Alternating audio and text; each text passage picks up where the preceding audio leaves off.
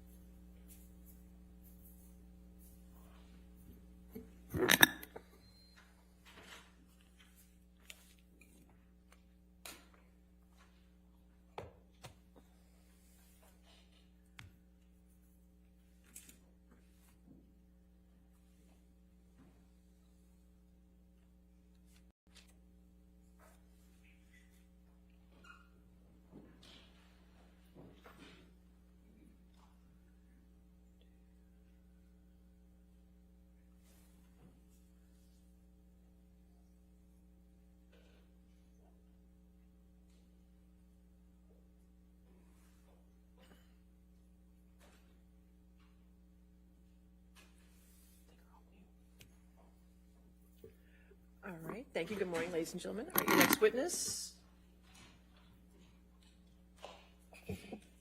Good morning, Your Honor. Plaintiff calls Tara Roberts. All right, let's see if we can get her on here.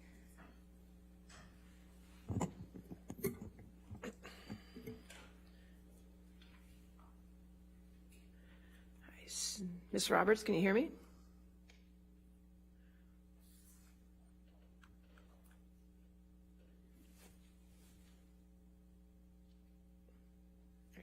Can you hear me, Ms. Roberts?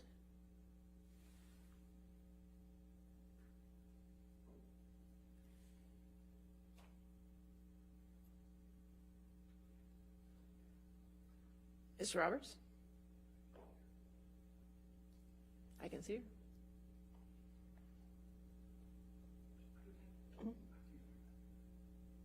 Excuse me? Yeah, you can bring them in. See if she's on mute or not.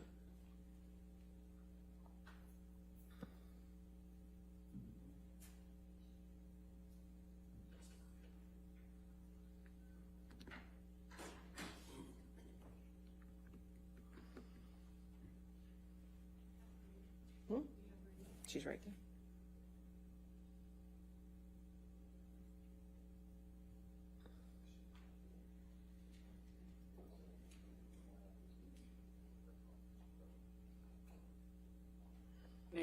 Oh. Can you hear me, Ms. Roberts? Yes, I can. Okay, great. Can you raise your right hand for me? Do you swear or affirm to tell the truth under penalty of law? Yes, I do. Okay, thank you, ma'am.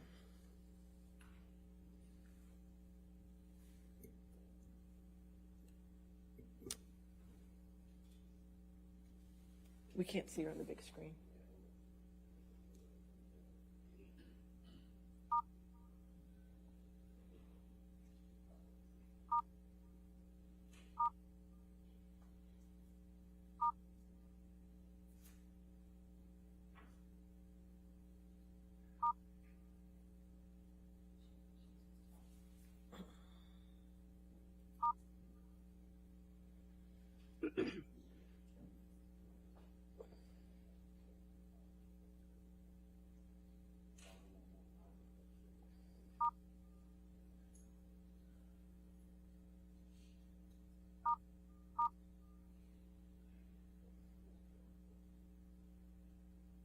Just do a split screen so we can start, please.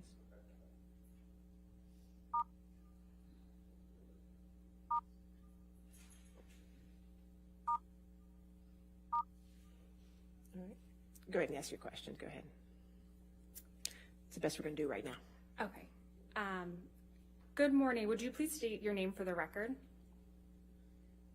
Charlie Roberts. Ms. Roberts, how do you know Johnny Depp? I manage his island in the Exuma Keys in the Bahamas for the past 15 years. Ms. Roberts, where do you live? I live on the island, and I have a home in Nassau and in Long Island, Bahamas, which I try to get to as frequently as possible. Can you please describe Mr. Depp's private island generally? My duties on the private island would be to maintain the island, the buildings, the houses, logistics, not included or limited to provisioning fuel, gas, groceries, just day-to-day operations, staff, and kind of like an estate just in the middle of nowhere. Okay. Your Honor, I would like to pull up Plaintiff's Exhibit 49, which has previously been submitted into evidence. Okay.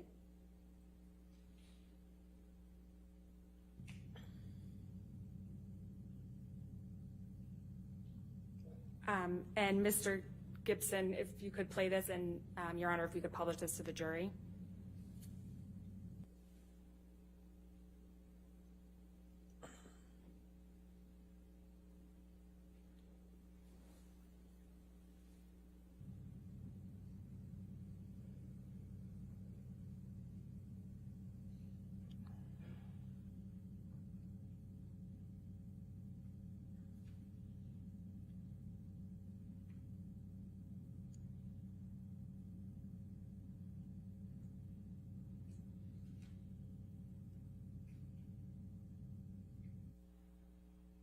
Thank you. We can take that down.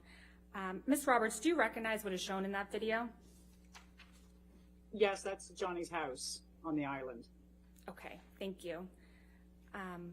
Mr. Gibson, can you please pull up Plaintiff's Exhibit 348? And this hasn't been submitted into evidence yet, so let's first just play that for Ms. Roberts. All right.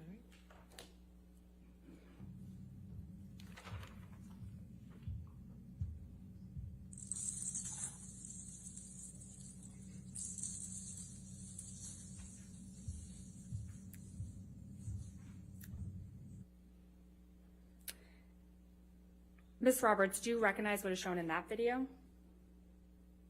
Yeah, that's his house and closet area. Okay. Your Honor, I'd like to, plaintiff moves to admit this into evidence. All right, 348 in evidence. Do you wish to have it published? Yes, can we please publish Okay. that to the jury? And Mr. Gibson, once it's published, if we could play that again.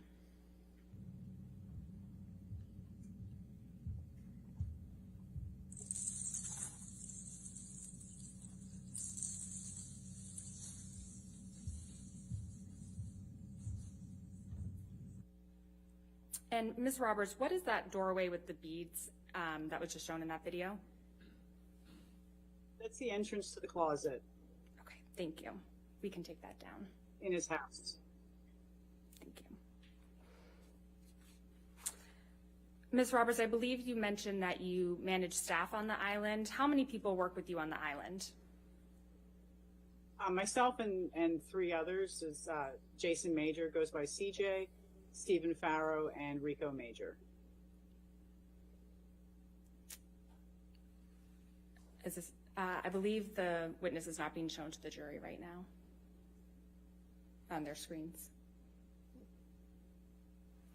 Thank you. No. The witness. There you go. Thank you. Ms. Roberts, how are you compensated for your work on the island? I receive a monthly salary. Other than this monthly salary, what other sources of income do you have? I get dividends and rental from family properties and businesses that we have. Since you've been working for Mr. Depp, how often have you seen him?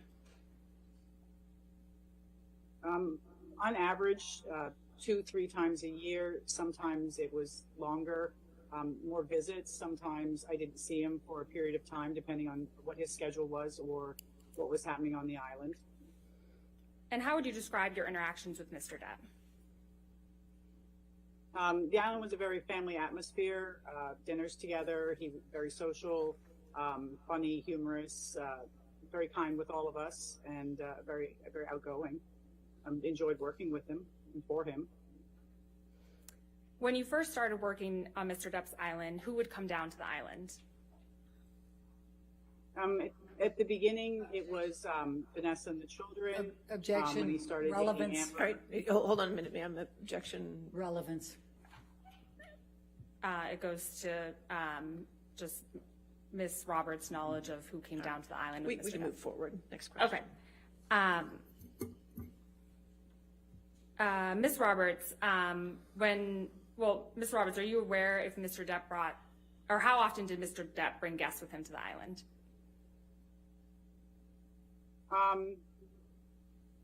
He had guests. He would bring Amber and Amber with their friends, and also I had, on one of the occasions, I had Paul Bettany and his wife and his children here on one of the trips. And when did the Bettnys come down to the island? Sometime in the summer of July 2013. What happened when the Bettnys came down? It was a normal trip. We had an incident where I was asked to have Amber leave the island. I scheduled a flight for her to leave to go to Florida that morning, and then that afternoon I was told to bring her back, and I arranged for a flight for her to come back that afternoon to the island. When did you first meet Ms. Heard? I believe it was shortly after they started dating. What was your impression of Ms. Heard when you first met her? Objection. Oh, they were very much in love. Relevance. Okay, go ahead. Next question. Go ahead. I think Ms. Berthoff withdrew her objection. Yes, go ahead. Okay, so Ms. Roberts, you can answer. What was your impression of Ms. Heard when you first met her? Oh, they were very nice, a couple in love. She cooked for him, cleaned up, they took care of each other. They were a very happy couple. When, if at all, did that change? With each visit, it changed. More of it was more not like an island life anymore. It was more of wines and more requests, simple things, toiletries, to have things here in place before they came, or she came as well. So it, luggage changed. We got more and more luggage. Just things evolved and kind of mushroomed a bit. How often would you see Ms. Heard on the island when she was in a relationship with Mr. Depp? I would, on average, every day, taking meals, cleaning houses, sometimes more. And how often would Ms. Heard come down to the island? At the beginning, probably the same 2 or 3 times a year, sometimes 3 times with her friends and family and Johnny. During your interactions with Ms. Heard, what, if any, changes did you observe of Ms. Heard?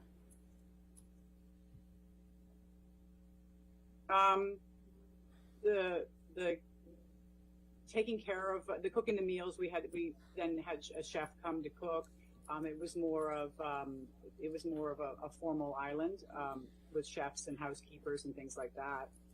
Changed, yeah, pretty much that.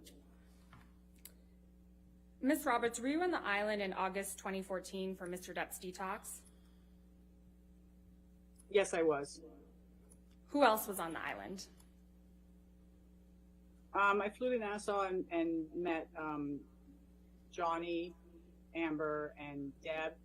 I flew them back to the island, and then a couple of...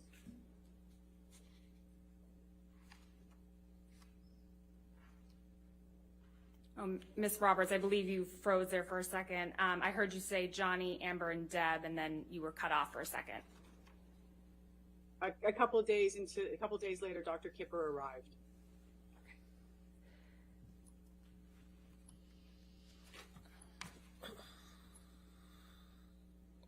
What do you recall about that time that Mr. Depp came down to the island in August 2014?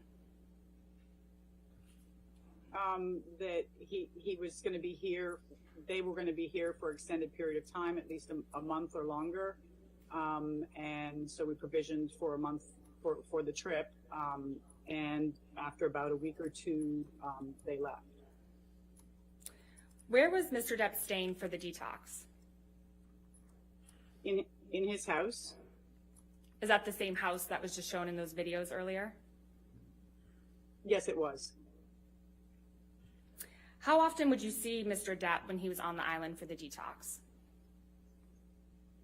I was every day, but not face to face, just from delivering, replenishing the house, delivering supplies, waters and things like that, linens and changing things out. So glimpsing him, not a conversation as it used to be. How was Mr. Depp when you saw him? He was always asleep on the couch.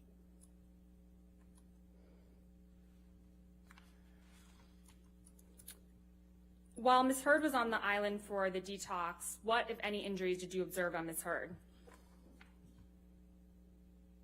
I didn't see anything. After Mr. Depp and Ms. Heard left the island, what happened next? We would go into the house and break it down, empty out the refrigerators, change the linens, collect the laundry, straighten the house back up again. After they left, what, if any, property damage did you observe? There wasn't any. Ms. Roberts, to what extent were you involved in Mr. Depp and Mrs. Heard's wedding in February 2015 on the island? Pretty much all aspects of it, logistics, work permits, getting things set up onto the island, to the island, staff, provisions, building of the tents and organizing transportation of guests to and from the island. When did you first hear that Mr. Depp and Ms. Heard were getting married on the island? Objection calls for hearsay and relevance. What's the relevance of when she heard? I can move on. Okay, next question. What communications, if any, did you have with Ms. Heard about the wedding?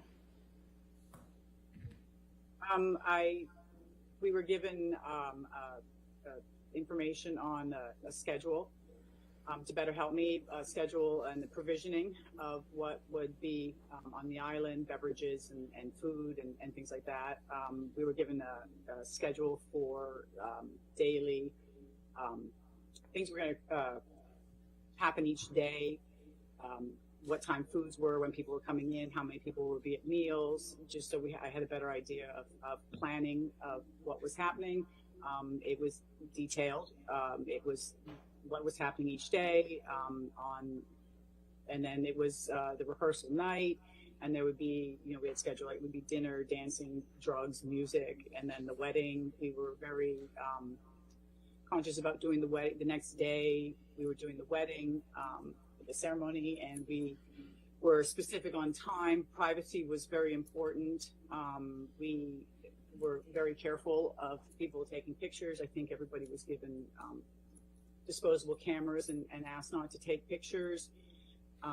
I was concerned about that also, but we were doing the ceremony at sunset, so there really wouldn't be issue with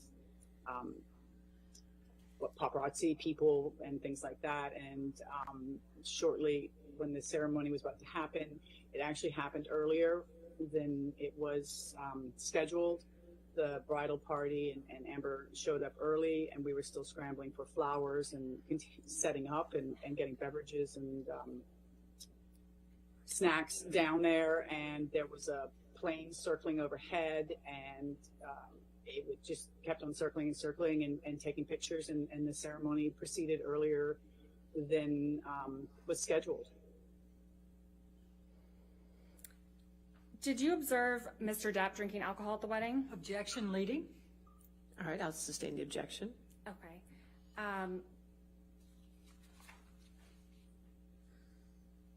Ms. Roberts, as part of the provisioning for the wedding, did you order alcohol for the wedding? Objection, leading. Sustained. Okay. Ms. Roberts, what did you order for the wedding in February 2015? I was given a list of food. I was given a list of beverages for wine, champagnes. I was asked to have Dr. Pepper and sugar-free Red Bull here, because at that time that was what Mr. Depp or Johnny was drinking, was Dr. Pepper and sugar-free Red Bull. Okay. Did you observe Ms. Heard drinking alcohol at the wedding? Objection, leading. Sustained. Who did you observe drinking alcohol at the wedding? Pretty much everybody was drinking and doing shots and celebrating. It was a party. Ms. Roberts, I'd like to discuss with you when Mr. Depp and Ms. Heard were on the island in December 2015. Who came down to the island with them? I flew to Nassau to meet them, which is what I normally do. I meet himself, Johnny, and whoever comes to the island. I fly to Nassau to meet them just to make sure that the transition is smooth with customs and immigration. So I flew to Nassau and I met Johnny, Amber, his children, and a friend of the children, and load the luggage onto the caravan plane, and we boarded the plane and came to the island. And a couple days into the trip, Alice and Greg and Alice's 3 children and a nanny came to the island as well. Who are Alice and Greg? Alice is a clothes designer, and Greg was her partner, and I believe he's a photographer. When did you first interact with Ms. Heard when she came to the island in December 2015? At the airport, when I flew to Nassau to meet everybody. Usually when they come down off the plane, you know, there's hugs and kisses and chatting for a couple minutes while the luggage is transferred. How close were you to Ms. Heard? Close, hug, kiss, you know, how are you, talk, same with everybody. So face to face, cheek to cheek. What, if any, makeup did you observe Ms. Heard wearing when you first interacted with her? I don't recall if she was or was not wearing makeup. If she wore makeup, it was very natural. I don't think often she wore makeup on the island. I don't recall her wearing makeup. What, if any, injuries did you notice on Ms. Heard? I didn't notice any. Ms. Roberts, you mentioned that Gregory, a photographer, came to the island during that time. How often did you observe Gregory on the island? I interacted every day because meals went down and changing the sheets and cleaning the room. So I see everybody every day there. And when you saw him, what was he doing? They were doing. There was a photo shoot on the island. Amber was wearing Amber was wearing Alice's clothes, and they were doing a photo shoot on the beach. And Greg was taking the pictures. What, if anything, do you remember about that particular time that Mr. Depp and Ms. Heard came down to the island? There was a incident between Johnny and Amber here during that trip. Okay, can you please describe that incident? On the evening, we kind of called it a night. Dinner was finished. We wrapped everything up down here at the staff area in the kitchen. Myself and CJ came to the office later on that evening, and Johnny was in the office up here, and he was agitated, kind of walking back and forth. I'd asked him if he needed anything because I wasn't sure if he was up here to get something or was looking for something, which wouldn't be unusual for people to come up here. So he was here, talked for a couple minutes, the 3 of us, and a couple minutes later, Amber came into the office and the three of us were in the office, and Amber came in, and she was asking him to tell him to come back to the house. Please come back. I'm sorry. Come back. And he stood here, reluctant to go. Didn't want to go, and a little exchange back and forth. He left the office and got into his vehicle and started it up, and Amber went outside and stood in front of the vehicle, so that didn't drive away. Amber was standing in front of it, and again, she was asking him to don't leave. I'm sorry. Come back to the house. After a couple minutes, she got in the vehicle and they left to go back to their house. What happened after they went back up to the house? CJ and I were still in the office and weren't really sure. Decided that maybe it would be best if we just drove up there just to make sure that everything was okay. And so we got in the golf cart and we drove up to their house, got into the parking lot, and his vehicle was in the parking lot, and you could hear them. You can hear them inside the. You could hear inside the house yelling, Amber yelling, and Johnny answering back, and you could really hear what was being said. We stood there for a couple minutes, CJ and myself, and then you started to hear. It became audible. Amber was telling him that he was a washed-up actor. He was going to die a fat, lonely old man. Then you heard, you hit me with a can. You heard Johnny say, you hit me with a can. And then he came down the steps, and Amber was behind him, and she had a bottle in her hand, was removed, and there was a brief pause, the moment, I think, of initial shock or uncertainty of why, that we were there. Neither Johnny nor Amber knew that we were there. He proceeded to walk back to the John Deere, and she again walked. He was just sitting in the seat. Amber came up to him and was asking him to come back in the house, that she was sorry, please come back in the house. He didn't come out of the seat, and she was hugging and kissing him, and I love you, I love you. She was telling him I loved you. He didn't react. Johnny sat there, eventually got out of the John Deere, and proceeded to start to walk away. At that time, Amber started to grab at him and his shirt and trying to pull him back to the house, just basically viciously trying to pull him back and get him back into the house and yelling at him. And at that point, I was between them and felt it was best, and I was getting worried about what was going to happen, and it was best that I remove him from the situation. And so CJ took Amber back to the house, and I walked Johnny over to the cafe, which was basically 30 seconds away from the house, because it was the only place I could take him to at the time. And you mentioned that Ms. Heard was viciously trying to pull Mr. Depp back. Can you explain what you mean by that? It was like clawing, grabbing at his clothes, grabbing his hair, trying to pull him back, like an angry, like he was leaving and come back. He couldn't leave in the vehicle because the keys had been taken out. So there wasn't a way for Johnny to drive away.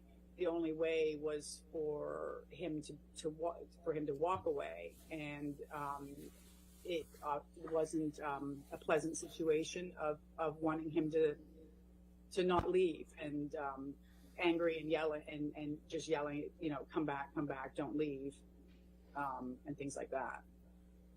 At any point, did Mr. Depp hit or touch Ms. Heard? Objection leading. All right, let's see the objection. Ms. Roberts, how did Mr. Depp react to Ms. Heard viciously grabbing him? He didn't. He stood there with his arms by his side and he didn't do anything. Okay. Ms. Roberts, when you were back in the cafe with Mr. Depp, what happened next? I was concerned because I had heard him say that he'd gone. Objection to her being concerned. That's not I'll responsive sustain as to question. concerned, all right? Okay, Ms. Roberts, without testifying as how you felt, what did you observe when you went back to the cafe with Mr. Depp? When we went back to the cafe, he had a mark across the bridge of his nose. I got a bag of ice to put on it so that it wouldn't swell, just to make sure that it wasn't bleeding. And he walked over to the love seat at the cafe, and he laid down and went to sleep. And CJ came back over, and I asked CJ to stay there for the remainder of the evening, for the remainder of the morning. And I left CJ inside the cafe, and I left Johnny on the couch. When did you next see Ms. Heard? That morning, I saw her that morning. How close were you to Ms. Heard when you interacted with her the next morning? Conversation, in a couple feet away. When you saw her, how did she appear?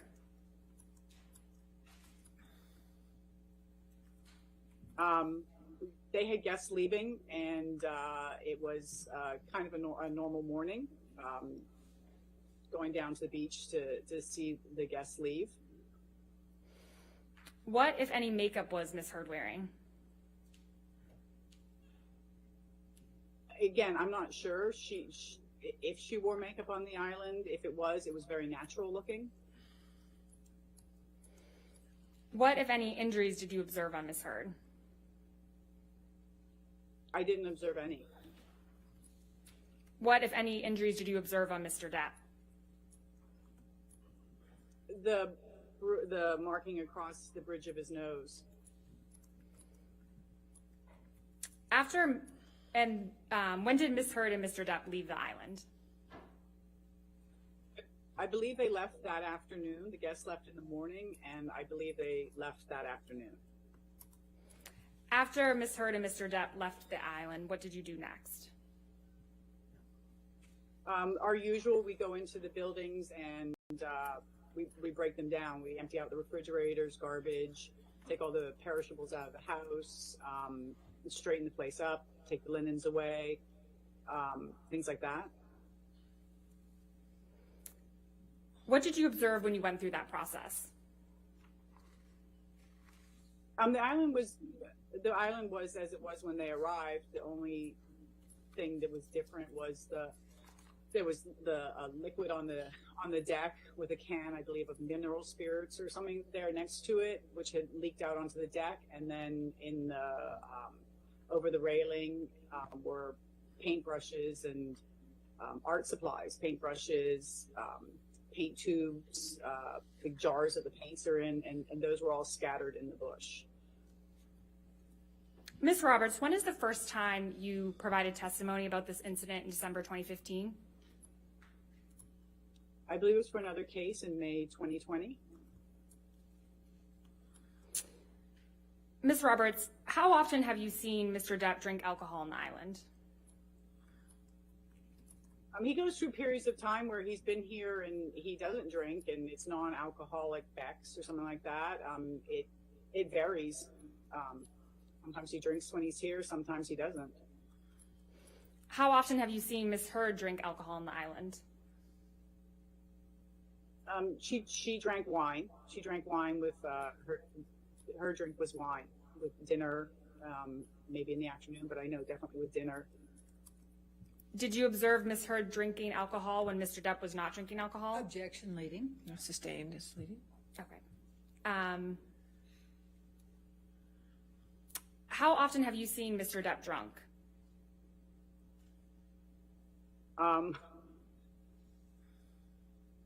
I would know he has a huge tolerance for alcohol. I haven't seen him passed out drunk or anything like that. So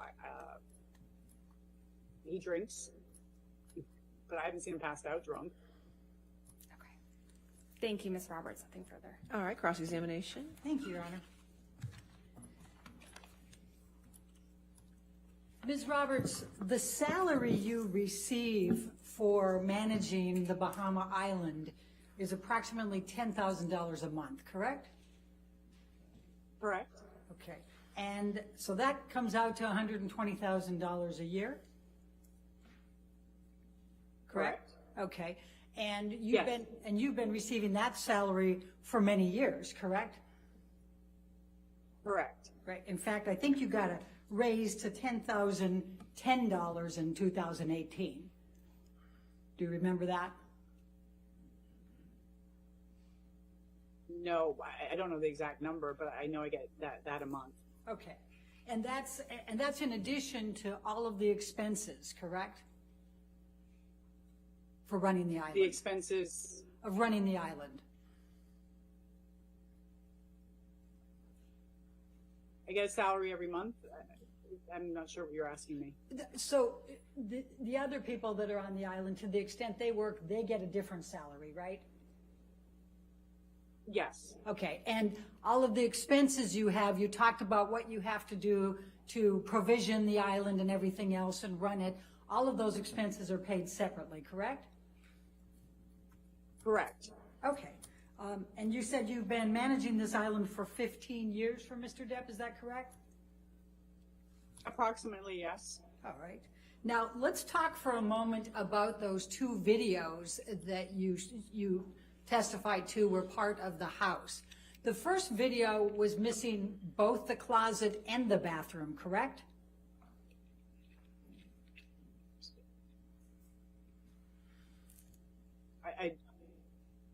I don't remember. I'd have to look at it again. All right. And the There was second... sorry, go ahead. Go ahead. I'm sorry. You didn't come through. Go ahead. No, I'm sorry. I think in the first video, the beads were the closet, and then there was the bathroom next to the closet. Okay. That was the You asked me. That was the second video. Oh. Do you know who? Sorry. Do you know who took those videos? Oh, I did. Okay. When did you take those videos?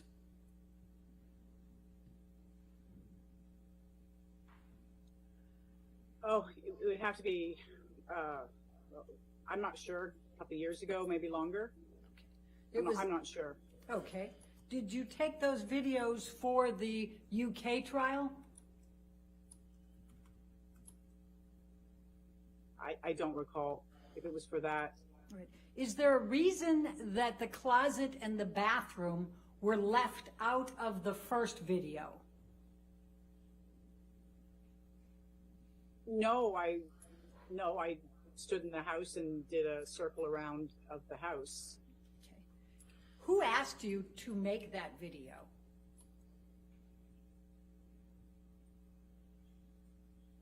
I'm not sure. I'm not sure. Was it Mr. Waldman? Adam Waldman? I'm not sure. I don't know. Can't recall? I can't remember who asked me. Okay. No, I can't. Okay. Now the second video, that shows the closet and then there's a door there. Would you agree that door opens up into a bathroom? Next to the closet, yes. Okay. And we don't have a video of the bathroom, correct? I don't believe there was a video of the bathroom. And no one asked you to make a video of the bathroom, correct? Objection, relevance. I'll overrule it now. Okay. Correct? Oh, sorry. I'm not sure if anybody asked me to. I don't believe I videotaped the bathroom. Okay. And my question was, and no one asked you to videotape the bathroom, correct? Correct. Okay. Now, let's talk for a moment about the logistics of the island. So, Mr. Depp's house, we've seen the inside of, and you said that the cafe was a 30-second walk, I think you said. How many yards? Yeah. I don't know. I walk it. It's just outside his house through the parking lot and walkway to the cafe. Okay. I don't know. Okay, and the cafe is where Mr. Depp would regularly have his meals, correct?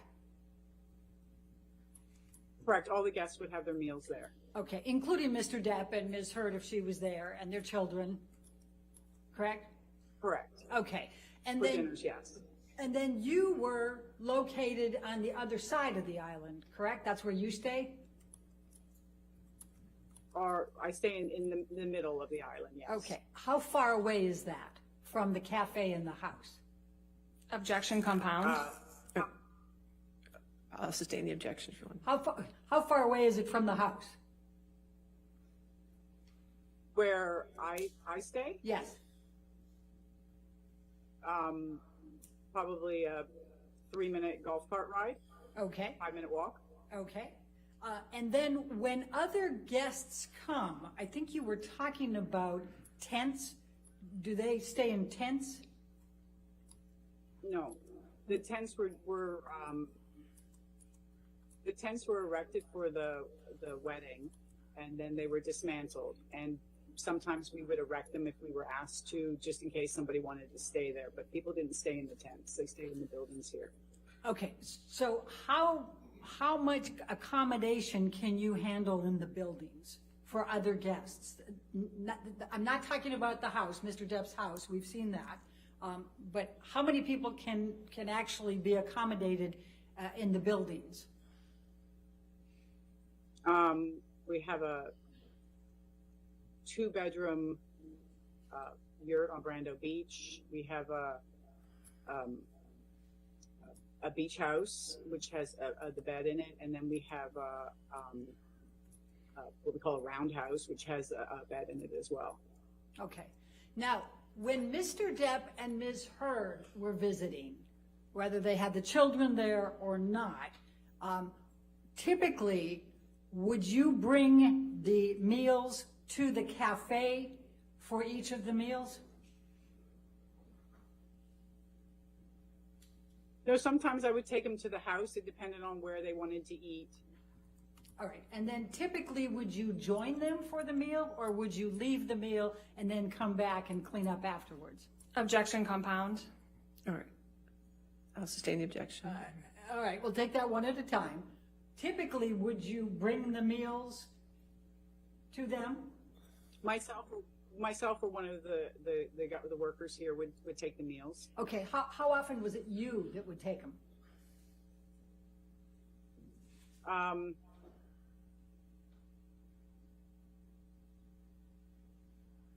How often? Maybe every other day, every day. It depended on how, if people were eating in their buildings or eating together. All right, and would you stay and eat the meal with them, or would you leave? If we were invited for dinner, we would all eat together. Usually we would take the food to the places and leave. Okay. And then would you be called to come pick them up? No. We would sometimes go back in the evenings on our own and clean up and turn some of the lights off. And sometimes we would do it in the morning. It depended on what was happening. Okay. So other than bringing the meals, and it could be you or somebody else, how often did you interact with Mr. Depp and Ms. Heard during the days when they were on the island? On average, every day. In what context other than delivering the meals and picking them up? Oh, just see if anything was needed, if everything was all right, things like that. Generally passing them if they were walking or in the office or on the beach. Okay. Now, would it be fair to say that you weren't spending 24/7 with them? No, I didn't live with them, no. Okay. And would it be fair to say that you don't know what they were doing during the times that you weren't passing them by or bringing meals?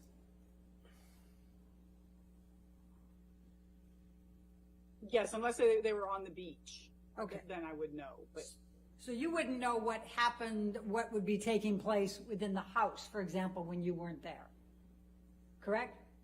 correct. And you wouldn't know whether Mr. Depp was taking drugs, correct? Correct. And you wouldn't know whether Mr. Depp was drinking, correct? I I would only know by cleaning up. And you wouldn't know, well, you wouldn't know from cleaning up necessarily whether it was Mr. Depp, Ms. Heard, or somebody else, would you? Objection, compound. What was, Overruled, I'll allow it. Go ahead. Please continue. unless I would know what it was by what was in the garbage or left out of who consumed or what was consumed, I would be able to know. Okay. And you wouldn't know what arguments, if there were any, were taking place in that house behind closed doors, right? Correct. And you wouldn't know whether there was any kind of physical abuse that was taking place behind those closed doors, correct? I wouldn't know. Correct. Okay. Now, let me just take you for a moment to the December 2015 timeframe. How much advance notice are you typically given for when Mr. Depp and his entourage are going to arrive and for how long they're going to stay? Objection, compound. All right, I'll sustain the objection. All right, let's break it down. How much notice are you given when Mr. Depp and his entourage are coming? It varies. Sometimes it's a couple days, sometimes it's a couple weeks. So how much notice were you given in December of 2015 to who would be coming for Christmas on the Bahama Island? I believe sometime in November Okay. for that trip. All right. And in November, how many people were you told were coming for Christmas on the island?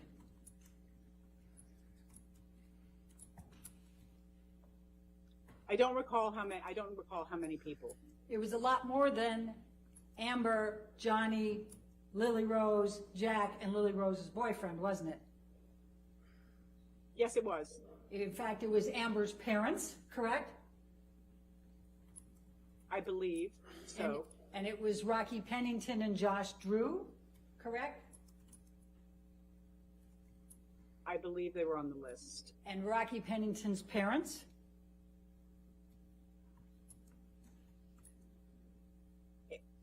Yes, I believe they were on the list. Do you recall them canceling? Objection, hearsay. I recall. How is that hearsay? I'll overrule the objection. Go ahead. I recall there was a change to the guests. When did you learn of that?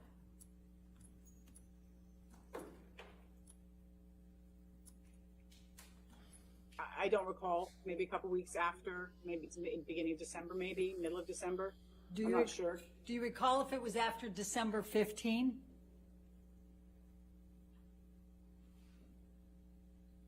I don't recall. Did you think that was a little strange that here these people were going to be at Objection. Christmas on the island and suddenly they cancel? Objection, relevance. I think it's highly relevant. I'll sustain the objection. Next question. What, if anything, were you told about why they canceled? Objection, hearsay. Party opponent admission. Well, if you want to lay a foundation for that. Okay. Who told you that Amber's parents, her best friend and fiance, and her best friend's parents were suddenly canceling coming for Christmas on the island? Objection, compound. I'll allow that. Go ahead. I don't know who told me, but I did receive information that they weren't coming and somebody else was coming instead. And who was that somebody else coming instead? It would be Alice and it would be Alice and Greg and the children and the nanny. And they were coming later, right? They would be joining. That I think was the words. Okay. So on the December trip, you testified about a few arguments between Amber and Johnny, right? Do you recall that testimony? Yes, I do. Okay. You weren't present when Johnny sustained the gash on his nose, correct? I wasn't there, no. Okay. And you weren't present when the mess was made through the paints that you've described, correct? No. And so you don't know whether there had been a physical altercation and that led to throwing a paint can to try to slow down Johnny, right?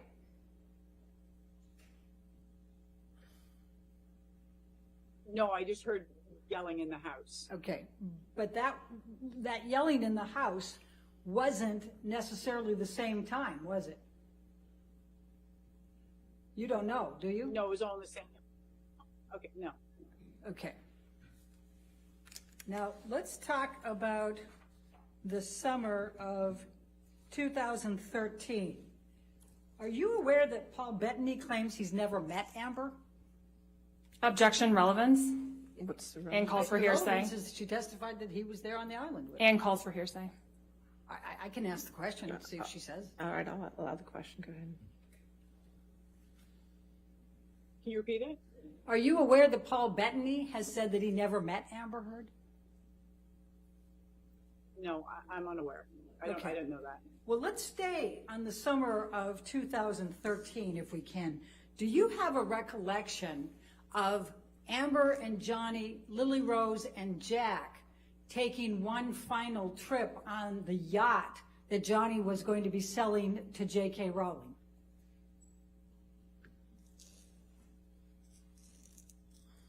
I don't know what year that was. I don't know what year that was, but I do remember the yacht being sold.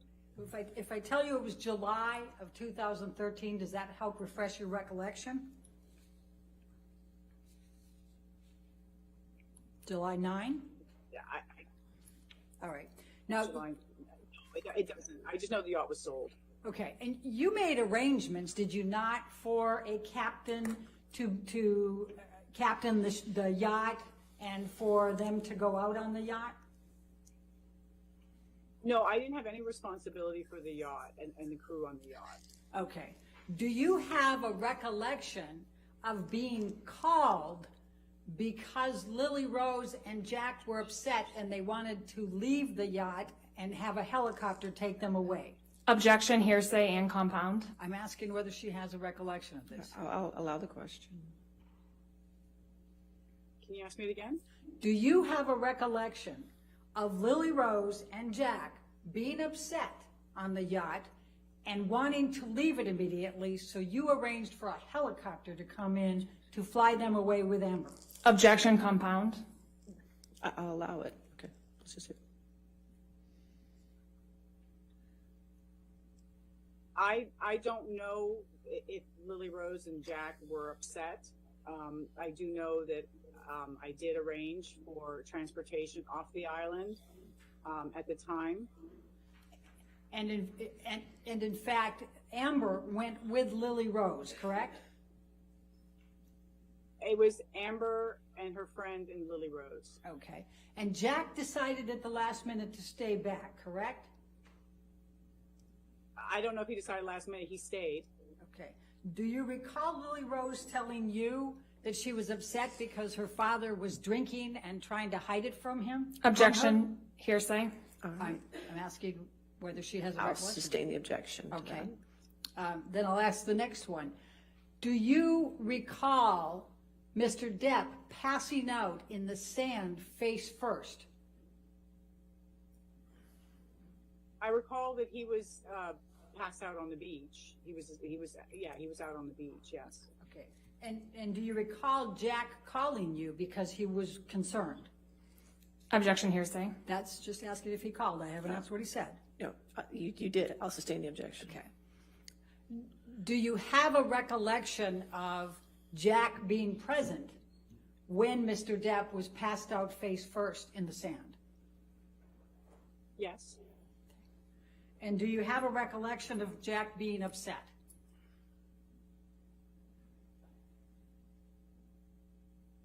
I don't have a recollection of him being upset. do you have a recollection of him being happy about it?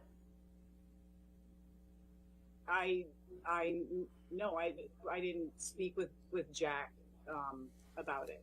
Okay. But you recall that Mr. Depp was passed out face first in the sand, correct? Objection asked and answered. I'll sustain the objection. Next question. All right, thank you. Let's talk about makeup for a moment. So you don't know what type of makeup regimen Amber uses every day, correct? Correct. Okay. And in fact, you don't know, you said at one point you're not sure, but it's a natural look. Do you recall that? Yes, I do. Okay. And would you agree that there are a number of different types of makeup you can use that would still give you a natural look? Objection calls for speculation. I'll allow it. I'm guessing there is, yes. Okay. Okay. And there's sun in the Bahamas, right? Most of the time. Do you know what Amber wears for sunscreen? I think it was, at one point I had a brand Shiseido or something like that was on the island that we provided. And do you know whether Amber brought her own as well? I don't know. Do you know whether Amber had a skin condition? I wasn't told. Okay. But I take it you didn't ask. No, I wouldn't have asked if somebody had a skin condition. Okay. The wedding. The wedding was planned at sunset, correct? Correct. And in fact, it went forward at sunset, correct? It went earlier. It was earlier than sunset. So your recollection is that there's no sunset pictures at the wedding?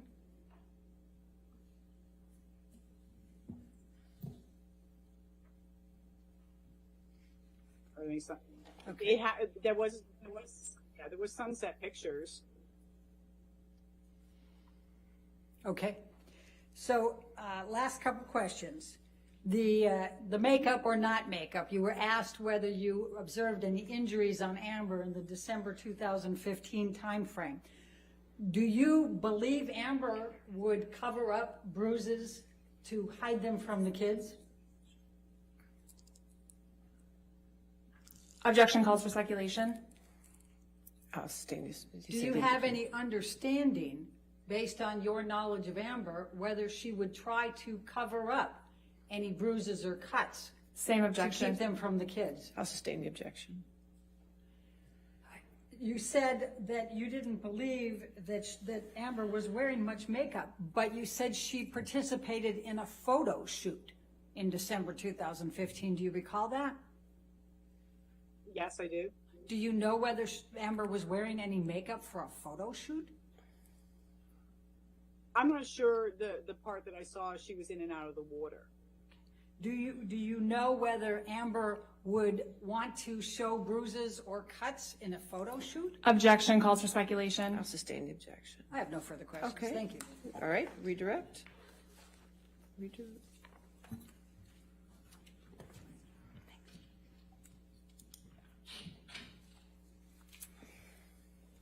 Ms. Roberts, how many times have you seen Mr. Depp consume drugs? Objection, leading. All right, sustained. Ms. Bredehoff asked you about Mr. Depp passed out on the beach. How would you describe Mr. Depp when you saw him on the beach? He was passed out. I picked him up and brushed him off, and I left him underneath I believe he was in a hammock, and I believe he had fallen asleep, or he was asleep, and the hammock had overturned, and I picked him up and brushed him off and left him underneath the lanai with Jack. Okay, no further questions. All Thank right, you, is Ms. this witness Roberts. subject to recall, Ms. Roberts?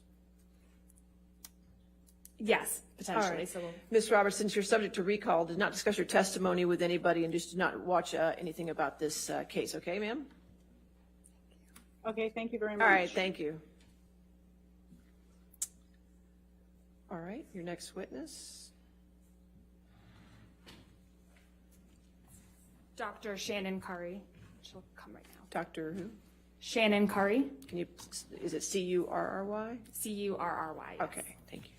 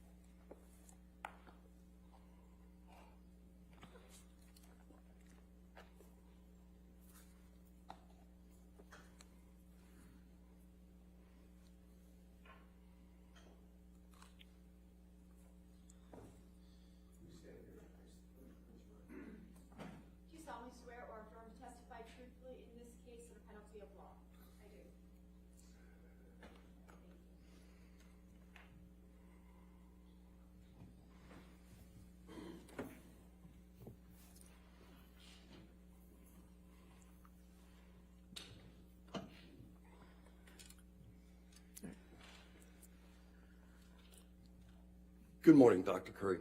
Good morning. I'm Wayne Dennison. Could you state your full name for the record? Shannon Curry. What do you do for a living? I am a clinical and forensic psychologist.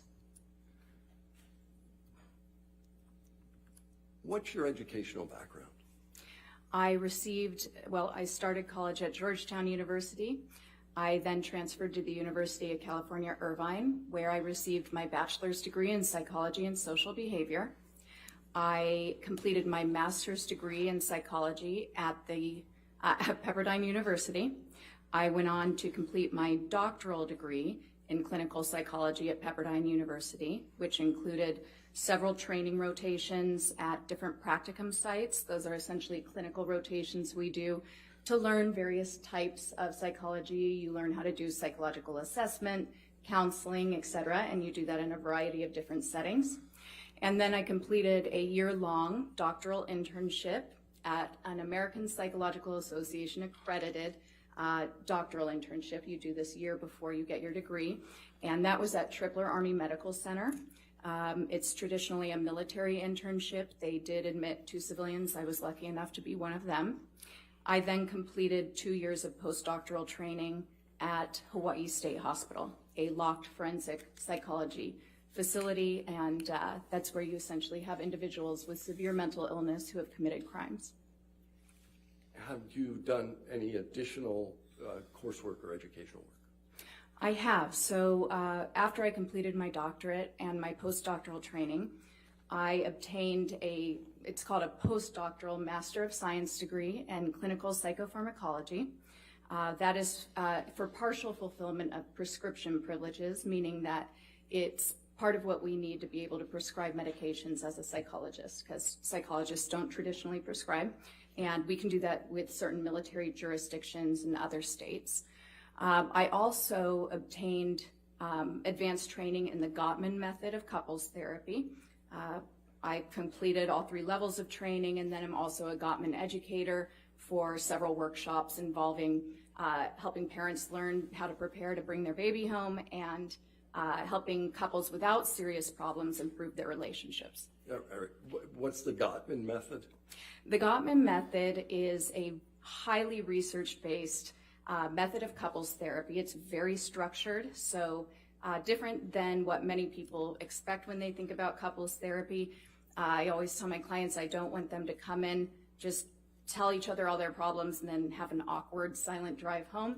In this therapy, they come in, they complete a really structured assessment in the beginning. So they complete a bunch of questions. It gives me a ton of information about their relationship before we even get started, and really identifies the areas we're going to target with structured interventions during each session. I think of it almost like a class. Okay. Did you get, in the course of your education, any specialized training? Any what? Specialized training? I did. So my internship specifically was dedicated to essentially working with post-traumatic stress disorder, traumatic stress. A lot of my training has been with psychological assessment and testing. And then my training during practicum and then in my postdoctoral work was dedicated to working with trauma populations and also conducting forensic psychological assessments. Oftentimes, forensic psychological assessments actually refers to doing testing and an interview and a couple other things for purposes related to law. So it's the application of psychology to the courts, to legal issues. And sometimes that also involves doing assessments for the military to determine whether somebody has sustained a mental disability after combat. You indicated that you did some work at Tripler. What's Tripler and what's the work you did? So Tripler Army Medical Center is a hospital in Honolulu, Hawaii. If anybody's ever gotten to have a vacation in Hawaii, it's a giant pink building there. And it's one of the top training sites for military psychologists. I was very, very lucky to be able to train there.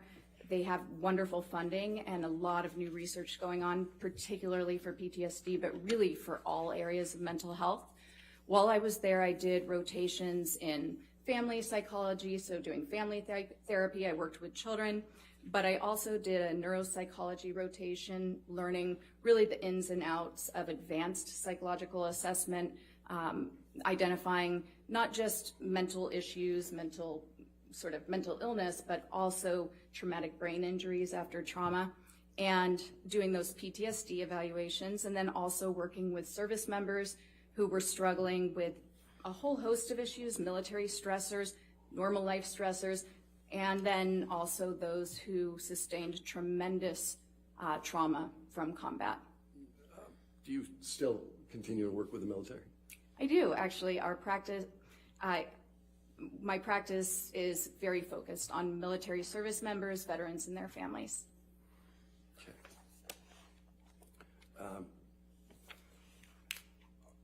What work have you done in prior litigation matters? Well, most of my litigation, if we're talking about civil work, that has mostly been reports. So this is my first time testifying in a civil matter. The majority of my forensic work has been in criminal law or providing psychological assessments, and then I produce a really methodical report, which is typically reviewed by a judge, and a determination is made, or usually there's a settlement beforehand. Okay. Do you work in connection with any particular courts? I do. So I am actually not sure if I'm on the list anymore in Honolulu, but I am a certified forensic evaluator for the state of Hawaii, which means that I have been appointed by the court to conduct evaluations for matters that are presented. And then I'm also on the list of forensic evaluators in several courts in Southern California. And then I'm contracted by the military, the Department of Defense, now and again for evaluations of PTSD from service members.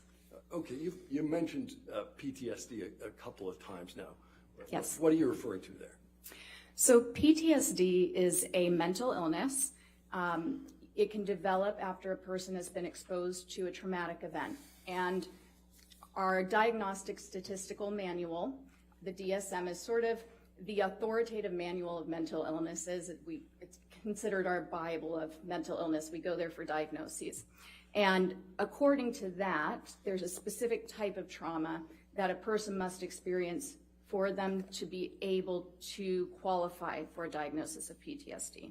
And that's an event that is life-threatening. It can also involve sexual assault, and you can experience that either directly, but you can also be traumatized if you've seen it happen to somebody else, or if it's happened unexpectedly or violently to somebody close to you, a family member or a friend. And then there's also a provision for people who are first responders. If they're encountering really traumatic information regularly, that qualifies as a trauma. Now, there are a number of symptoms that can develop. Sure. We'll talk about that some Okay. more. Do you hold any credentials relevant to the work that you do? Well, I am a licensed psychologist Where? in California and Hawaii. Okay, and any other certifications or other credentials? Not that I can think of off the top of my head other than the training with the Gottman method of couples therapy. Okay. Have you worked with the Hawaii Department of Courts and Corrections? Yes, I have. In what capacity? Well, I am, so that I guess would be a credential. So I am a certified forensic evaluator for the state of Hawaii.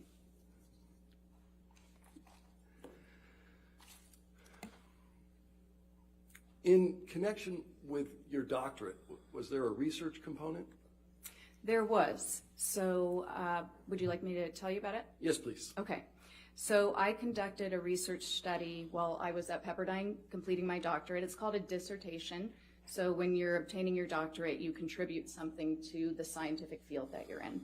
And typically that involves doing what we call novel science. So you're doing an experiment, you're finding out new information and helping the field progress.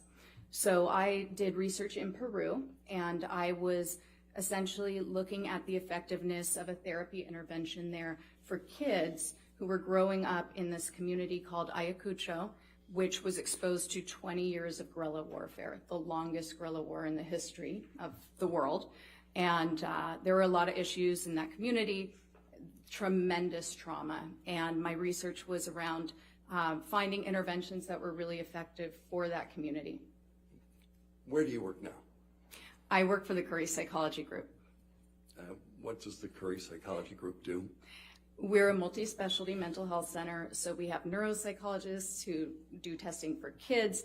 We have therapists, individual therapists, couples therapists, family therapists. We even have a meditation teacher. We basically try to meet the needs of our community, and we highly specialize in working with military personnel and their families. Who's the Curry and Curry Psychology Group? I'm Dr. Curry. How many people work for you? As of right now, I believe it's 13. How long have you been doing this kind of work? For about 15 years. How much of your therapy practice focuses on treating individuals? I would say about half of it is individuals, half is couples. Okay.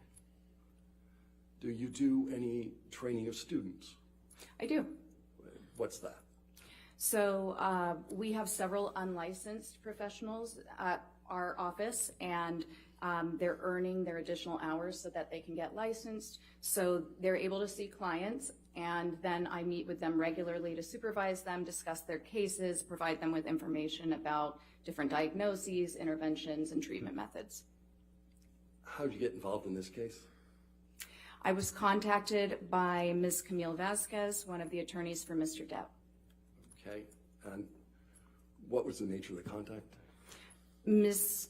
Vasquez called me and indicated that she might be interested in having me meet the legal team so that I could discuss my expertise and possibly provide my opinions related to the matter. Yeah. What were you asked to provide expert opinion on? So initially, my role that I understood at the time was to review the case materials and provide my opinions regarding anything that I noticed that was consistent or even inconsistent with the psychological science that exists today on intimate partner violence in Mr. Depp and Ms. Heard's relationship. All right, you used a phrase there, intimate partner violence. What are you talking about? So there are a multitude of different definitions depending on the source or the state. But essentially, intimate partner violence is abuse. It could be physical, psychological, and it's from one partner to another in an intimate relationship. Okay. Did your role in this case evolve over time? Yes, it shifted. So I was retained at the end of January 2021, and then had just barely begun to review the documents. The case was postponed, and then in October 2021, I was asked by counsel to provide a psychological evaluation of Ms. Heard. Okay. Were you ever asked to do a psychological evaluation of Mr. Depp? No. Okay. What types of documents did you consider in this analysis? So I reviewed quite a few documents as part of my evaluation. That included all of the case documents, Ms. Heard's medical records by Dr. Kipper, her prior mental health treatment records. I believe I reviewed records from Dr. Amy Banks, Dr. Bonnie Jacobs, Dr. Connell Cohen, and also a significant portion of my review involved notes from nurse Erin Filati, at the time Erin Borum, who spent a significant time with Ms. Heard in her direct company. I also reviewed exhibits, quite a few audio recordings, a video recording, several video recordings, or possibly photographs, I might be getting them confused, and multiple witness statements, testimony, and declarations. Did there come a time when you met directly with Ms. Heard? Yes, I did. So in conducting my evaluation, I met with Ms. Heard on two separate dates, December 10th and December 17th, 2021. Approximately how much time have you spent with Ms. Heard? So the evaluation, we spent 12 hours directly with one another. However, there were more hours involved in the evaluation with some breaks. So we spent 7 hours together on the first day, December 10th. Not necessarily together because there was a 1 hour lunch break and about a half hour with breaks split up through the day. And then on the 17th, we spent a little more than 8 hours in the evaluation from start to finish, with a 1 hour break and another half hour of breaks distributed throughout the day. As a result of the work that you performed, did you form any opinions with respect to Ms. Heard? I did. What were those opinions? The results of Ms. Heard's evaluation supported two diagnoses: borderline personality disorder and histrionic personality disorder. What is a diagnosis? A diagnosis is a way that that psychologists, psychiatrists, anybody in the mental health field thinks about a disorder. It helps us to communicate a set of symptoms that a person is experiencing, and along with that set of symptoms, it tells other professionals a lot about how those symptoms might have developed, how that person might behave, perceive the world. It also drives treatment. The real purpose is to determine what sort of interventions will be most effective for the person. Previously, you made reference to, I think you called it the DSM-5. What's Yes. that? So the DSM-5, that stands for the Diagnostic Statistical Manual, version 5, and that contains every diagnosis we use in mental health, and it's the authoritative manual of mental diagnoses. Is performing diagnoses something you typically do in your line of work? Yes. Thank you. So you referenced two personality disorders. What's a personality disorder? To understand a personality disorder, I think it can be helpful first to kind of define personality. So personality is something we take for granted, but these are the traits, the characteristics, the way we think, we feel, and we act that make us who we are. And these traits are pretty stable over time and across situations. We might, be sure to mind our P's and Q's when we're meeting somebody new, but overall, if somebody were to describe us or if we were to describe ourselves, we have a pretty good sense of who we are. Sometimes an easy way to think of it is imagining how you might describe a brother or sister or a child if you have children. Their personalities are pretty clear to you. A personality disorder is some sort of dysfunction in those enduring traits. So as opposed to other types of mental illness, when you think about something like depression, that's episodic. It comes and it goes, and when it's treated with medication, it can pretty much be completely mitigated or minimized in a person's life, and their personality is still there, separate from the depression. When we have a personality disorder, there are going to be disturbances in several different areas that are visible in almost all different facets of their life. Is there a manner in which personality disorders are commonly diagnosed? Yes, so they can be diagnosed in a treating environment. Treating psychologist or a therapist or a psychiatrist simply does a diagnostic interview, which involves assessing multiple areas of a person's history back down through childhood. I'm going to stop you for a second. Yes. What's a treating environment? Sometimes I'll slip into these words, I apologize. So a treating environment, in therapy, if somebody is going in for treatment, the mental health provider will ask them questions to find out what sort of symptoms they've experienced and what sort of things have occurred in their life that might be consistent with these disorders, or rule out these disorders, prove that there's no reason for these disorders to be considered. They might also pay attention to their observations of the client over time and new information the client provides them. The most reliable way, however, to ever come about a diagnosis really is through a comprehensive psychological assessment. And I might use the words assessment, examination, testing interchangeably. They all mean the same thing. It's combining information from multiple different sources. One main source is psychological testing using validated objective measures. That means that they've been tested, they've been shown to be accurate for testing what you want to test, and in the environment you're testing. So there are measures specific for court environments where someone might respond differently. You integrate that with the same interview I was telling you that people would do for therapy. We do that as well. And then in a courtroom setting, you're going to look at all the legal records, all of those documents, corroborating information to sort of check your hypotheses that may be developing, and also check against the examinee's statements to confirm whether you have enough evidence of a certain diagnosis. So what's a clinical interview? A clinical interview is a very comprehensive interview. It includes a person's entire life history, as well as very specifically looks at any symptoms they might have. This can start as far back as birth. You might find out if there were any issues with their delivery, any genetic issues, any intellectual issues. How did they do? What was their home life like? How was discipline handled? What's their relationship with their primary caregivers? Were they raised by an aunt, an uncle, their parents? How many siblings do they have? How do they get along with their siblings? How many times did they have to move? Was there any abuse? Did they have any really significant life experiences that come to mind when they think about their childhood? How were they as a student? Did they need special services? Did they get in trouble at school? And you do this, you continue on high school. What were their hobbies? Did they play sports? How many friends did they have?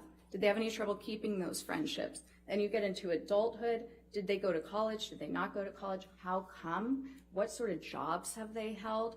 How did those jobs go? How did they end? That's always an important question. What sort of romantic relationships have they been involved in? How do they identify sexually, culturally? Let's see, what else? What sort of symptoms have they experienced? You go through the entire gamut of some of the main symptoms. You might screen for depression, any disorganized thinking, that means thinking that isn't necessarily in touch with reality, and any current distress they may be having today. How did you conclude that Ms. Heard suffers from the personality disorders that you identified? So there was information that supported it from multiple sources. I conducted testing, including one of the main tests that I used. She obtained scores that were consistent with those diagnoses, and then I also, there was evidence of those diagnoses in her records and in her self-report.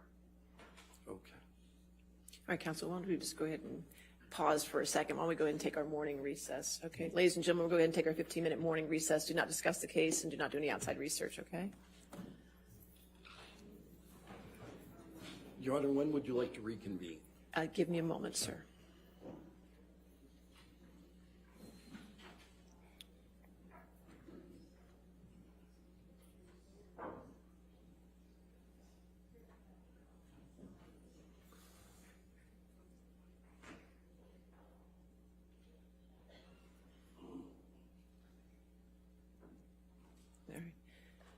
And doctor, since you're on the stand now, do not discuss your testimony with anybody to include the attorneys at this point, okay? Understood. All right, let's go ahead and we'll come back at 11:45, okay? All right, thank you. Your Honor. All rise.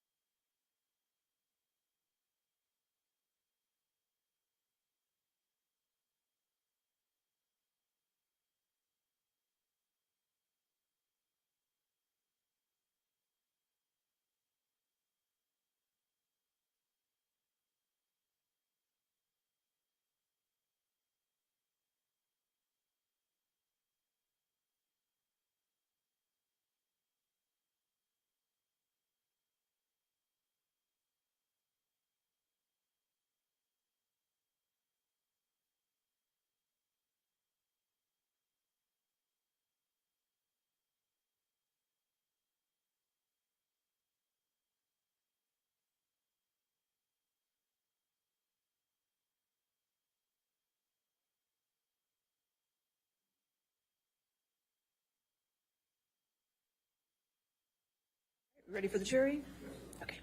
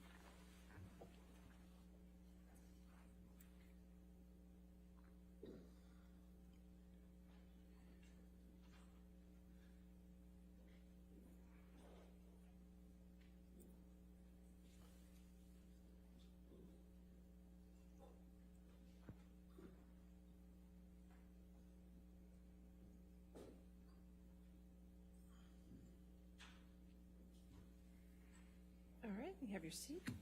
And your next question, sir? Thank you, Your Honor.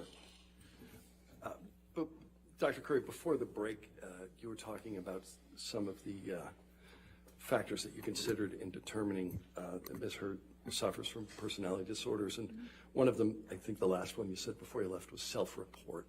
What do you mean by that? So the self-report would be things that Ms. Heard indicated to me specifically. So there were a couple of characteristics that she noted in her self-report that were consistent with these personality disorders. The first was actually my own behavioral observations of her based on her self-report. So one of the hallmark characteristics of histrionic personality disorder is sort of a overly dramatic presentation. We call this impressionistic speech. So it tends to be very flowery. It uses a lot of descriptive words like magical, wonderful, and it can go on for quite some time, and yet it really lacks any substance. So at the end, you're left wondering what was just said or what the answer is to the actual question. So that occurred a number of times, and it also represented the quick shifts you'll see between emotions. So she would suddenly be one way, and then she would become very animated or very sad. And when people are displaying these emotions with this personality disorder, there's a sense of shallowness to it. People who are observing them will feel like it's almost play acting, and they might not be able to put their finger on it. But part of it is because of the rapidness with which the person can switch emotions, and also the lack of substance. They don't really refer to, I feel this way. They might describe emotions, they might describe events, but very rarely, and Ms. Heard did not say, I feel vulnerable. She never really indicated a vulnerable feeling of her own. Then the substance of her self-report. So when I was asking her information about her history.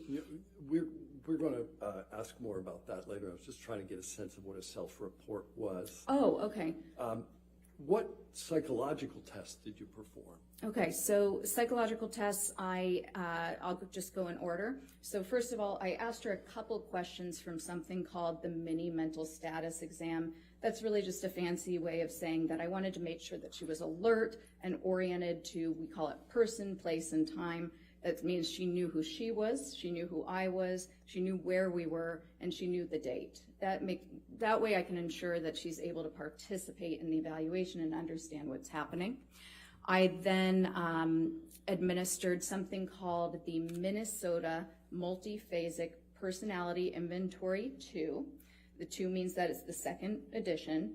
And this is something we call an objective measure. So it asks 567 questions, more statements, and the person either agrees or disagrees with them, how much the statement represents them.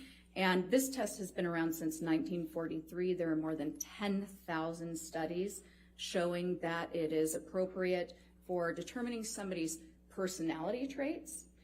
It measures all of those things I sort of mentioned, how a person thinks, feels, and behaves in multiple different aspects of their lives. It also measures very accurately any signs of mental illness or dysfunction. And the reason I also really like this test, whenever you're using a test for an evaluation that's going to be used in a forensic setting, people have a lot of incentive to present themselves in a way that's going to benefit their case. And they may want to look like they're sicker than they really are. They may want to look much healthier than they really are. And some of those incentives, they may not even realize that they're intending to do that. So it can be conscious or unconscious, but you really need to have a test that can check for that.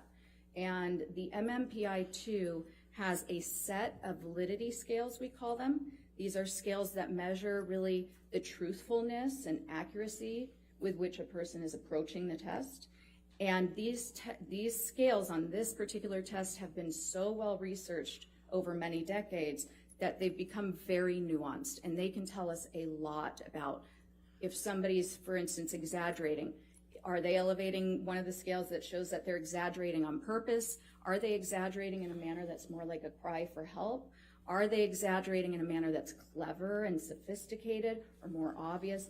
And then the same exact thing goes for trying to minimize symptoms. We have a number of scales that can show us all the different, if somebody's trying to say they're the most wonderful person on earth, or if they're just trying to deny problems, and if they're doing that again in a very clever way or more of an obvious way. So that test was my choice for this case. There's one other reason I'd like to add, is that part of my evaluation was, one of the reasons was to assess whether Ms. Heard has post-traumatic stress disorder, which I told you about earlier, as a result of the incidents that she's alleged occurred by Mr. Depp. And that's a really tough disorder to find out if somebody's faking it or not. It's one of the most easily faked disorders. Most of us know what it feels like to feel anxious, and a lot of people have seen war movies and movies that depict somebody having PTSD. In fact, some research has shown that if you give someone a diagnostic checklist and said, show that you have PTSD, they can do it 96% of the time, just someone on the street. So you really need a test that's very sensitive to that, and the MMPI-2 has been shown in multiple studies to be excellent at detecting those attempts. Okay, you keep using MMPI-2. That's the abbreviation that you folks use for? I'm sorry if I hadn't said that. That's the Minnesota Multiphasic Personality Inventory. What other psychological testing did you perform? So I also performed the clinician-administered PTSD scale, -5, and that -5 links it to the diagnosis for PTSD in our current diagnostic manual, the 5th version. To do that test, you first administer something called the Life Events Checklist. And the Life Events Checklist, both of these tests, by the way, were developed by the National Center for PTSD with the Department of Veterans Affairs. But the Life Events Checklist lists 16 different very stressful life events that people can go through that are often can be associated with developing PTSD. And then it also has a 17th item that you can fill in if you feel like you've been through something really difficult that wasn't included. Now, I like to also add something called the Life Events Checklist 5 interview, which digs a little bit deeper into the person's childhood as well to find out if there's so many different things that can be difficult growing up. And also, it's very important that you have the person determine which of the events they've listed, let's say they have a number of different types of traumas, which one do they feel like was the most traumatic for them? Which one still causes them to feel distressed when they talk about it? And sometimes they can't just identify one. And then that leads to your next decision. So if they have multiple different similar types of events, like seeing combat, then you might use that as the worst one, the multiple similar. So that looks like you describe an anchor, we call it, to do the testing, and we would maybe describe the anchor as the worst of my combat experience, okay? Now, if somebody had multiple different traumas from different times in their life, like childhood abuse, and then went to combat and had some horrible things happen there, you would do the clinician-administered PTSD scale test, the one that comes after. You do one for the childhood event and a separate one for the adulthood event. Does this clinician-administered PTSD scale have a handy abbreviation? It does. We'll call it the CAPS-5. That's actually what it goes by. Okay.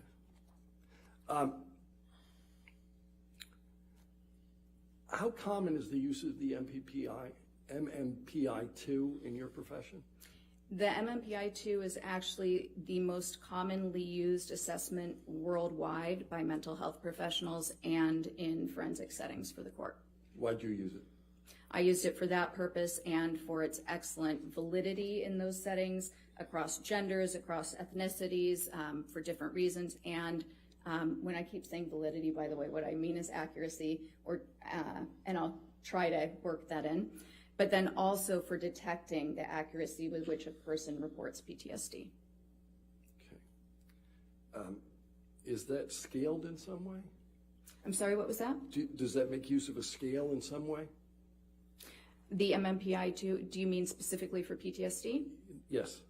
There's actually a combination of scales you want to look for. You would never make the diagnosis just based on one scale alone, or even on the test alone. You'd integrate other data. All right. How did you administer the MMPI-2 to Ms. Hurd? I provided her the test on an iPad. She essentially had her own little desk area and then an iPad. She hits start, it provides her with the instructions, and then it gives her 567 statements in order. For each one, she taps true or false. What did you learn about Ms. Hurd from the results of the MMPI-2? Quite a bit. I wrote up a 25-page interpretation outline. It has numerous scales. So one of the reasons I like this measure so much is that it can tell you so much about multiple different traits and tendencies and mental issues. One of the primary things I learned was that she had a very sophisticated way of minimizing any personal problems. I also learned that she tends to, well, there were a number of characteristics that were consistent with the eventual diagnoses, but some of the primary characteristics, and I'm going to try to condense 25 pages here, were essentially externalization of blame, tending to have a lot of inner hostility that is attempted to be controlled, a tendency to be very self-righteous, but to also deny that self-righteousness and to judge others critically against these sort of high standards for moral value, but also to deny doing that, essentially to claim that one is very non-judgmental and accepting and yet very full of rage, really. And these aren't facts, but her scores essentially correlated, so they were consistent with other people who obtained these scores who have been shown through many studies to have these very specific traits. So externalization of blame, a lot of inner anger and hostility. Sometimes that anger among these groups with similar scores, these people might have that anger kind of explode out at times. They tend to be very passive aggressive. They may be self-indulgent, very self-centered. They could use manipulation tactics to try to get their needs met, very needy of attention, acceptance, approval. They tend to distance people who are close to them. Initially, they may seem very charming. They're very socially sophisticated, actually. That was a major component on there. They have a capacity to kind of offer some of their faults, but in a way, but only the ones that people think of lightly and can all relate to. And so they can present as very fair and balanced, but in actuality, they really might be very judgmental of others and unaware of problems in their behavior and their thinking. So after you provide the examination via the iPad, what do you do? So once they've completed the test, you can have it scored by the computer immediately. It's a very complex test to interpret, but right away you'll get a list of what's called critical items. And these are just a couple of the items, the statements that are presented that are more clearly symptom-based, and I always follow up with the examinee. Some of these might have to do with suicide, some of them might have to do with other symptoms that you just like to get a little bit more information on, because sometimes an examinee might tell you they're completely fine when you're doing your interview with them and that they have no symptoms, and then when they take the test, it says that they're having trouble sleeping, or they struggle with nausea all the time, or they feel very anxious, and so you want to follow up on that. Okay. What's a code type? A code type, let me think of how to explain this very, very simply.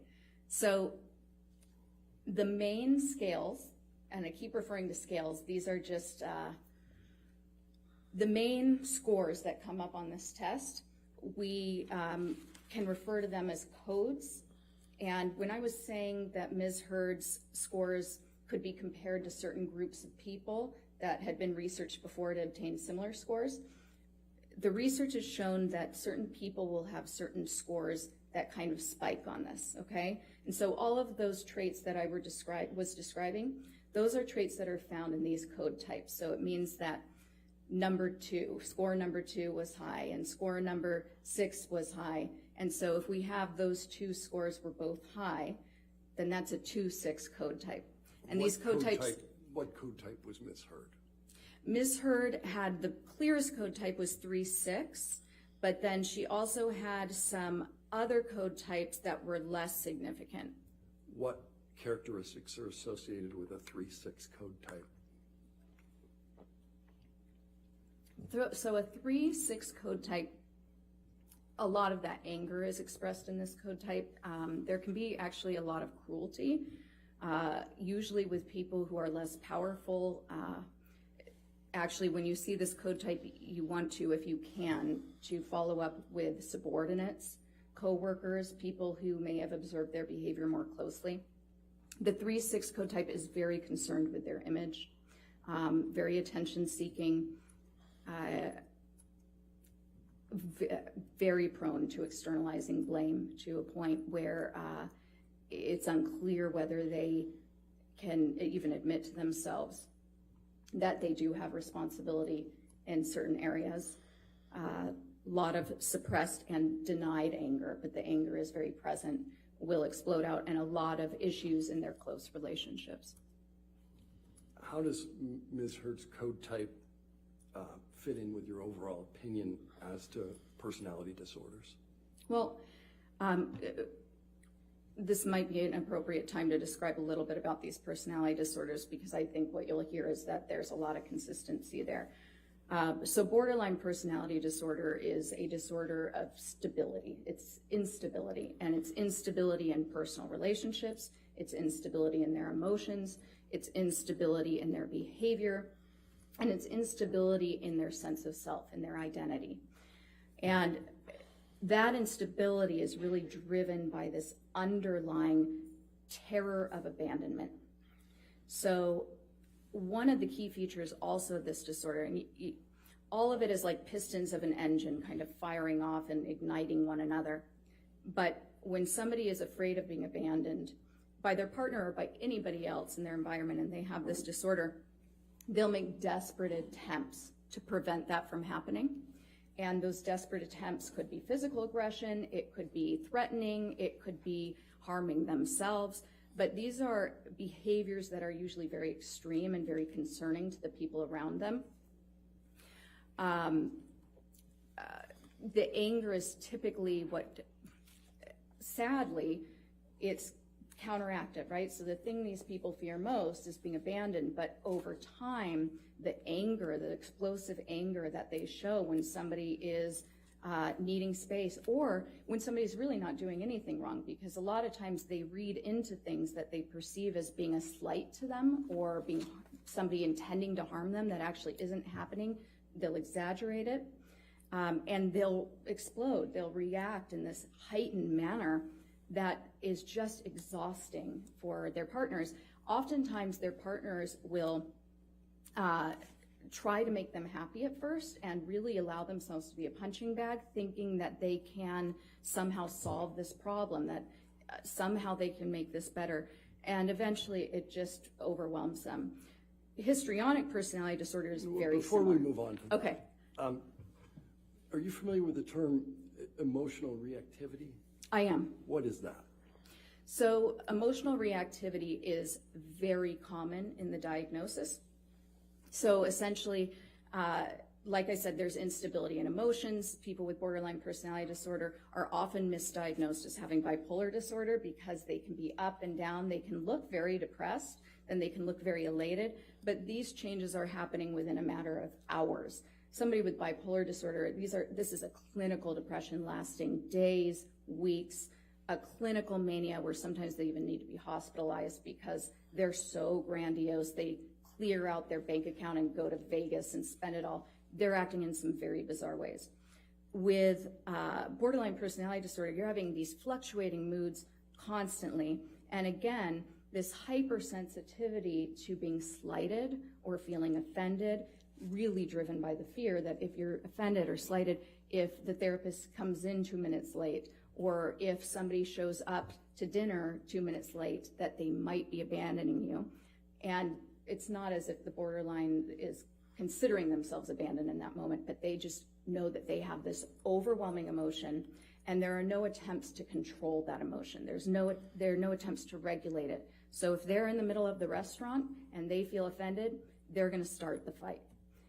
People are going to see it, or they might just start crying or break down, but they'll make a lot of accusations, and that reactivity is when you're gonna see a lot of this escalation in the bizarre behavior. They can react violently, they can react aggressively, they will often physically prevent their partner from trying to leave if their partner wants to get space from all of this intense emotion, and oftentimes they will be abusive to their partners in these situations. Sometimes they'll physically restrain them from leaving and become injured that way, but also people with borderline personality disorder, it seems to be a predictive factor for women who implement violence against their partner. And one of the most common tactics that they'll use is actually physically assaulting and then getting harmed themselves. But mostly, we call this administrative violence. Essentially, this is saying that they'll make threats using the legal system. So they might say that they are going to file a restraining order or claim abuse, or they might do these things to essentially try to keep their partner from leaving. In the moment, again, they're not consciously thinking, I'm going to keep my partner from leaving right now. They're just thinking, I can't stand this. I hate my partner. They went from idealizing to suddenly devaluing because of the hurt, and they'll do anything to express that big emotion of anger. Your Honor, may we approach? All right, yes, sir.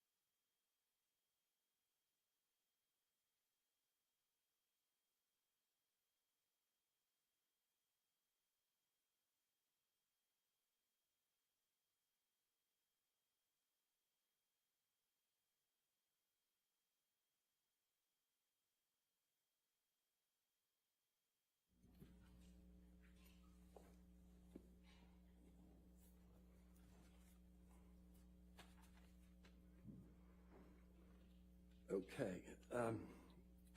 You indicated you were talking about emotional reactivity. What, if any, emotional reactivity did you observe in your review? And let's do this one at a time. Okay. So there were a couple indications to me. First, I can sort of think about it with the treatment records. So particularly Dr. Cohen-Connell's, am I getting the name right? I feel like for some reason in my mind I might have just reversed it. But Dr. Cohen's records, I did reverse it. He actually refers to this reactivity quite a bit and to Ms. Heard's temper, and that temper, it's often branded, or being hot-headed, is really characteristic of borderline personality disorder, as is their very charming, personable nature. This is a disorder of contradictions. In Nurse Filati's notes, I thought there was something interesting. She references a night when they're out to dinner, I believe in London, and she provided positive reinforcement to Ms. Heard because Ms. Heard had been disappointed by a mistake made by the server, and it sort of references how previously she might have criticized the server or become upset by that, and that she didn't this time, and so that had been some sort of a step forward. And there was also an indication actually in Dr. Hughes's, Dr. Hughes is a forensic psychologist who had been appointed by Ms. Heard to conduct as an evaluation as well. In Ms. Hughes's interview of Ms. Heard disclosed that she had cut her arm in the past, which is a typical reactive type thing somebody with this diagnosis can do. It's one of the symptoms. And that's sort of all I can think of top of my mind from the treatment records. Moving into some of the declarations or deposition testimony, what struck me was Ms. Raquel Pennington's testimony.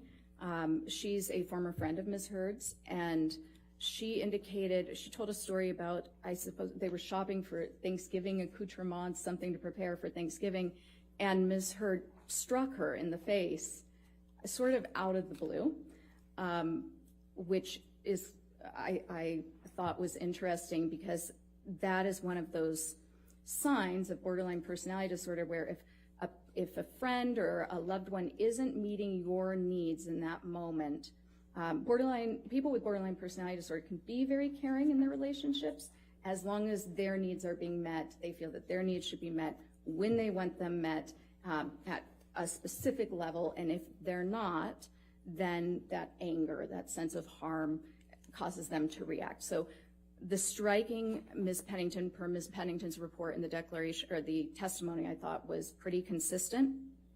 And then Ms. Heard's own self-descriptions. Okay, I'm going to ask you a question about. Sure. You indicated Ms. Pennington was a former friend of, Yes.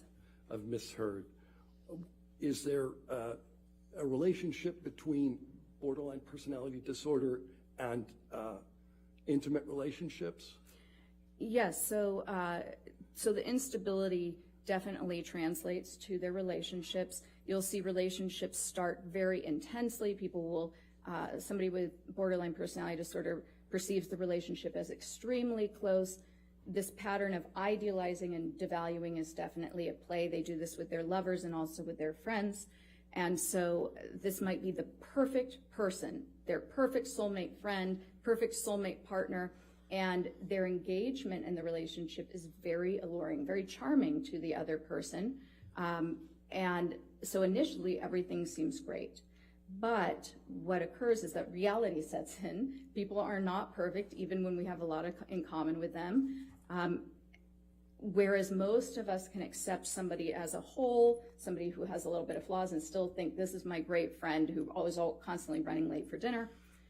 The person with borderline personality disorder, things are in these extremes, this black and white, we call it splitting. And so that person goes from being idealized, the perfect person, to dumpster. They are totally devalued. They are the worst friend. They don't care anything about me. I have better people around.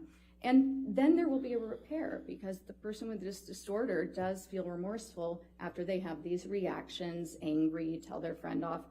But over time, it wears away at these relationships.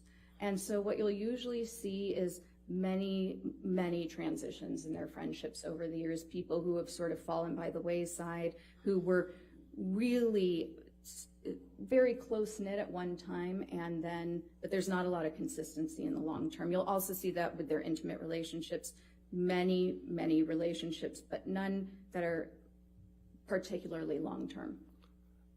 How does borderline personality disorder relate to identity issues? So again, that instability also travels toward identity. And when I was describing personality earlier, I was talking a little bit about those traits we have that help us know who we are. When you have borderline personality disorder, that actually is not something you understand. So people with this disorder actually take on the identity of the people they're spending time with because it's comforting. It's very uncomfortable to not know who you are. Some people with this disorder will describe a feeling of emptiness when they feel like they've been abandoned because now they don't know who they are in the world. And so when somebody with this disorder is going through that initial enmeshment phase with new people and they're idealizing them, they often will take on the identities of those people. So they may mimic them in a lot of ways. They might mimic the way they dress, their interests, the way they talk. And for this reason, the people around somebody with this disorder kind of from the outside may feel like, wait, I thought you were this way, now you're advocating for this, and this is your new main interest in life, or the thing you're throwing yourself into all completely. Music tastes might change, hobbies will change, the way they dress. Okay. In addition to borderline personality disorder, I understand that you diagnosed another personality disorder. What's that? So histrionic personality disorder, and these are really two sides of the same coin. They belong to the same cluster. We call these clusters. It's a way to organize personality disorders in that DSM. And this cluster is described as the personality disorders that are dramatic, erratic, and emotional. Okay, so unpredictable, but really having to do with emotions and relationships. They're very similar. Whereas I was saying that borderline personality disorder, a lot of the key features that you're going to notice are instability. When it comes to histrionic, a lot of the key features are going to be drama and shallowness. Similarly, with borderline personality disorder, there's this underlying drive of avoiding abandonment. With histrionic personality disorder, that underlying drive is to always be the center of attention. Because if you don't have that attention on you, it feels similarly to borderline personality disorder. You feel pretty empty, like you don't have that sense of being or of value, okay?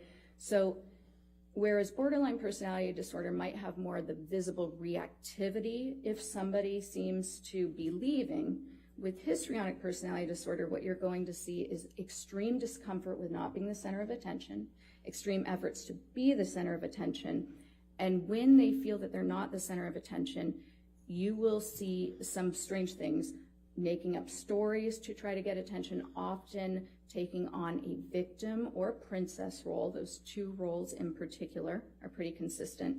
Seeking caretaking. Borderline personality disorder is similar because with borderline personality disorder, these shifts of identity and the splitting, you might see somebody go from being, in the DSM it describes it as a needy supplicant of help, seeking the perfect caretaker, to suddenly being the avenger against injustice or thinking that their partner is a terrible person. With histrionic, what you'll see is somebody who wants to be the center of attention, has sort of that impressionistic speech, very flowery, very enthusiastic, but nothing's really being said. The moment your attention wears away, because they're so demanding for attention, that's when they might take the victim role or the princess role and even make up stories. Sometimes those stories are to bolster the victim role. Sometimes those stories are just to make them look more interesting or accomplished in their mind so that they can get respect and attention that way. Is there a relation between histrionic personality disorder and attractiveness? There is, strangely, and this is always one of the trickiest things to talk about because how is that a symptom? But characteristically, people with this disorder are very, very interested in looks, but more importantly, they utilize their looks to get that attention, to get that respect that they're seeking. And so this type of a personality might be flirtatious with everybody. Characteristically, they actually couldn't even be subtly, and when I say flirtatious, I'm not talking overtly sexy, but kind of inappropriately flattering. Sometimes they act in a kind of a girlish way to be cute and to engender attention. And this will even occur in their therapy relationships as a way to sort of avoid getting negative feedback or criticism. Oftentimes they'll bring the therapist gifts or be distracting if they engage in therapy because they just don't want any criticism. They want the therapist to like them. Does the intelligence of the affected person bear on the manner in which these disorders present? Excuse me, I choked a little bit water. Yes, and I think one way to think about it that's probably a little more accurate than just intelligence is, in psychology, we would describe this more as sophistication. So street smart, so to speak. The way, for instance, I've had many clients who have borderline personality disorder who are messy and really clearly suffering, and they might be difficult and all over the place and yell at you in the middle of a session, but it's so,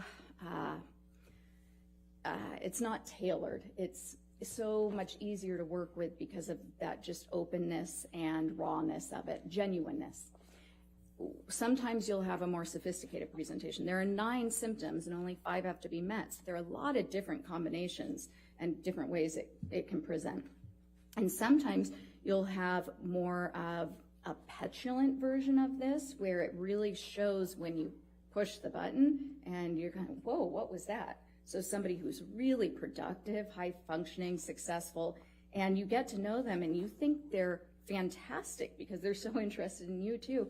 And you might not realize it, but they're mimicking you perfectly. So you're really just kind of falling in love with this new friend who is being you. But then all of a sudden, you say something that they think is offensive, and you can't, even in your wildest thoughts, understand how that could have offended somebody, but their reaction is so strong that you kind of buy into it. Gosh, maybe I did say something offensive, and you feel bad about it. So that sophisticated version, they can be a little bit more calculated in the way they present. They tend to kind of hit you where it hurts a little bit more, and they can be actually very, very destructive. What conclusions were you able to draw about Ms. Heard's sophistication from her testing? Well, from her testing and from her presentation, she was very likable, but her testing in particular showed that she approached it in a manner that, remember I told you about those scales that are pretty neat. She approached it in a manner that very clearly minimized any psychological dysfunction, not just that, but really presented herself as free of any problems. And she did so in a way that was very, very sophisticated, not obvious, by responding to questions that most people might not notice were trying to detect that. How did you determine that? So that's based on a particular scale on the MMPI-2 that is designed specifically to detect a type of responding that's a little bit more clever, a little bit more sophisticated, minimizing problems in a way that most lay people probably wouldn't understand, and even providers, very difficult to detect. You mentioned that one of the characteristics of borderline personality disorder is emotional reactivity. How might that present in an intimate relationship? So I think it probably presents mostly, or you'd see the bulk of it in intimate relationships because of that regular interaction and the desire for your partner to meet all of your needs, to be the perfect caretaker. Also that the hallmark of the disorder with the splitting, so idealizing, devaluing, and the perceiving of all sorts of neutral events as somehow demeaning or disrespectful. It's regular escalations of anger, frustrated complaints, criticisms of your partner, but because the person with borderline personality disorder, first of all, they're more sensitive to things. They feel distress more strongly, and then that distress lasts longer.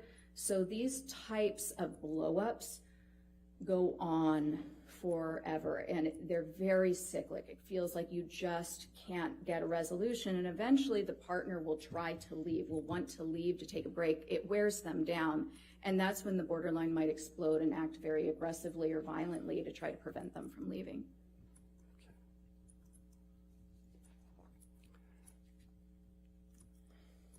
In addition to diagnosing Ms. Heard with these two personality disorders, did you form another opinion about Ms. Heard's mental status? Yes, so go ahead. If the answer to that is yes, I'm going to now ask you, Okay, what yes, was that? I did. Okay, what is it? So in addition to looking for Ms. Heard's general mental status, any psychological issues that were present, I very specifically was assessing to determine whether post-traumatic stress disorder was present, and it was not. How do you know that?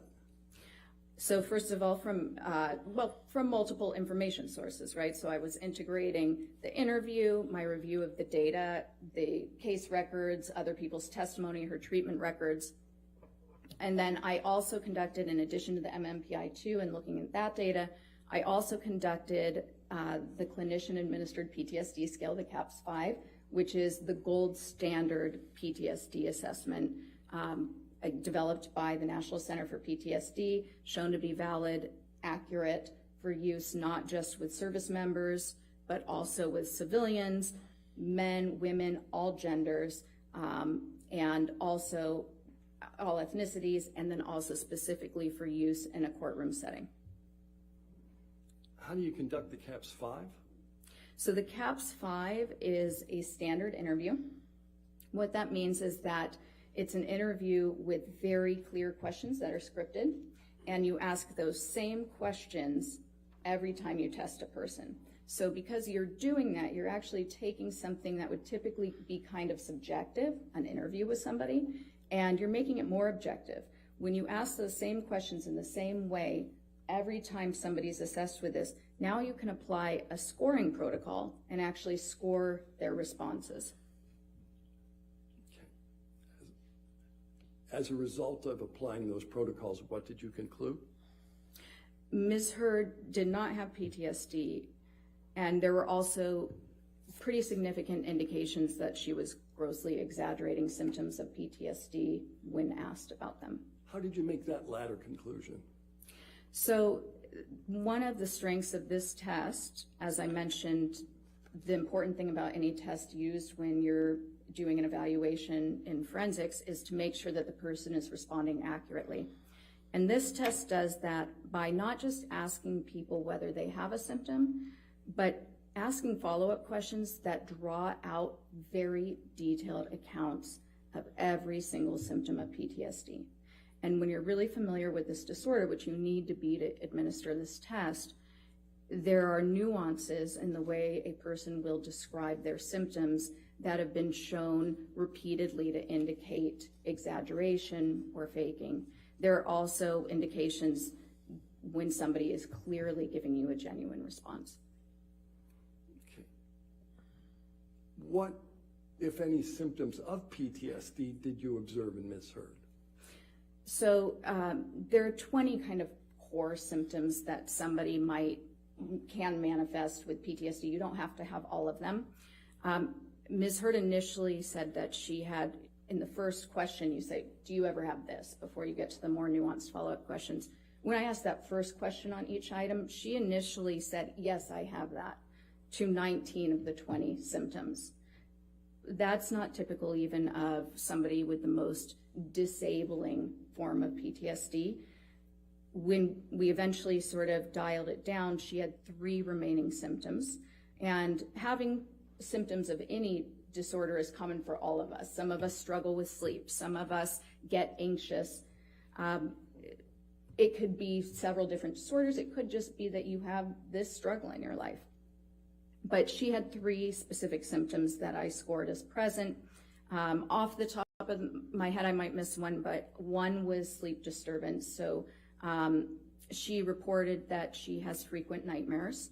Another one was that she said that she tends to have a startle response. So if she gets startled or surprised, she tends to stay in sort of a hyper startle mode for quite a while. And that's consistent with a couple of things. It can be consistent with PTSD if other criteria are met. It's also consistent with childhood complex trauma, which is something that can occur when your brain is forming. If you constantly feel unsafe, if your parents are abusive, or if they're not present, if you're neglected, you can develop certain physiological responses that can stay for a long time in your life.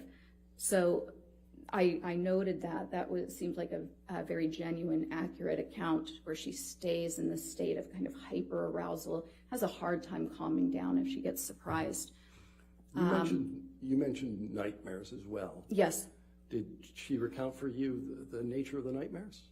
So they were vague.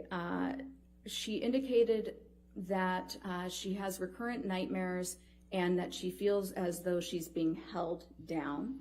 And there was some conflict in that account because even though that could be a PTSD symptom, it is fairly vague, but I still scored it as present. And in her initial treatment with with Dr. Bonnie Jacobs, which I believe started before she began dating Mr. Depp, she had indicated to Dr. Jacobs, according to Dr. Jacobs's notes, that she was having repetitive nightmares back then and that they were related to her childhood trauma. And so that came up several times in the notes. Dr. Jacobs kept mentioning that. Thank you. What is feigning? Feigning is essentially faking or exaggerating symptoms that aren't present. Does the CAPS-5 control for that? It doesn't necessarily control for it. It can expose it by drawing out How does that work? because you're not just simply handing the person a checklist that says, here are all the symptoms of PTSD, why don't just check off the ones you have, which clearly if you're trying to look like you have PTSD, you would just check them all. The CAPS-5, because it requires them to describe in detail how they experience the symptom, where it shows up, what it looks like, what sort of examples they can give you, how many times it's happened in the last couple of weeks, how many times it's happened in the last month. By the end of each symptom, you've gotten a very good picture of a couple things. One, does it meet the definition of the symptom? Are they getting it right?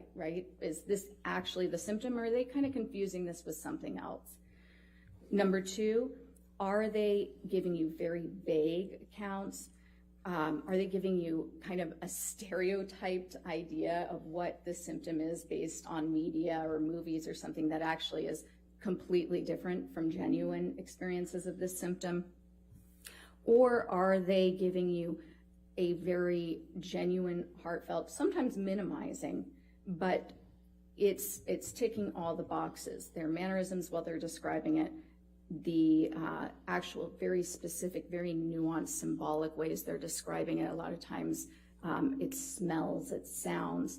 That all appears in genuine accounts, and it's something that people really get wrong when they're feigning. All right.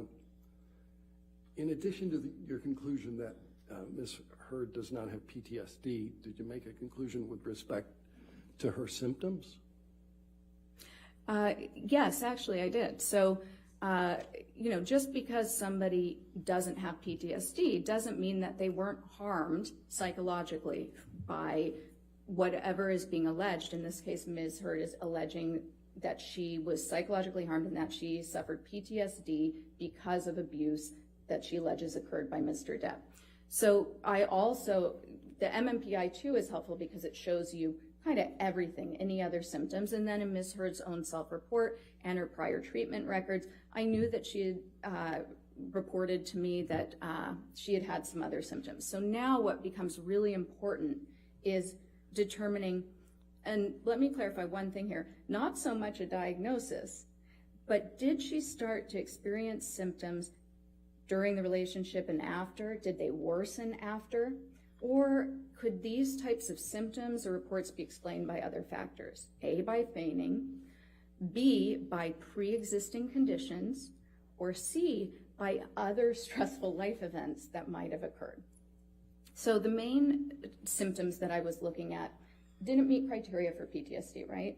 There was also, substantial evidence of this sort of emotional dysregulation, emotional disorganization, the shallowness, the dramatic affect. Now, when you have a lot of childhood trauma, you can actually have some similar type presentation in adulthood. There are some differences though, but also that's not something that would have occurred after this relationship. So now I was looking at, are there indications that these types of things that she's described, this transient anxiety, the issues with sleep, were these there prior? And sure enough, Ms. Heard, in her own self-report, stated to me that when she first got to LA, she was seeking treatment for, in her words, blanket anxiety and depression. She also reported that she was taking medications. In general, none of them were helpful. That's actually very typical of borderline personality disorder. Medications typically aren't very helpful for somebody with the disorder. They really need an intensive, lifelong type of therapy, which is not necessarily as relevant to this. But interestingly also, people with borderline personality disorder often respond really positively to stimulant medications that are given for ADD or ADHD. And in one of Nurse Filati's notes, she reported that Ms. Heard told her that none of the medications were working for her except for one Provigil, which is often prescribed as stimulant medication. And I just thought that was interesting and sort of consistent with more of these lifelong personality disorders that aren't necessarily caused by a harm by any allegations, but have been there and will remain there typically. The other issue, so the anxiety, she had already indicated that had been there prior, but the form of the anxiety. So looking at Dr. Hughes's testing and then also looking at the scores on the MMPI, when you look at all these little combinations of the scores, you can actually learn a lot about, is the anxiety related to an event, or is this more a person who tends to be an anxious person regardless of what's going on in their life? And somebody might describe them as a worrywart. And the scores, the little combination of scores that she obtained actually indicated that it was the latter, that her anxiety tends to be separate from events and more just kind of a constant, and it comes and goes, but it's more of a trait. I have no further questions for this witness. All right. Maybe why don't we go ahead and, Ms. Brady, go ahead and have our lunch break. It might be a good idea to break it up there. Okay, I know. I can see you jumping up. All right. Ladies and gentlemen, let's go ahead and take our lunch recess. Just again, do not do any outside research and don't discuss the case with anybody, okay? And we'll have you back here.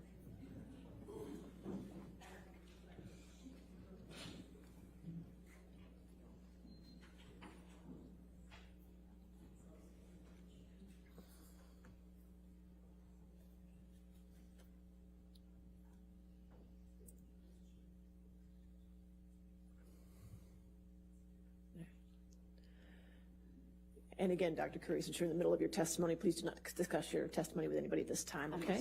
All right, let's just, while we come back at 1:50, okay? Come back at 1:50? All right, thank you.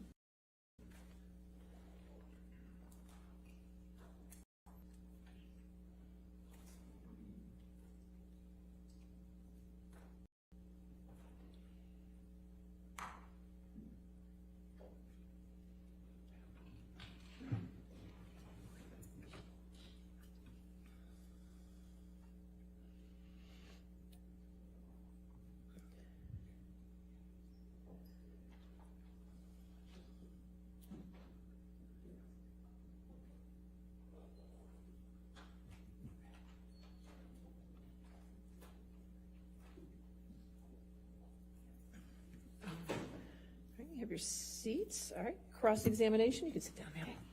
Thank you, Your Honor. Dr. Curry, you're not board certified, correct? No, I'm not. Not in clinical psychology or in forensic psychology, correct? No, I'm a licensed clinical psychologist. But you're not board certified? No, Okay. And you also have only been practicing approximately 8 years, is that correct? that's not correct. How many years? I've been licensed for 10 years, Okay. and I've been practicing for about 15 years. Okay, and that includes what you went through with your different trials in Hawaii and everything else that you testified to, correct? Yes. Okay. Now, you went to Mr. Depp's home for dinner and drinks before you were hired as an expert in this case, correct? That's not quite right. I was interviewed at Mr. Depp's home by his legal team. Dinner was served. You, in attendance with Mr. Depp was Adam Waldman, correct? Yes, Ben Chu, correct? yes, Camille Vasquez? yes, Okay. And the dinner lasted approximately 3 to 4 hours, correct? yes, And it included The interview. drinks, correct? yes. Dinner and I believe drinks were served. Okay. And this was before you were hired as an expert, correct? Yes, this was an interview so that they could make an informed decision as to whether or not to retain me. And don't you think that's a little odd that you're getting interviewed by Mr. Depp to decide whether you're going to testify adversely against Amber Heard? I was interviewed by the legal team. And Mr. Depp was present. It was his home, correct? Yes, And he was serving dinner and drinks. he was Correct. not serving dinner and drinks. Well, it was at his house, at his behest, correct? Yes, it was at his house. Okay. And you were contacted by Camille Vasquez, somebody you knew in the community, in February of 2020. Is that correct? I knew of Ms. Vasquez professionally. We live in the same city, and I work with many attorneys. Okay. And at that time, you not only knew Johnny Depp, you'd seen a number of his TV and movie roles, and you believed he was a good actor, correct? Not correct. I did not know Johnny Depp. I Well, had you knew seen of several of him. his movies. You knew who he was. Yes, Right. And you believed he was a good actor, Yes. correct? Okay. And then you provided an expert designation in this case before ever seeing Amber or having an opportunity to review any documents or records. Isn't that correct? I did not provide an expert designation. That's an attorney thing. My opinions are contained in my report. Let's pull up Plaintiff's Exhibit 884, please.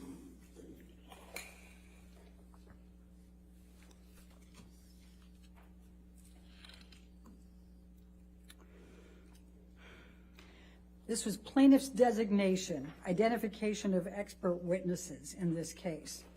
And this is dated February 2021. That's a year after you went to dinner at Mr. Depp's house, correct? Yes, Okay. And it attributes, if you go to page 13, it says you have 3 opinions. The first of those is that Amber Heard, quote, exhibits patterns of behavior that are consistent with co-occurring cluster B personality disorder traits, especially borderline personality disorder. Did I get that right? I'm reading that here. That is not my opinion. Okay. Well, but it's a current attributed- opinion, but this was not an opinion of mine then. I didn't have any opinions at that time. It says Dr. Curry will testify, correct? That's what it says, yes. Okay. And this is a signed pleading, correct? On behalf of Mr. Depp. I'm not sure I understand what that means. You don't understand what a signed pleading is? No. Okay. Do you understand that Mr. Depp's counsel prepared this and served it on Ms. Heard's counsel? I'm not an attorney. I don't understand necessarily all of these procedures. Okay. Are you aware that Mr. Depp is on an audio recording years earlier taunting Amber Heard that she has a borderline personality disorder? I was made aware of that in this case, yes. So you did is that Actually, one of the audios not you necessarily listened to? taunting, but I do recall hearing that Mr. Depp had used that phrase. So it's a coincidence that you now think she has those attributes after the attorneys listed it in February 2021 before you'd looked at anything, and Mr. Depp had made that accusation to Ms. Heard years earlier. My opinions aren't based on coincidence. It's objection, I'm Okay. sorry, Dr. Yes. Compound, I'll sustain the objection. All right. It's a coincidence then that you came up with symptoms of borderline personality disorder years later after Mr. Depp has been taunting Ms. Heard in an audio tape. I calling her can't speak to whether or not there's a coincidence. What I can tell you is my opinions are based on the results of my evaluation. And it's a coincidence that Mr. Depp's counsel attributed that to you, that said that to you in February 2021 before you'd looked at anything, correct? I'm not sure. Okay. Now, would you agree that a disproportionate number of women are tagged with a diagnosis of borderline personality disorder? No, that's not quite right. 75%? The way you phrased it is not quite right. Tell me what's right. Okay, so there are more women who have been diagnosed with bipolar disorder than men. It's more prevalent in women. And trauma can cause borderline personality disorders, can't it? No. Never? Right now, we know that there are people who have borderline personality disorder who have sustained childhood trauma. There are also people who have borderline personality disorder who have had no childhood trauma. So like most personality disorders, and really like most mental health issues in general, there seems to be both a biological component. In this case with borderline personality disorder, the research tends to support a genetic component and possibly a neurological component. And then there is also possibly an environmental component triggering those genetic markers. Do you know the percentage of women who are victims of IPV, intimate partner violence, or domestic abuse who are diagnosed with borderline personality disorders? I can't tell you the percentage off of the top of my head, but I do know that there is a larger, women with borderline personality disorder tend to have a higher prevalence of being involved in intimate partner violence relationships, being the receiver of violence, and being the perpetuators of violence. Now, you've never been asked to testify or serve as an expert with respect to whether someone has a bipolar disorder. Is that correct? A bipolar disorder? Yes. That's not correct. Okay.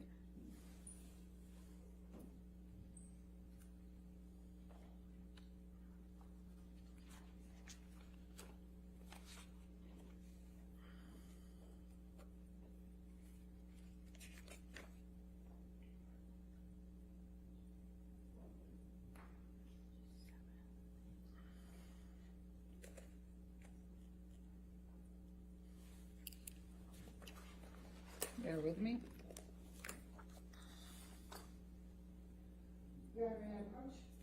Yes, ma'am. Thank you. Thank you. Do you recall having your deposition taken in this case? Yes, On March 21, 2022? I believe that was the date, yes. And were you under oath at that time? Yes. All right, I'm going to ask you to turn to page 207. And the question was, have you ever been asked to testify or serve as an expert with respect to whether someone has bipolar disorder? And your answer at that time, will you please read to the jury? I'm sorry, page 207? 207, line 5. Ah, Could you No. read? Okay, thank you. Now, when this designation was served in February of 2021, you had not rendered an opinion that, quote, Ms. Heard exhibits patterns of behavior that are consistent with co-occurring cluster B personality disorder traits, especially borderline personality disorder, correct? I'm sorry, I missed the first part. What was that? When this designation was served that you have in front of you as Plaintiff's Exhibit 884, Oh, okay. you had not rendered an opinion that, quote, Ms. Heard exhibits patterns of behavior that are consistent with co-occurring cluster B personality disorder traits, especially borderline personality disorder, correct? No, I had not rendered any opinions. My opinions weren't finalized until after my evaluation. Right. So when this came out, you had not rendered that opinion. I had not rendered that opinion. Okay. The second opinion that's listed in the February 2021 is that Ms. Heard repeatedly and characterologically perpetuated severe physical and psychological intimate partner violence, IPV, toward Mr. Depp over the course of their relationship. End of quote. Did I read that correctly? It says perpetrated, but other than that, yes. Okay. And so is it correct that that this pleading says in February 2021 that you are going to testify to that? This document, yes. Okay. It says that. And you have never been asked to testify as to whether anyone has behaviorally or characterologically conducted conduct that suggests they may be an IPV perpetrator, correct? I have to ask that again because I stumbled. I can't do characterologically. That one's just a tough one for me. Okay. You have never been asked to testify as to whether anyone has behavioral or characterological conduct that suggests they may have been an IPV perpetrator, correct? No, I've never been asked to testify for that. Okay. And that was not your opinion in February 2021, correct? No. And in fact, you do not hold that opinion now, and you were not even asked to provide such an analysis or opinion. Isn't that correct? No. Or that is correct, That's yes. correct. Okay. And you have never held that opinion, correct? No, that is correct, yes. Okay. And your third opinion, if we can go to page 14, was that Ms. Heard exhibits patterns of behavior that suggest her allegations of abuse against Mr. Depp are false, end of quote. Do you see that? I see that. You said it's my third opinion. That is not my opinion. All right. But in this pleading, it says that you will testify to that, correct? Yes, that's what this says. Okay. And that was not your opinion in February 2021, was it? No, as I said, I had not formed any opinions at that time. I had just been retained. And in fact, you have never arrived at this opinion as an expert witness in this case, correct? In terms, no, the opinions that I've rendered are provided in my report. And they're what I'm testifying to today. And you have never arrived at this opinion as an expert witness in this case, correct? I'll sustain it. You have never arrived at the opinion that Ms. Heard exhibits patterns of behavior that suggest her allegations of abuse against Mr. Depp are false, correct? That's correct. Okay. And in fact, you've said that has never been my opinion, correct? What I'm saying is that the opinions in here, these are not my opinions. My opinions are provided in my report. Can you please turn to page 255 of your deposition?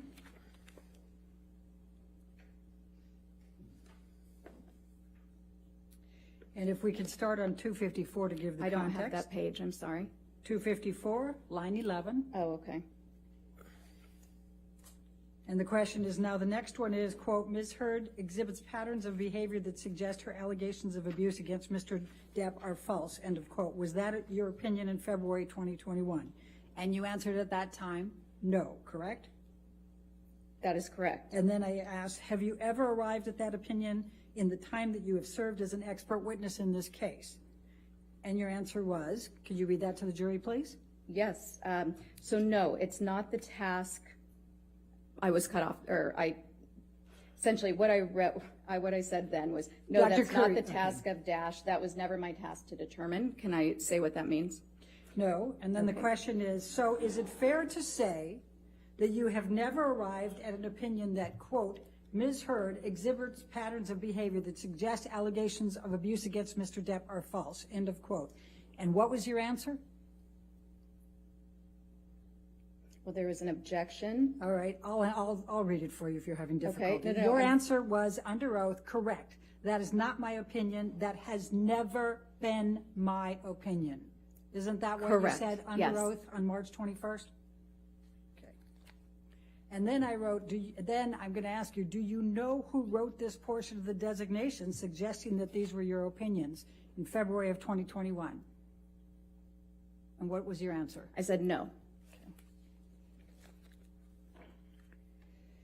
Now, as of the time of this initial expert designation, you had not reviewed any materials, reached any opinions, correct?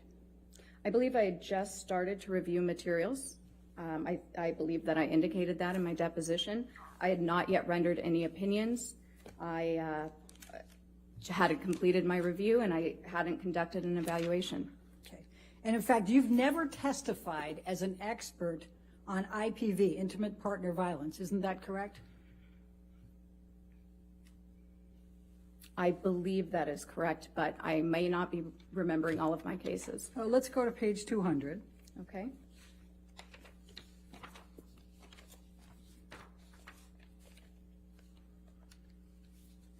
Line 17. My question was, have you ever testified as an expert on IPV? And your answer under oath then at line 22 was what? Oh, gosh, let me catch up. Line 22. No. And you've never testified as an expert on emotional distress damages associated with IPV, is that correct? That's correct. Okay. And you've never been asked to testify with respect to emotional damages associated with domestic violence or abuse, isn't that correct?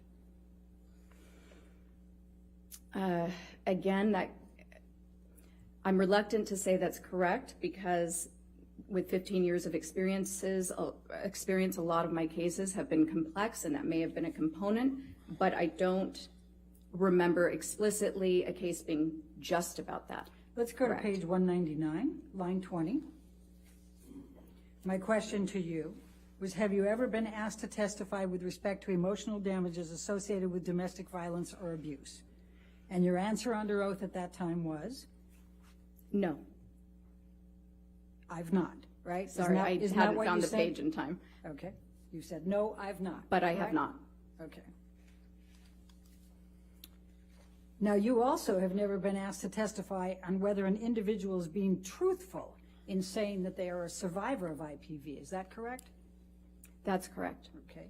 And you have never qualified as an expert to speak to whether a person suffered from IPV, intimate partner violence, or was a victim or survivor of IPV. Is that correct? That's outside the task of a psychologist to determine whether an event occurred. We assess behavior, we assess mental status, we don't detect crimes. So you have not been asked to testify to that, correct? It's not something that occurs, so no, I have not. And you were not ultimately asked to provide any opinions on that, correct? No, I was not. Okay. Now, you did not disclose in any of the designations or your report that you had met with and had dinner and drinks with Mr. Depp, did you? I'm sorry, can you repeat that one more time? Yes, That you did confused not me. disclose in any of the designations or in your report that you had dinner and drinks with Mr. Depp, correct? I did not disclose that I was interviewed by the legal team, no. I asked a different question. Are you trying to resist that you didn't have dinner with Mr. Depp and drinks? I'm not trying to resist that, but it's not quite right. You What did you're have dinner stating. with Mr. Depp, did you not? I did, with And his you had legal drinks team with and Mr. Depp, Depp. did you not? And what? You had drinks with Mr. Depp, did you not? Drinks were served. This was over 2 years ago. I may have had a drink with dinner, yes. In fact, you thought you had a mule something, right? Possibly. Yes, okay. And you didn't disclose that you had met with Mr. Depp, Mr. Waldman, Mr. Chu, and Ms. Vasquez at Mr. Depp's house for 3 to 4 hours and had dinner and drinks, correct? I did not disclose that. It's not significant to the report. You don't think that's significant, correct? I don't. Okay. But you've never been asked to meet with a client in his counsel before being retained as an expert, either before or after, have you? No. And you justified that it was okay in this case because it was a high-profile case. That's not quite right. I justified it in this case. Actually, I sought consultation about it. First of all, the person who had retained his attorneys was unable to come to my office with his attorneys. And yes, this is a very visible case. It's been going on a very long time. And I understood that there would be a need to interview me and make an informed decision about my qualifications.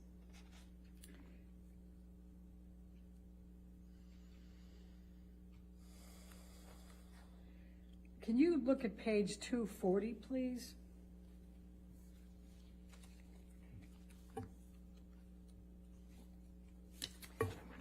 Line 3 is my question. Would you agree it's a highly irregular to meet with the subject in a litigation?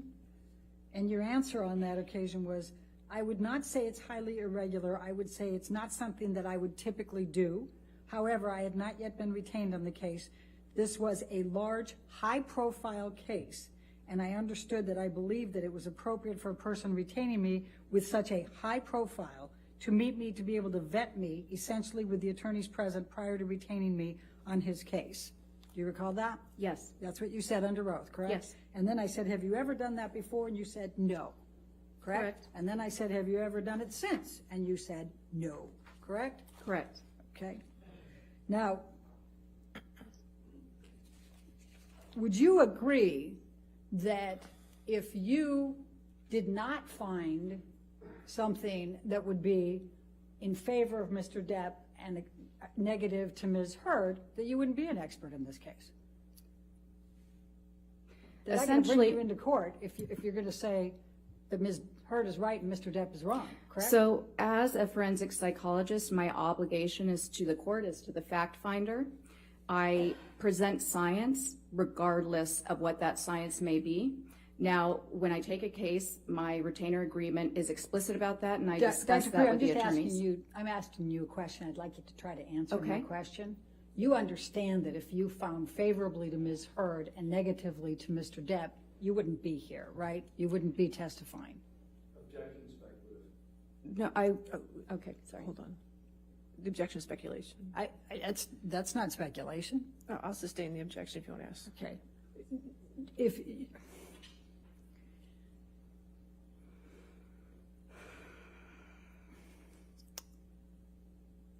goes to bias, Your Honor. I sustain the objection. Next question. Okay, all right.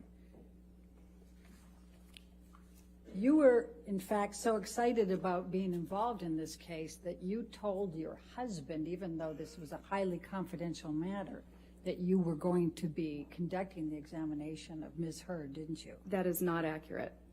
You not only told your husband, but you told Ms. Heard that you told your husband, correct?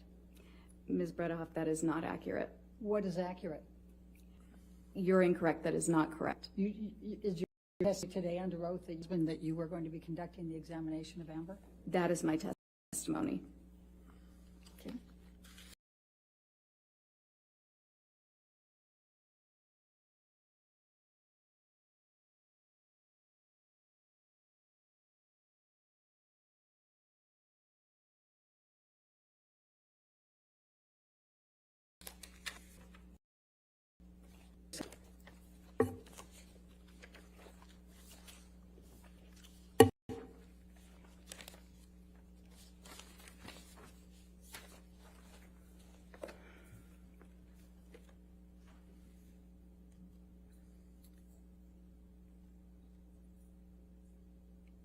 So the question that was asked was because you brought muffins, you said, from your husband, right? You gave those to Ms. Heard, correct? May I clarify what occurred so that we can stop talking about the muffins?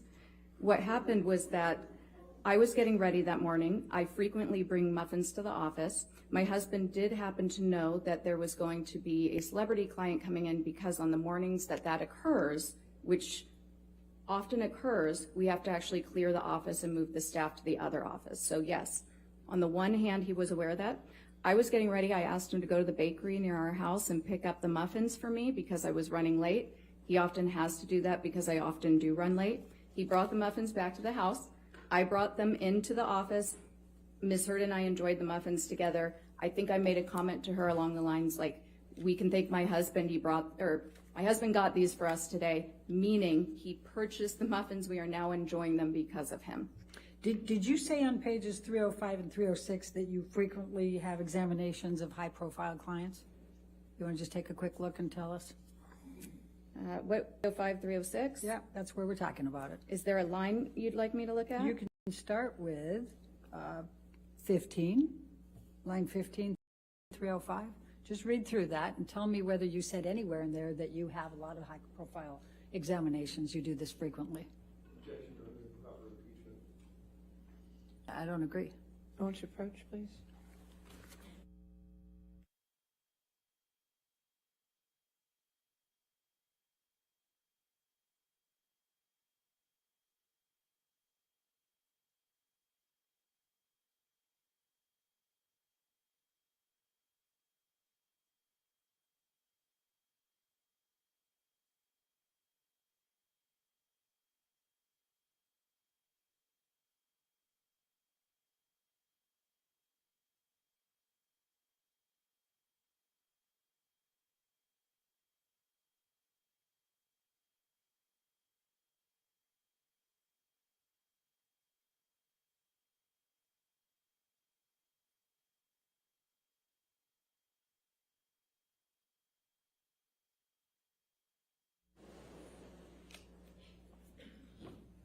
So why did your husband get the muffins for Amber Heard? He did not get the muffins for Amber Heard. He knew you had a high-profile client, and you were preparing for a very long time, and you asked him to pick up the muffins, correct? I asked him to pick up the muffins for me, yes. Okay. Now, would you agree that domestic abuse can be verbal? Absolutely, yes. Would you agree that domestic abuse can be emotional? Yes, certainly. Would you agree that domestic abuse can be psychological? Yes. Would you agree that domestic abuse can be physical? Yes. Now, you indicated, and I believe you testified in your direct, that it's very important to review the treatment records before forming opinions. Is that correct? Yes. Okay. In fact, that's the first thing you would do, correct? Not necessarily the first, but it's part of the evaluation.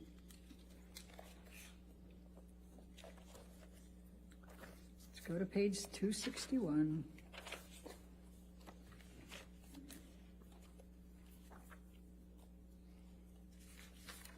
And let's go to 260 because that's where I start the question. The question I asked was, and do you recall whether you'd review any of these by the designation on February 19, 2021? And you said, okay, I can't say for certain. What I can tell you is that knowing my normal procedure, I would have reviewed the treatment records first. Did you testify to that under oath then? Yes. Okay. Now, before we start getting into the ones that you testified about, I just want to be really clear about what you actually have as an opinion with respect to the borderline personality disorder and the histrionics. You didn't diagnose, you didn't actually have a DSM-5 diagnosis that Amber Heard suffers from either borderline personality disorder or histrionic personality disorder, correct? That's not correct. In fact, your report says Ms. Heard demonstrates psychological symptoms of a combined borderline and histrionic personality disorder. Would you agree? Yes, I did say that in also what designation was that? I believe January 18th that report was included? Yes. Okay. And that's what you said at that time, correct? Yes. Okay. I said a little bit more than that as well.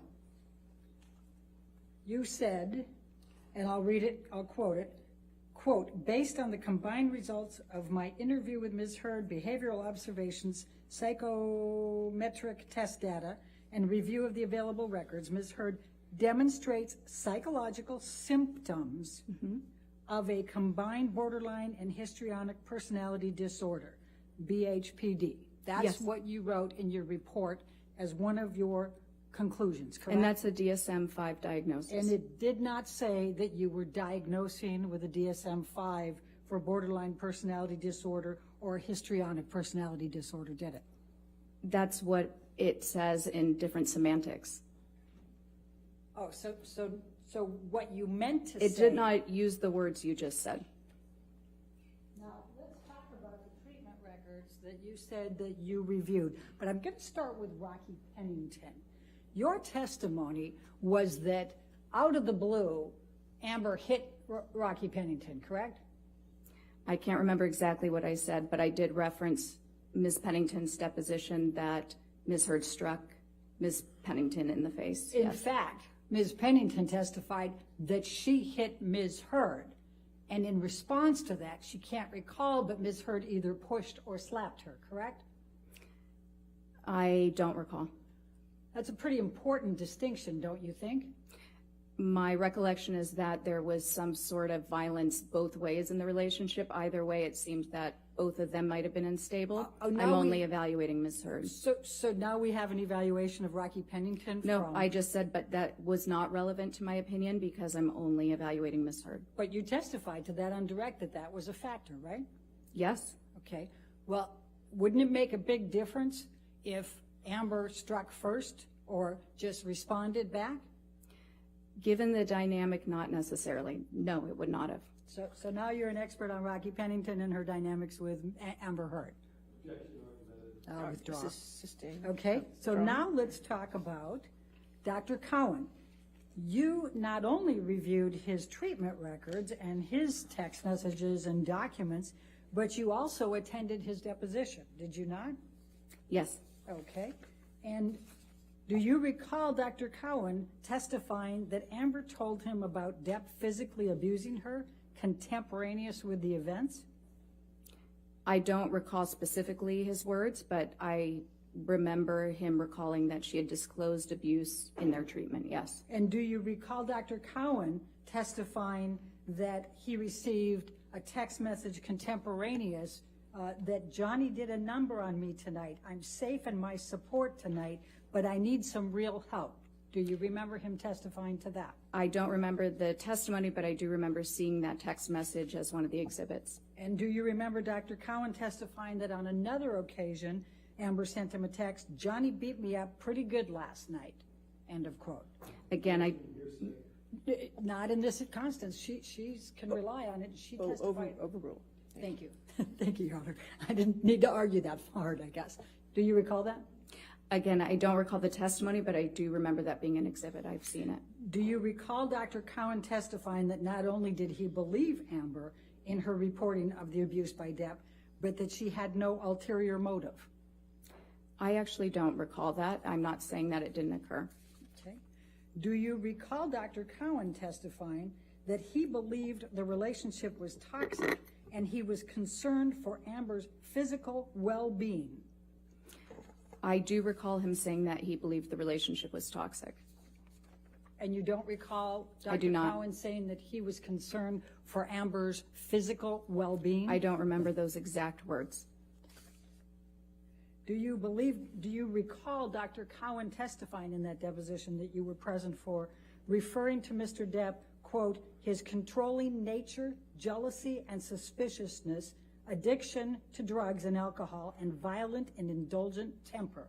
Do you recall him using those terms to describe Mr. Depp? I remember thinking that would be an inappropriate impression for a treating provider of a different person to give, but I do recall him making that statement.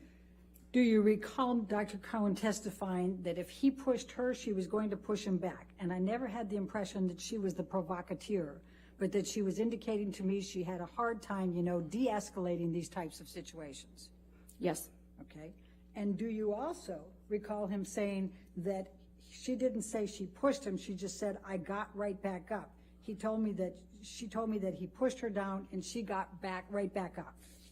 I remember him saying that Ms. Heard told him that, yes. And do you recall him testifying, you could interpret it that way? I kind of interpret it more, metaphorically, that when somebody comes at her, she goes back at them, in a similar way, whether it's verbally or she protects herself. Do you recall that? I recall something along those lines, but it was a 6 or 7 hour deposition, so the specifics are not fresh in my mind. Do you recall Dr. Cowan specifically testifying that he believed Amber Heard when she reported the physical abuse by Mr. Depp? I recall him saying that and following it up with a statement that you have to take the patient at their word when you're the therapist. You recall that? Yes. Do you recall him saying that he believed her? That he found her believable? Yes, that he found her believable. Okay. Now, you also testified about Amy Banks. Do you recall that? Yes. And before we go there, Dr. Cowan has been a clinical psychologist for 40 years, correct? I'm not sure. Okay. Well, he testified to that, didn't he, in the deposition? I don't recall. And he also saw Amber Heard for over 2 years, correct? Yes. From 2014, approximately August 2014 to 2016, correct? Yes, he did. For a period of time, would you agree? Okay. And he also testified that he did not diagnose Amber with borderline personality disorder. Do you recall that testimony? He also testified that he doesn't use diagnoses, but yes, I do recall that. And do you recall that it was those words were in his notes, but he said he had written that down, but then he discounted it and determined that that was not correct? All right, you want to approach?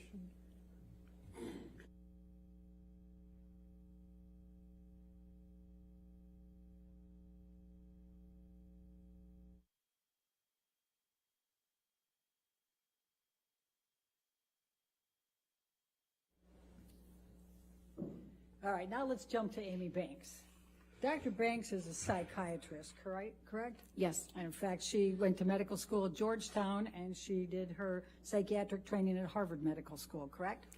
I believe that's correct. I don't recall 100%. All right, and she was a psychiatrist in Massachusetts that Amber Heard had reached out to Yes. after the Australia incident to try to help her relationship with Mr. Depp, correct? Let me back up. You attended Dr. Banks' deposition as well, did you not? Yes, I did. And Dr. Banks testified to that, correct?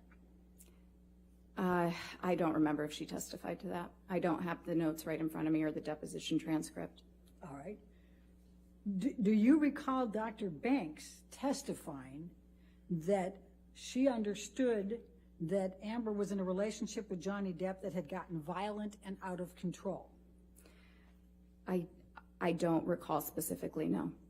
Do you recall Amy Banks testifying that they had physical altercations and his drug use had escalated and Amber felt she was at risk? I don't recall. Do you recall Amy Banks testifying that Amber was reporting the violence by Mr. Depp and it was not consensual? I recall Dr. Banks stating that Ms. Heard was reporting violence to her, yes. I do not recall a statement about consent.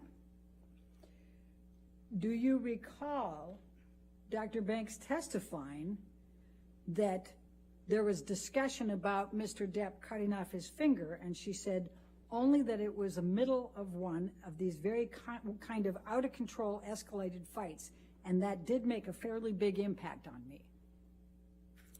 I remember something like that. All right. And do you recall Dr. Banks saying it was a whole other level? As I remember, it told to me he actually cut off a part of his finger during one of these altercations, meaning to me, the way I digested that, if you will, was that things had gotten particularly out of control.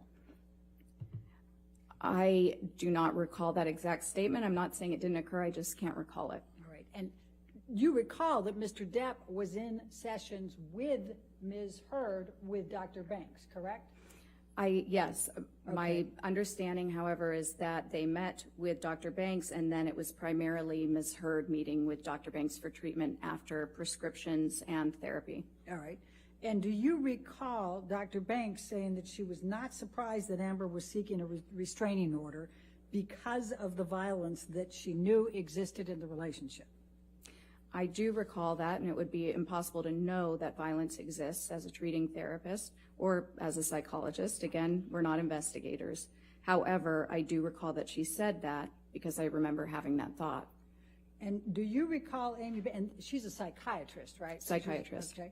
And do you recall Amy Banks saying that it was clear to her that Mr. Depp was the one who initiated the violence? I don't recall that. All right. Do you recall that Dr. Banks said that she knew for certain that Mr. Depp was the one who had committed the violence because Ms. Heard reported it in the presence of Mr. Depp and he did not contradict?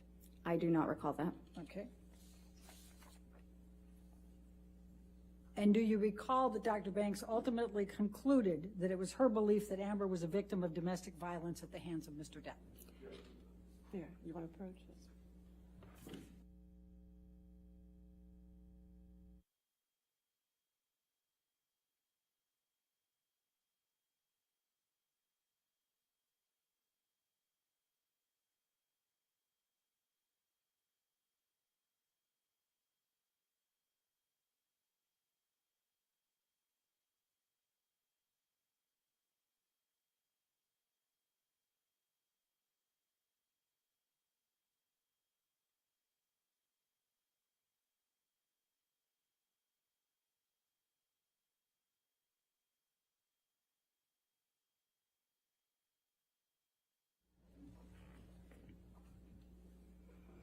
And what was your answer to that last one? I'm sorry.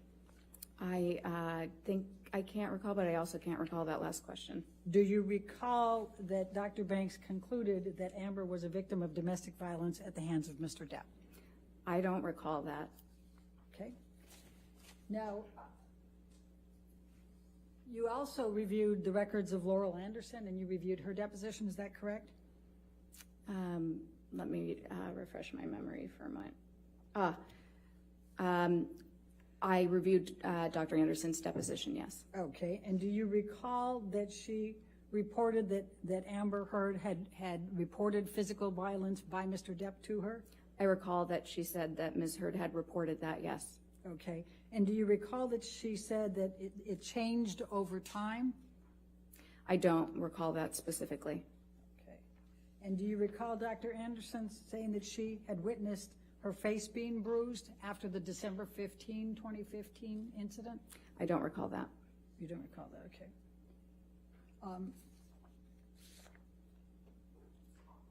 And do you recall that Dr. Anderson said that Amber had reported that he had pulled out her hair, bruised her face, kicked her leg, and hit her in the head? Yes, Ms. Heard did report that to her according to her testimony. Okay. And do you recall that Amber Heard said that Mr. Depp was scaring her? I don't recall that specifically. Okay. And do you recall that Dr. Anderson said she believed that Amber Heard was a victim of domestic abuse at the hands of Mr. Depp? I recall, no, I don't recall that statement. All right, let's go to Bonnie Jacobs. You said that you reviewed the notes from Bonnie Jacobs, correct? Yes. And what you testified to was that you discounted these because the first notes from Bonnie Jacobs indicated that she already had all of these symptoms, correct? I'm sorry, I don't understand what you're saying. I discounted. Tell me why you discounted Bonnie Jacobs' notes. I did not discount Bonnie Jacobs' notes. You said that Bonnie Jacobs, in her notes, had already determined that these symptoms were present for Amber Heard before the relationship with Mr. Depp, did you not?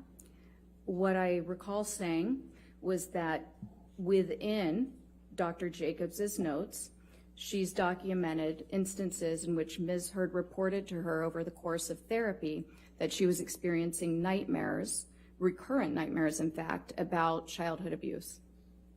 Okay. Now, the very first entry on Bonnie Jacobs' notes, and these are the notes, right? Do you recognize these? I do, and we Okay. received more sort of at the tail end just a couple months ago. All right, so the first of Bonnie Jacobs' notes is on 10/17/2011. Do you recall that? I don't recall the exact date. I don't have anything in front of me. And Amber Heard was already in the relationship with Johnny Depp at this point, was she not? I believe she was, yes. Okay.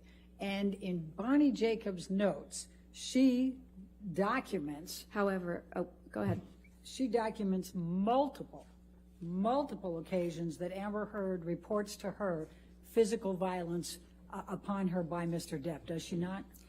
There are several notes that indicate that Ms. Heard has reported violence by Mr. Depp, yes. Many, correct? I wouldn't qualify it as many.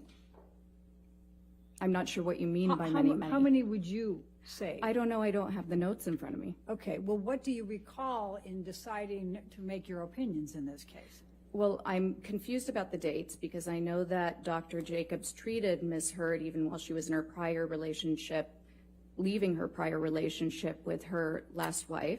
Dr. Curry, I'm not going to ask you to try to bring in extraneous things. I'm asking you what you recall of these But notes. the dates would have been different based on that alone. Okay. And I recall that there was quite a bit of information because these were copious notes spanning back in time from her relationship with Tasha. So, Dr. Curry, please answer my question. How many occasions do you recall Dr. Don't know. Dr. Jacobs documenting Amber reporting physical abuse? I don't know.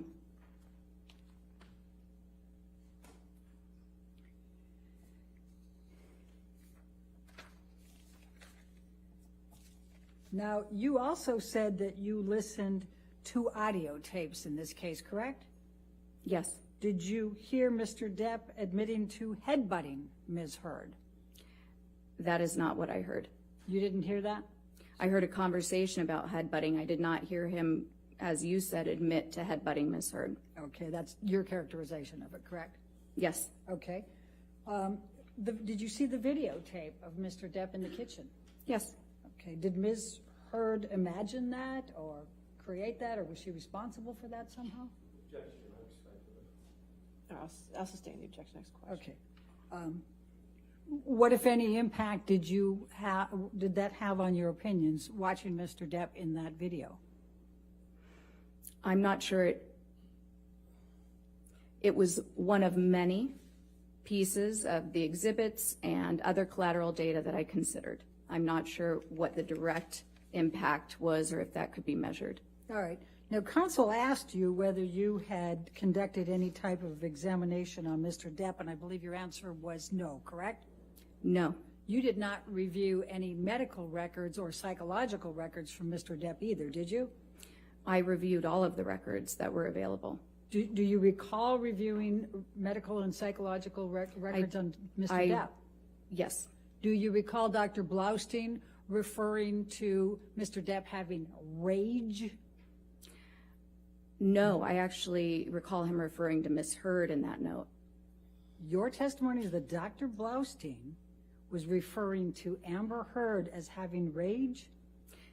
I transcribed several of the notes, and I may be missing a time when I said that about Mr. Depp. The handwriting was very difficult to transcribe, but there was one instance in which I recall transcribing him stating that Mr. Depp reported that Ms. Heard had rage.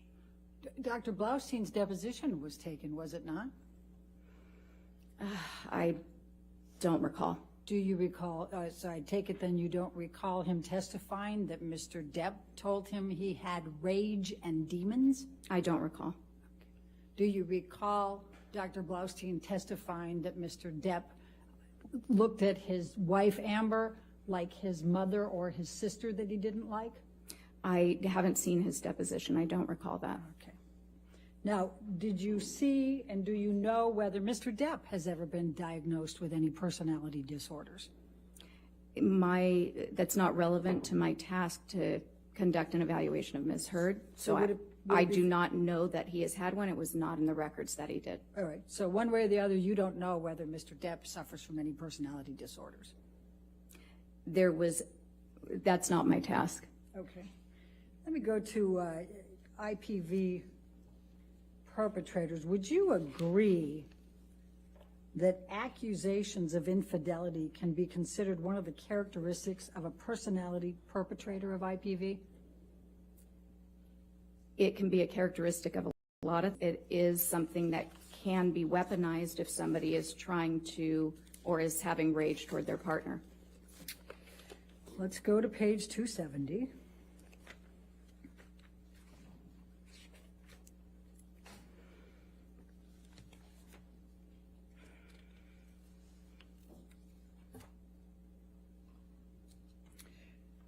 Line 3, my question was, are accusations of infidelity considered one of the characteristics of a perpetrator, a personality perpetrator of IPV? The objection. The question is vague and ultimately ambiguous. I don't understand the objection. I'll overrule the objection. Okay. And your answer under oath Can at you that time? remind me of the page? I thought Page 270, line 3 was where my question was. Okay. And your answer is at line 8. You said it can be, correct? Yes. Okay. And interrogating your partner about unfounded accusations of infidelity can be abusive. Would you agree? It can be if they're unfounded, yes. Okay. And psychological consequences for a victim of IPV can include diminished self-esteem, correct? Yes. Depressed mood, Yes. anxiety, Yes. fearfulness, Certainly. diminished self-agency, Yes. feeling powerless, Yes. loss of sleep. Yes. And IPV is a traumatic stressor. Would you agree? It is. All right. And IPV is capable of resulting in PTSD, is it not? It is. Okay. And IPV is capable of resulting in other trauma-based disorders, correct? Yes. Okay. Now, Amber's medical examination, she was cooperative, correct? Her psychological, yes. She was cooperative and polite. And in the 2 full days of examination, you felt she was polite and answered all your questions, except in one instance where she furrowed her brow when you were asking about friendships in high school, correct? That's not correct. All right, let's go to page 275.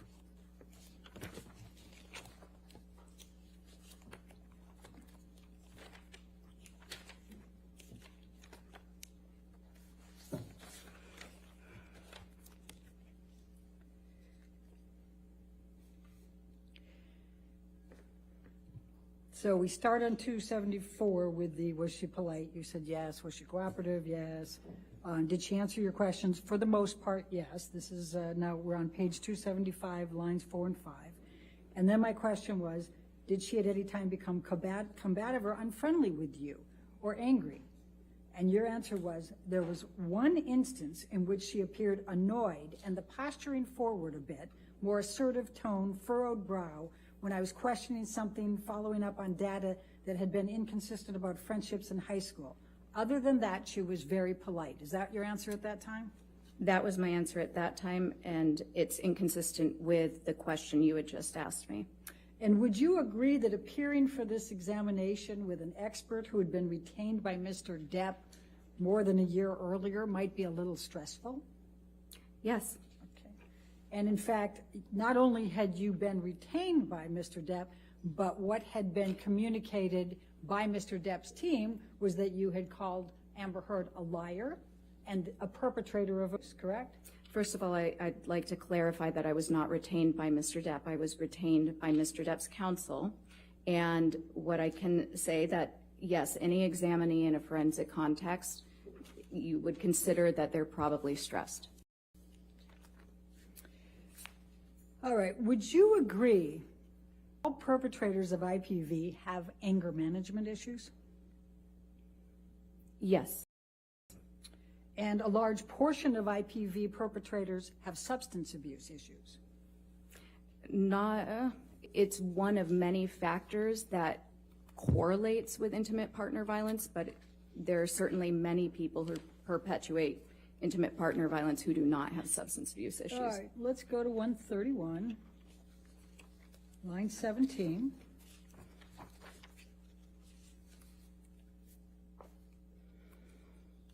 $131, you said? Yes, line 12 is what I have here.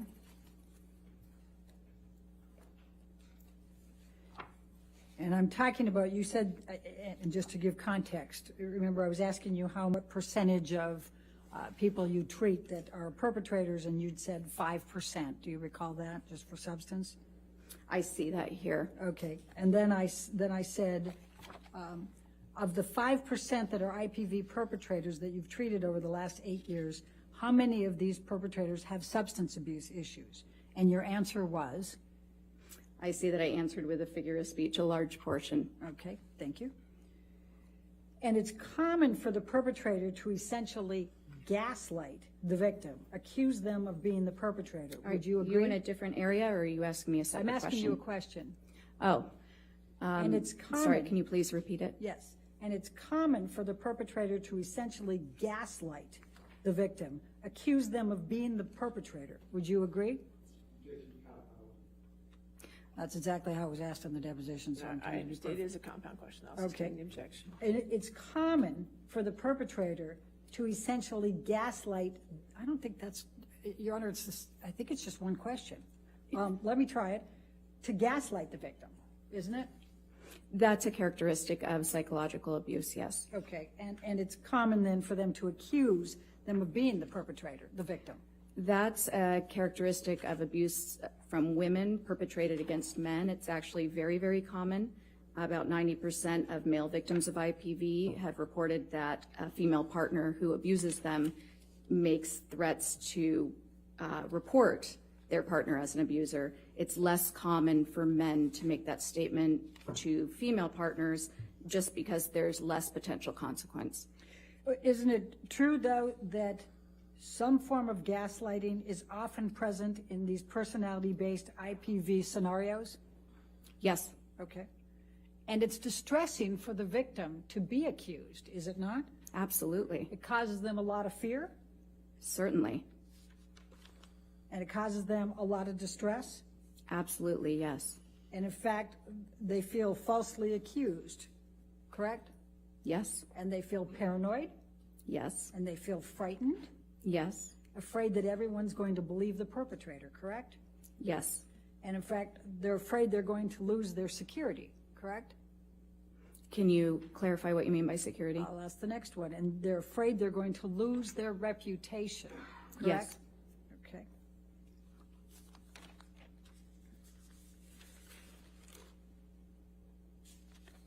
Now, let's talk about the testing for a moment. You talked about the MMPI.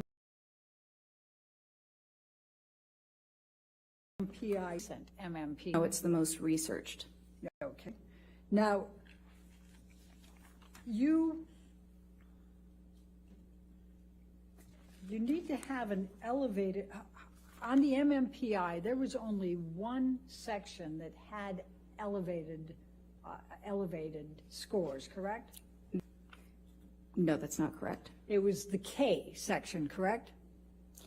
That's not correct. Okay. And was there any elevated score over 65 on the MMPI?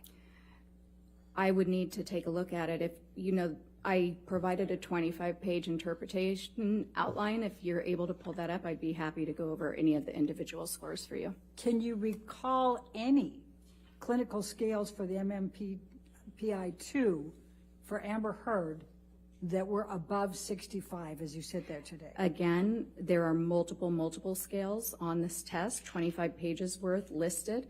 So if you can pull it up, then I can review and give you a confident answer. What can you recall as you sit there? I'm hesitant to do that because I don't want to make an error by ignoring hundreds of scale scores. And would you agree that you can't make a pathological determination or diagnosis if the scales are not elevated on the MMPI-2? I would not agree with that. Okay. Now, one of the answers that Amber gave is that it's hard for her to feel safe, correct? Are you talking about the MMPI-2? Yes. Again, I don't recall. There are 567 items on that. I would need to see her results. Well, it's a common trauma symptom, isn't it, to not feel safe? Sure. And safety concerns are common among women who have been victimized, correct? Women and men, yes. Okay, and common especially for sexually victimized people. Would you agree? Any type of victimization, yes. Okay, and hard to trust. That's a common after effect of interpersonal violence-related trauma, correct? Sure. And memory difficulties. Amber said she felt she had holes. Do you recall that? I do. And her account was different than typical memory difficulties with trauma. It is common for individuals who have experienced trauma. And it's actually to not have- common. No, it's a symptom, but it's the least common. In fact, a DSM-5 diagnosis for PTSD includes a, quote, inability to remember an important aspect of the traumatic event, end of quote. Am I correct? Yes. Okay. And memory difficulties are a symptom of PTSD, correct? Certain types of memory difficulties, yes. Okay.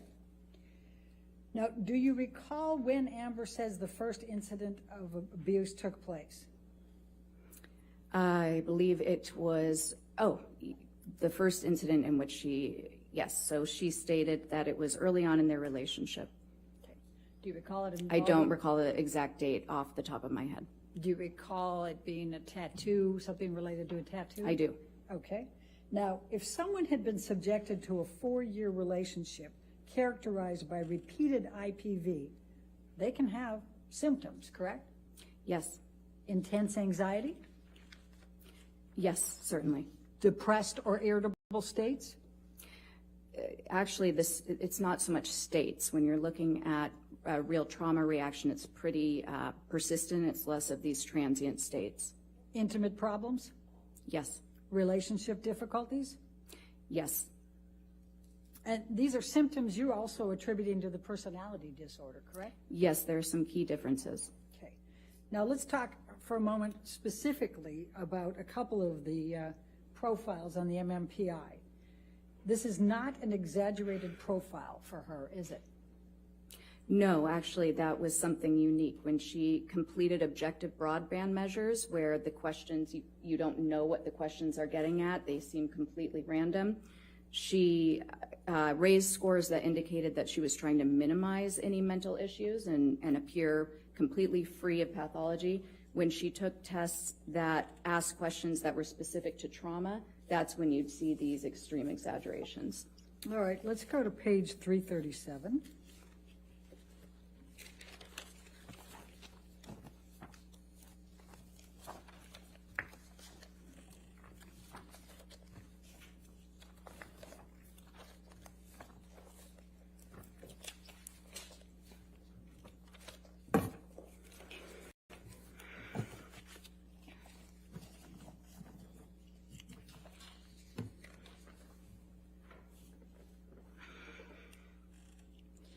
My question on line 7, this is not an exaggerated profile, is it, for her? And your answer under oath at that time was no, it is not an exaggerated profile. Do you see that? Yes, we're That's what talking you about the testified- MMPI here. You Yes. testified under oath at that time, correct? Yes, that's Okay. correct. Now, the profile is also not consistent with malingering, correct? The MMPI-2 profile, it's specific to how she approached this test, and you're correct. For this test, it was a defensive profile, not an exaggerated profile. So my question on line 10 was, this is not a profile consistent with malingering, correct? And your answer under oath at that time was correct. On this test, it is not consistent with malingering, period, right? Yes. That was your full answer. Okay. Now, is it your testimony under oath today that you have not been asked to testify concerning Ms. Heard's behavior in the context of her relationship with Mr. Depp, including any abuse? That's correct. Okay. And you have not made any determinations, including any of opinions that Ms. Heard abused Mr. Depp or Mr. Depp abused Ms. Heard, correct? Correct. That's outside of the scope of psychology. Okay. And you cannot testify whether Amber Heard suffered any emotional distress as a result of any of the defamatory comments that she has alleged Mr. Waldman made through Mr. Depp made through Mr. Waldman, correct? What I can testify is that there was no indication of a decline in psychological functioning showing any injury since she's been with Mr. Depp. You cannot testify one way or the other on that, correct? Your Honor, may we approach? Okay.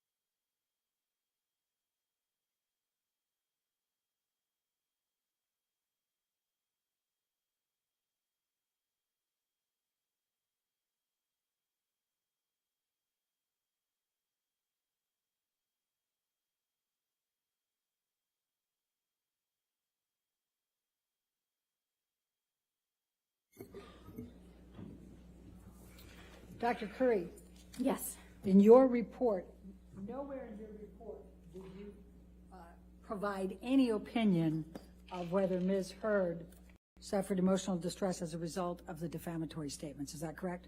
That's correct. Okay, thank you. I have no further questions. All right, redirect.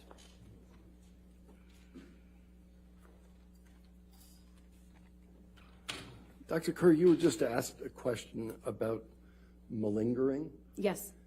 and made reference to the MMPI-2. Is there another test that you did to make a determination with respect to malingering? Yes. So I also, well, malingering is a term that most psychologists, we try to be careful of it because it indicates an intent for secondary gain. I prefer feigning, which you had brought up earlier, because it indicates that sexually exaggerating, but I don't know necessarily why. So I think that's a more accurate term in general. On the MMPI-2, yes, there was no exaggerated profile. I also gave her the CAPS-5. I don't know if you'll remember, but that is the clinician-administered PTSD scale consistent with the DSM-5. And on that, there were signs of gross exaggeration. I also looked at the test results that were provided by Dr. Hughes, and on an objective test of trauma, there is a scale specific to intentional exaggeration on that test, and Ms. Heard was in the 98th percentile, meaning that she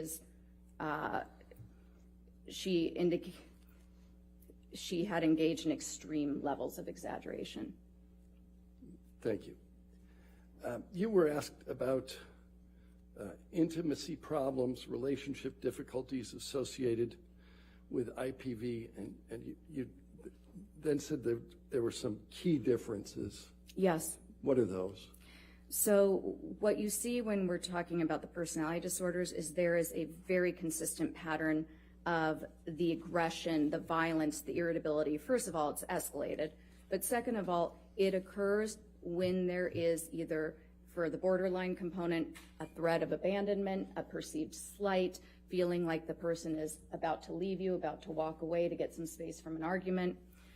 It also occurs to a more mild extent, but when there's a loss of attention and a need to manipulate to try to get that attention back.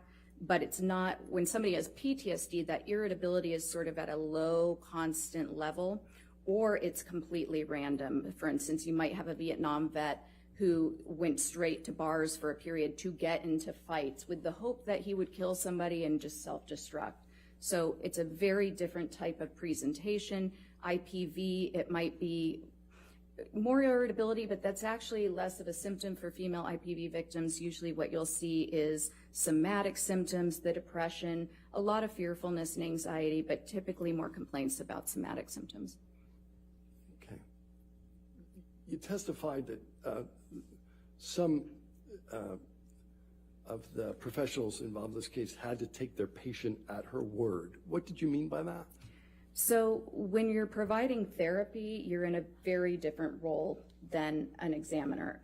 When you're the forensic examiner, you're just really looking at data to make a decision. When you're a therapist, you're an advocate for your client's well-being. And in fact, it's considered extremely unethical for a treating provider to ever provide opinion testimony like I'm providing, because it's so well known in our field that you're going to have an automatic bias for your client. It's almost a sense of protection, advocacy, wanting their best, which is why we also know that it's very inappropriate to convey any sort of opinion about whether a crime occurred, whether abuse occurred.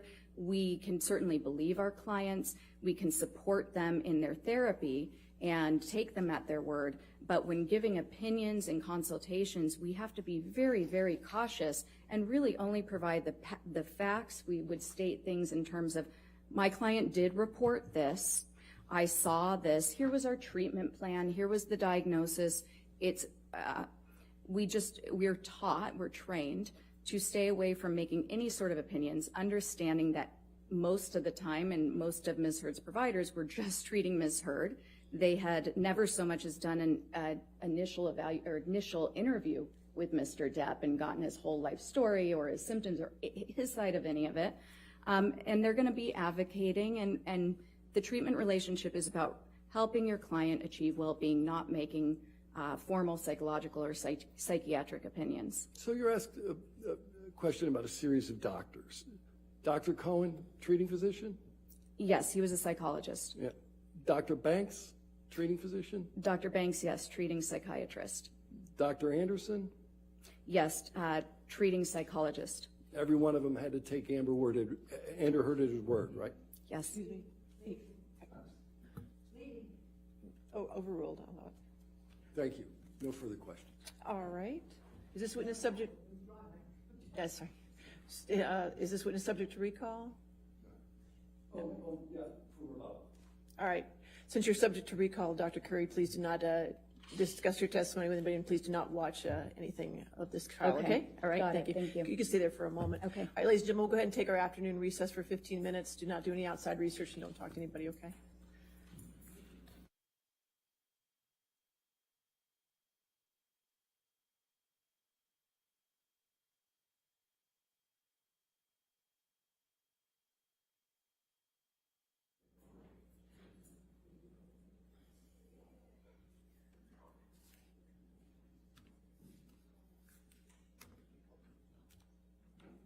All right.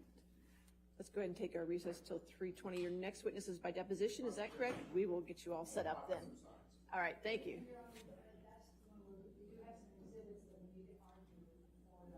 Oh, okay. We'll come back at 3:20 before the jury comes back out. We'll discuss your exhibits, okay? All right, thank you.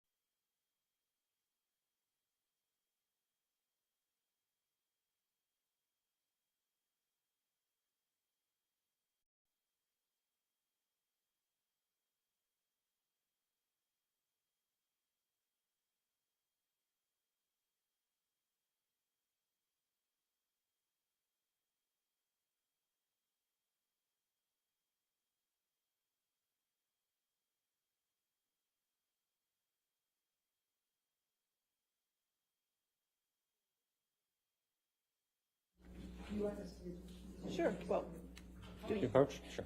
are they agreed on, or?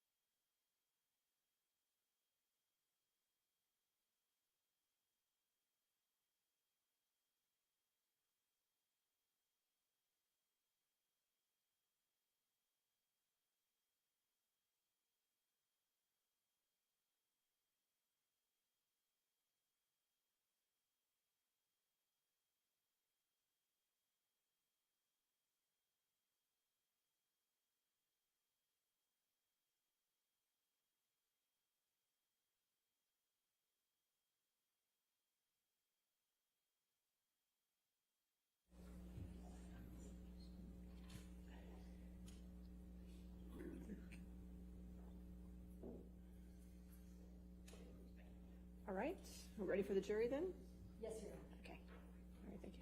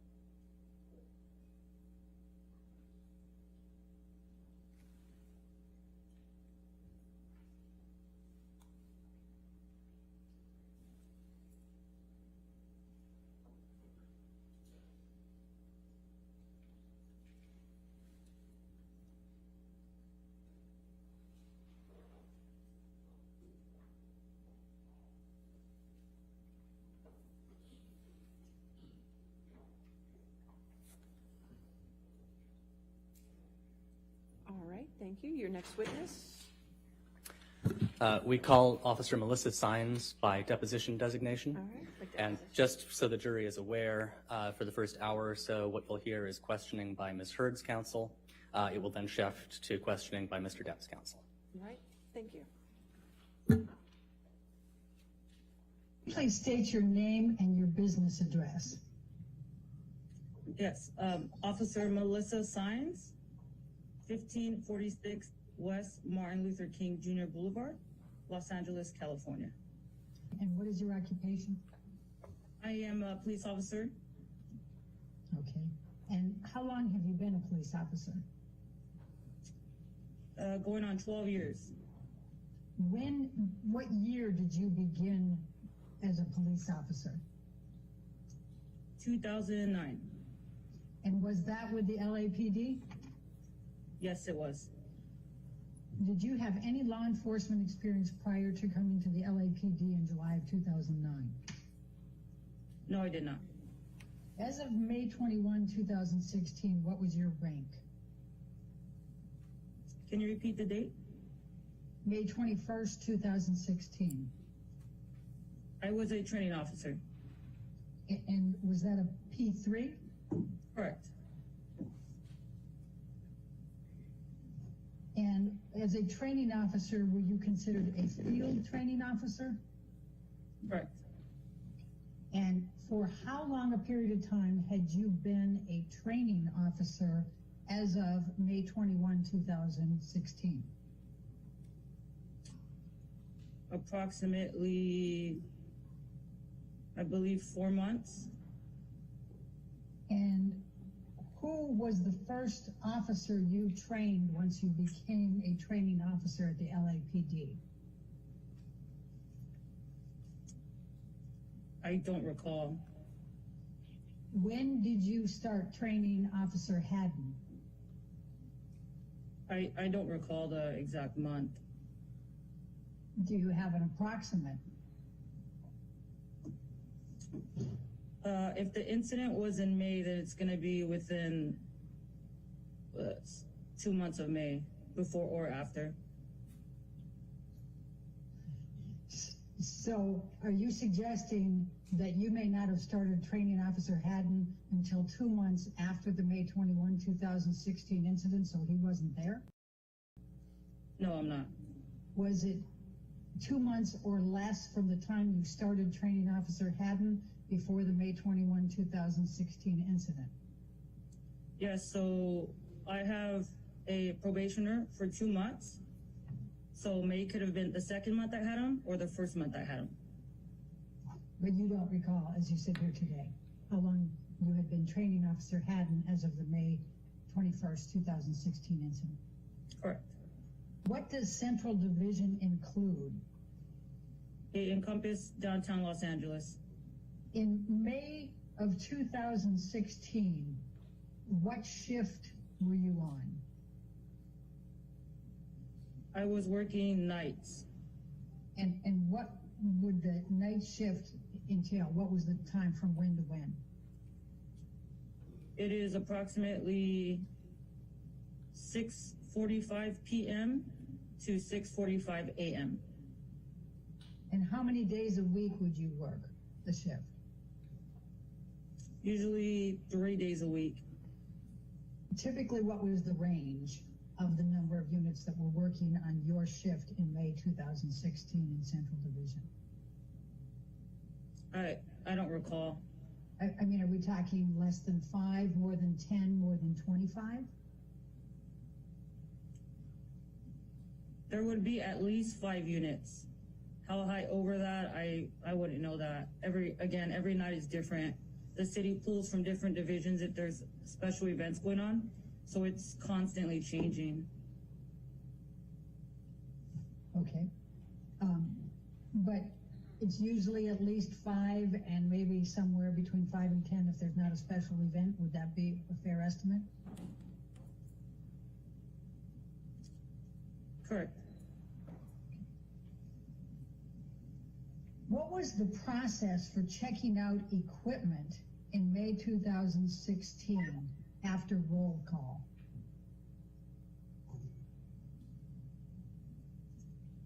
We would walk to the window and give them our name and serial number, and they would present us with equipment for the shift.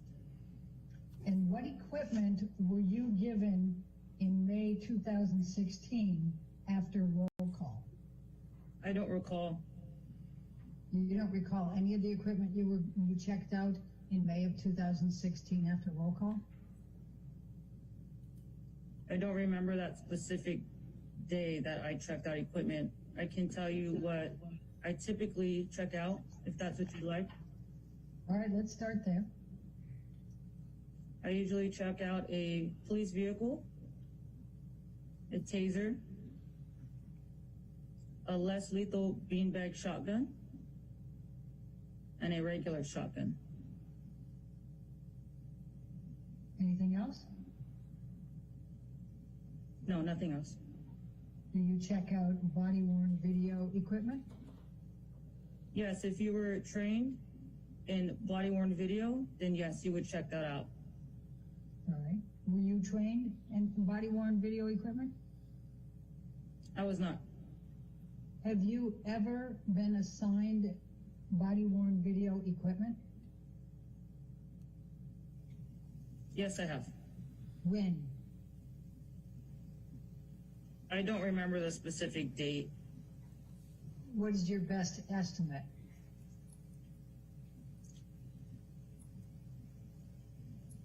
If I had to guess, it would probably be June of 2016. Why do you think it was June of 2016 that you first were assigned body-worn video equipment?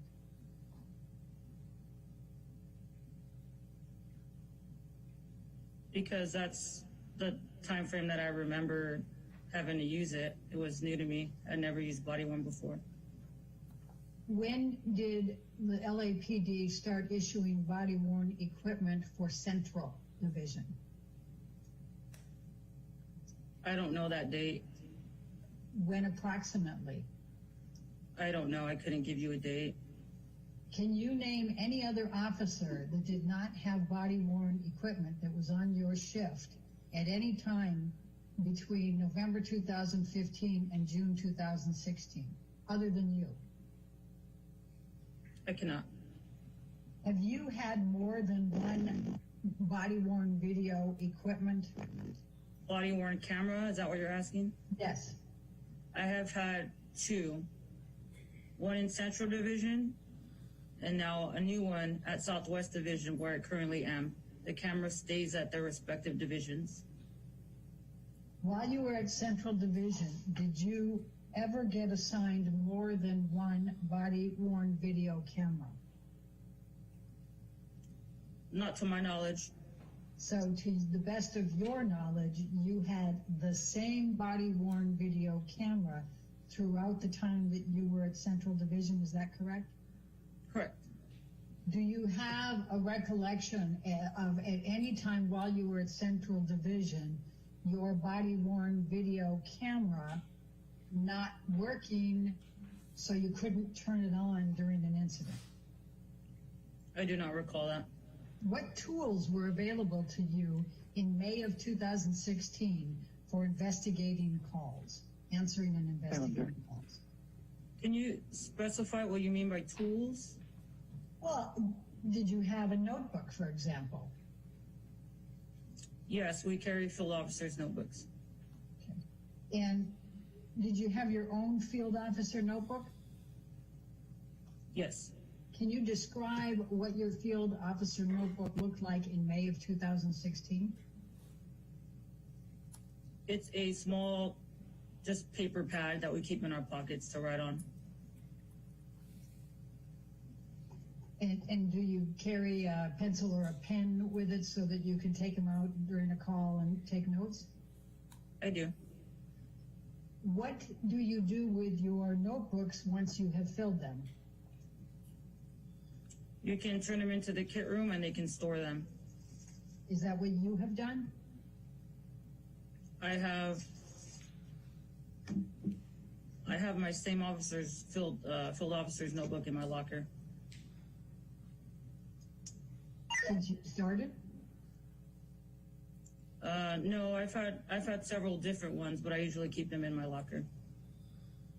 So for the field officer's notebook that you had in May of 2016, that would be in your locker? It should be, yes. How many field officer notebooks have you filled since you've been a police officer? Not many, probably less than 5. And do you recall roughly how many pages are in each field officer notebook? No, I don't recall. Did you have access to DART? I don't recall what hours they worked at Central Division. And what did DART stand for? I don't know the specific acronym, but I know it's the domestic violence car. Did you also have access to types of reports, incident reports, various forms, diagrams, things of that nature in case you needed them? Yes, I did. And where were those kept while you were on a shift? I'm talking about May 2016. I usually keep extra spare reports in my bag, and I also keep them in my vest. So when you answered calls in May of 2016, you had reports material in your vest as you answered calls? Is that correct? Yes. It's deposition exhibit number 14. It's a multiple page document. I'm just asking her if she recognizes this document. Yes, I do. Okay. When is the last time you reviewed this document? About a week ago. All right. And what were the circumstances under which you reviewed this document a week ago? For this testimony. Now, I asked you some questions about the body-worn video. Are you aware of any other officer being assigned your body-worn video under your serial number? I'm not aware. Is there any chance that you could be mistaken about when you were assigned body-worn video? No, there's not. And why do you say that?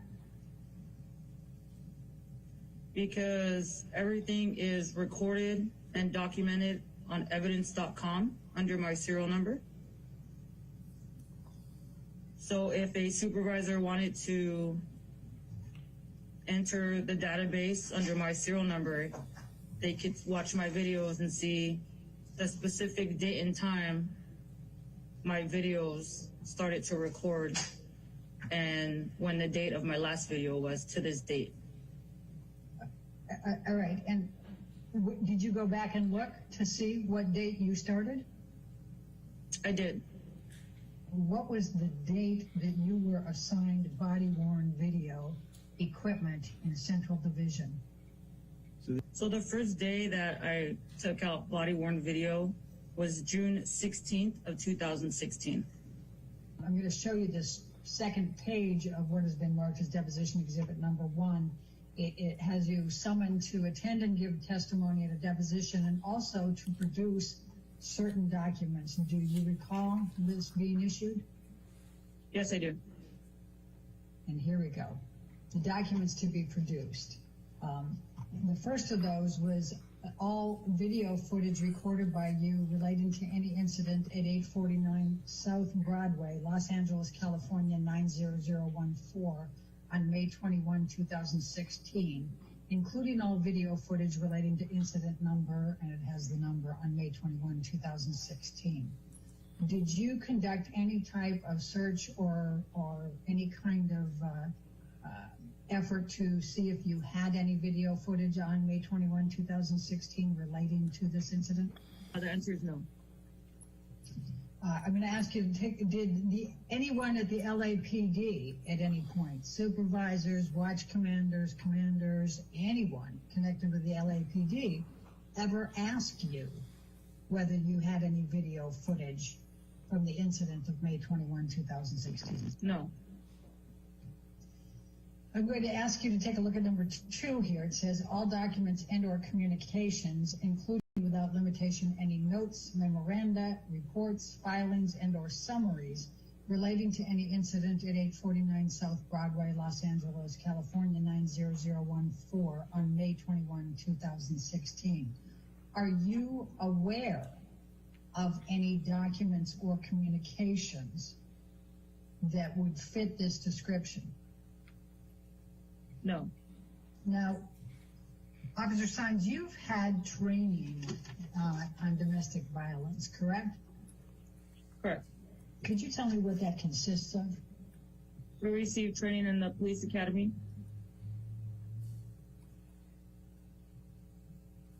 Anywhere else? Did you have any other type of domestic violence training other than when you were in the police academy?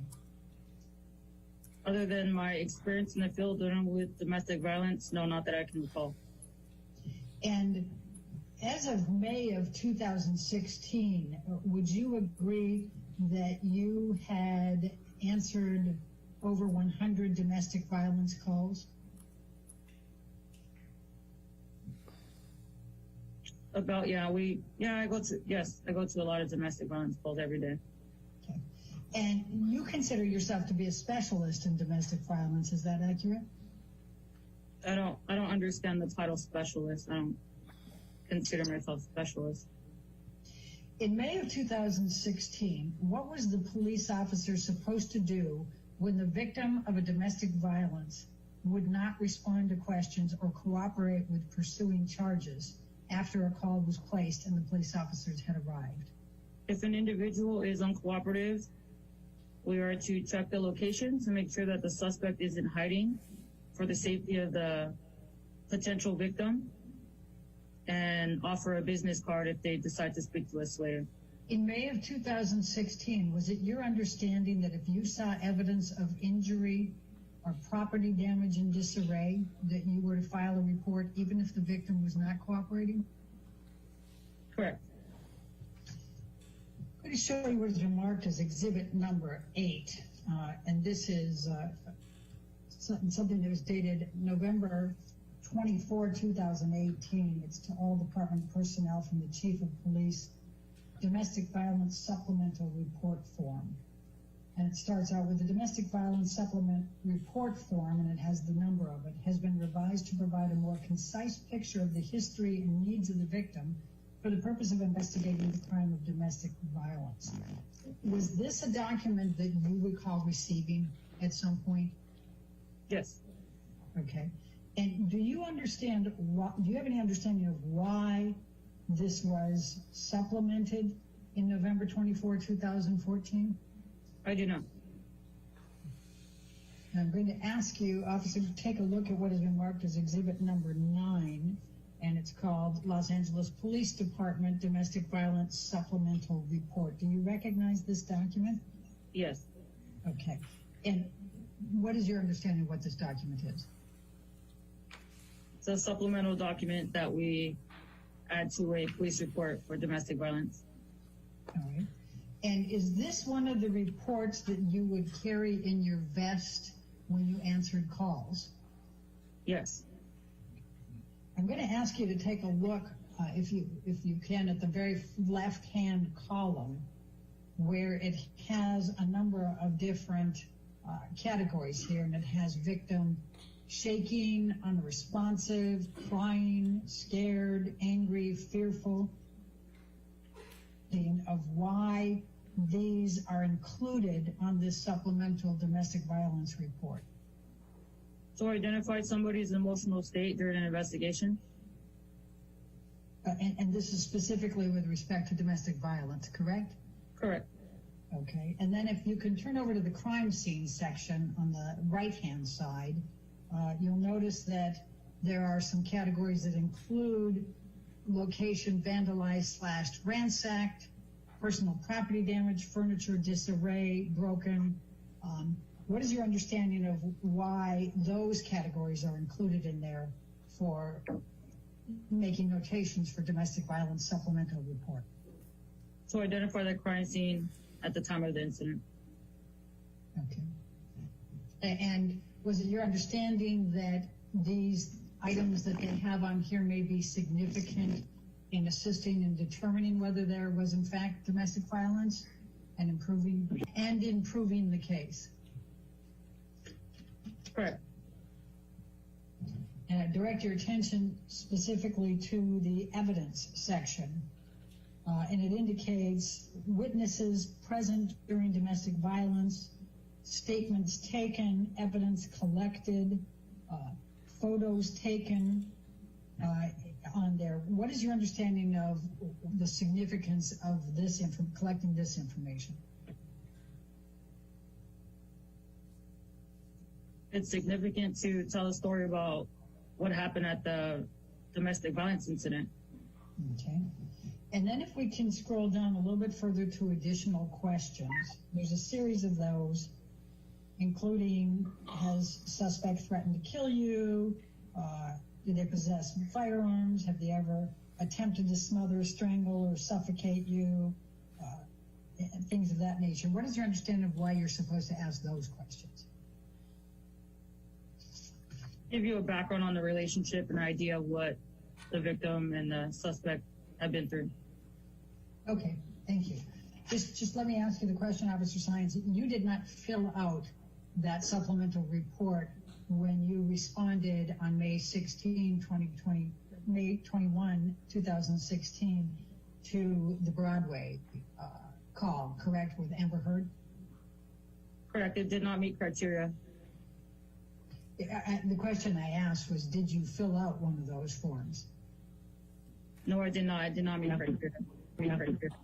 Officer Science, I'm going to ask you to take a look at what has been marked as exhibit number 10, and if I can direct your attention to the top, it says domestic violence standards of review, and it has field notebook divider, domestic violence laws, LAPD form number 18.30.02. Are you familiar with that?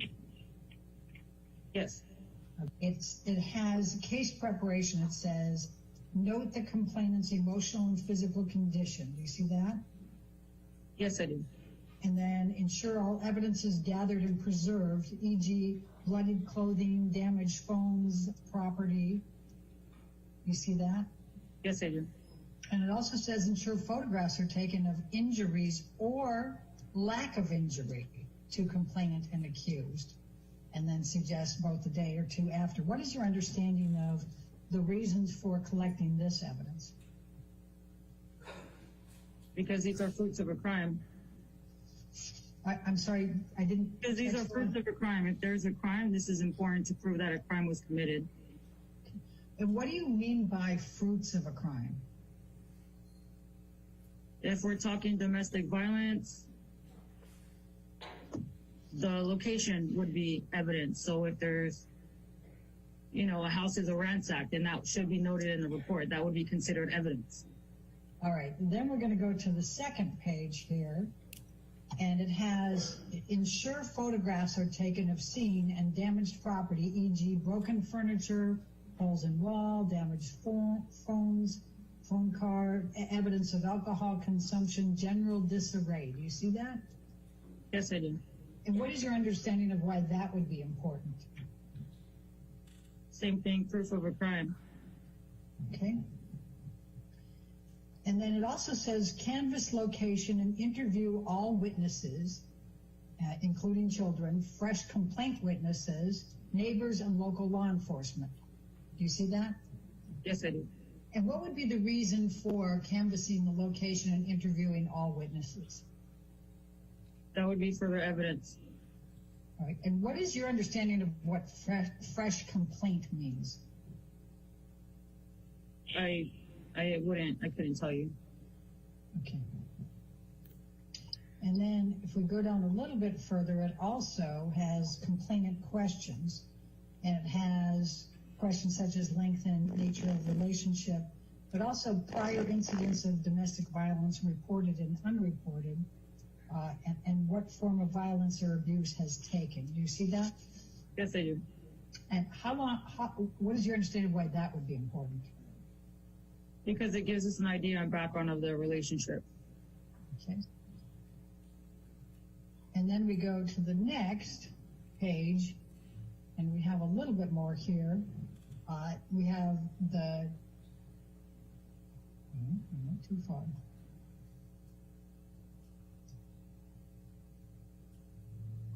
And that says how long the abuse has been occurring, any logs or diaries, is there a pattern of alcohol or substance abuse? What is your understanding of why those would be relevant? Again, because it gives us background on what we're dealing with, what type of relationship this is. And may help with the proof of the crime? Correct. Okay. And then we have identify the person who first saw the complainant after the incident. And it says in parentheses, fresh complaint witness. So I'm kind of guessing that must be the definition. But why would it be important to interview or identify the person who first saw the complainant after the incident? They probably have the best recollection. Okay.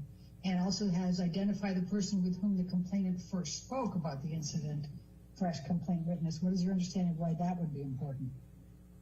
Same thing, the best recollection. Okay. And then we have what have neighbors seen or heard. Why would that be important? Because it would prove to us that there was an incident if there was other people with the same story as the victim. Okay. And then we also have, did witness observe how physical injury occurred? Why would that be important? Because that would tell us that there was a crime, that somebody got injured. Okay. And then we have statements by the complainant and or accused after the incident. Why would that be important? Because we're getting our story from the complainant, so what they say is everything with the crime. All right, let's look at 12 for a moment. This is exhibit number 12. It's Office of the Chief of Police, April 9, 2002. And it's a domestic violence victims memo. And it says, purpose, the department is legislatively mandated to provide specific information to victims of domestic violence crimes. And then they go in to describe that. What is your understanding of, well, let me go a little bit further because I'm going to try to move through this a little bit quicker. So it says, to mitigate this issue, the department has begun to use the Victim Information Notification Every Day, VINE, pamphlet to accomplish not only the domestic violence information requirements under Section 13701 of the California Penal Code, but also to provide information regarding the VINE program.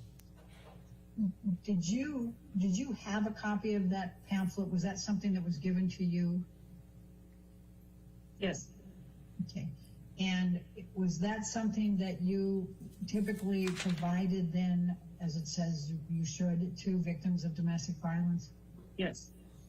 What is your understanding of why you were to provide the pamphlet? You understand the question? Yes, because it gives resources to the victims, domestic violent resources, like shelters and phone numbers to provide help. I'm going to show you what has been marked as exhibit number 11. Do you recognize this document? Yes, I do. This is the vine.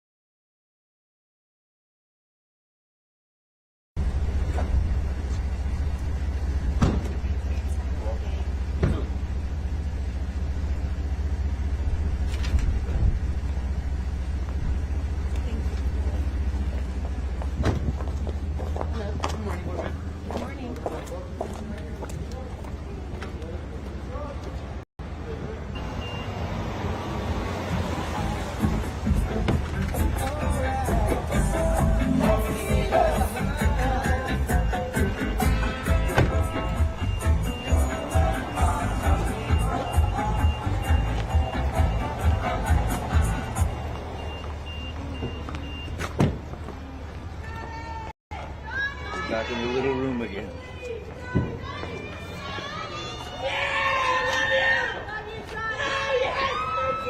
Thank you so much. Thank you.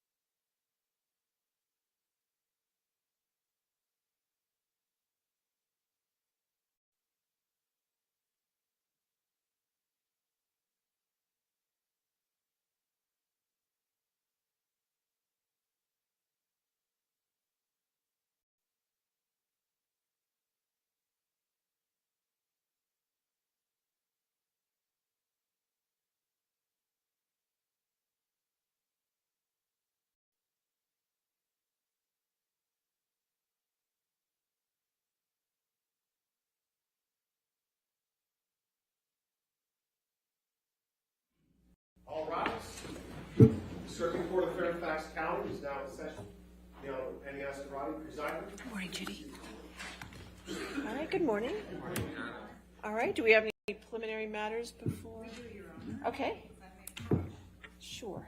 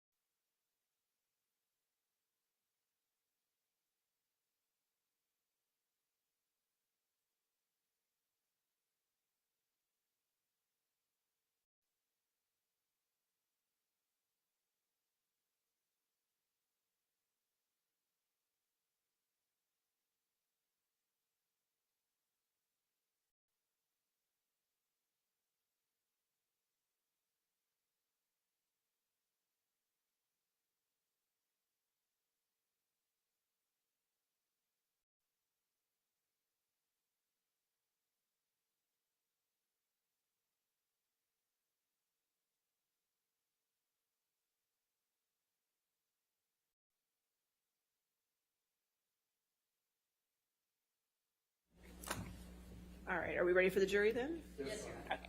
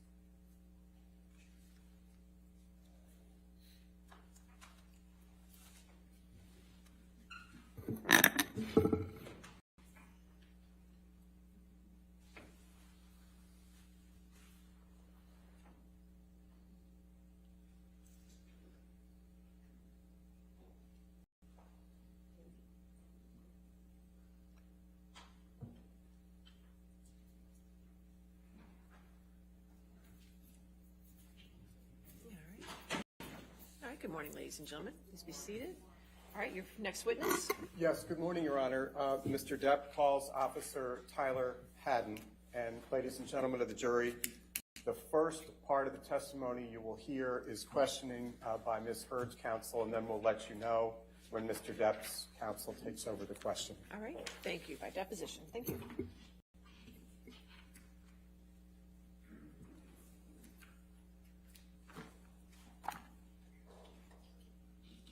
Please state your name and your business address. Tyler Haddon, 1546 West Martin Luther King Jr. Boulevard, Los Angeles, California. Sir, what is your occupation? I'm a police officer for the city of Los Angeles. And how long have you been a police officer with the city of Los Angeles? Approximately 5.5 years. Did you serve in any law enforcement capacity prior to coming to the LAPD? No. When you said approximately 5.5 years, do you recall approximately you started employment with the LAPD? Approximately November of 2015. Did you attend the police academy prior to November 2015, or did you attend it after you became employed by the LAPD Your in Honor, November of 2015? Could we turn I that began volume? the academy in 2015, that November. That volume's a little loud. Thank you. And how long were you with the academy? Approximately 6 months. And when did you start as a patrol officer with the LAPD? 6 months after November.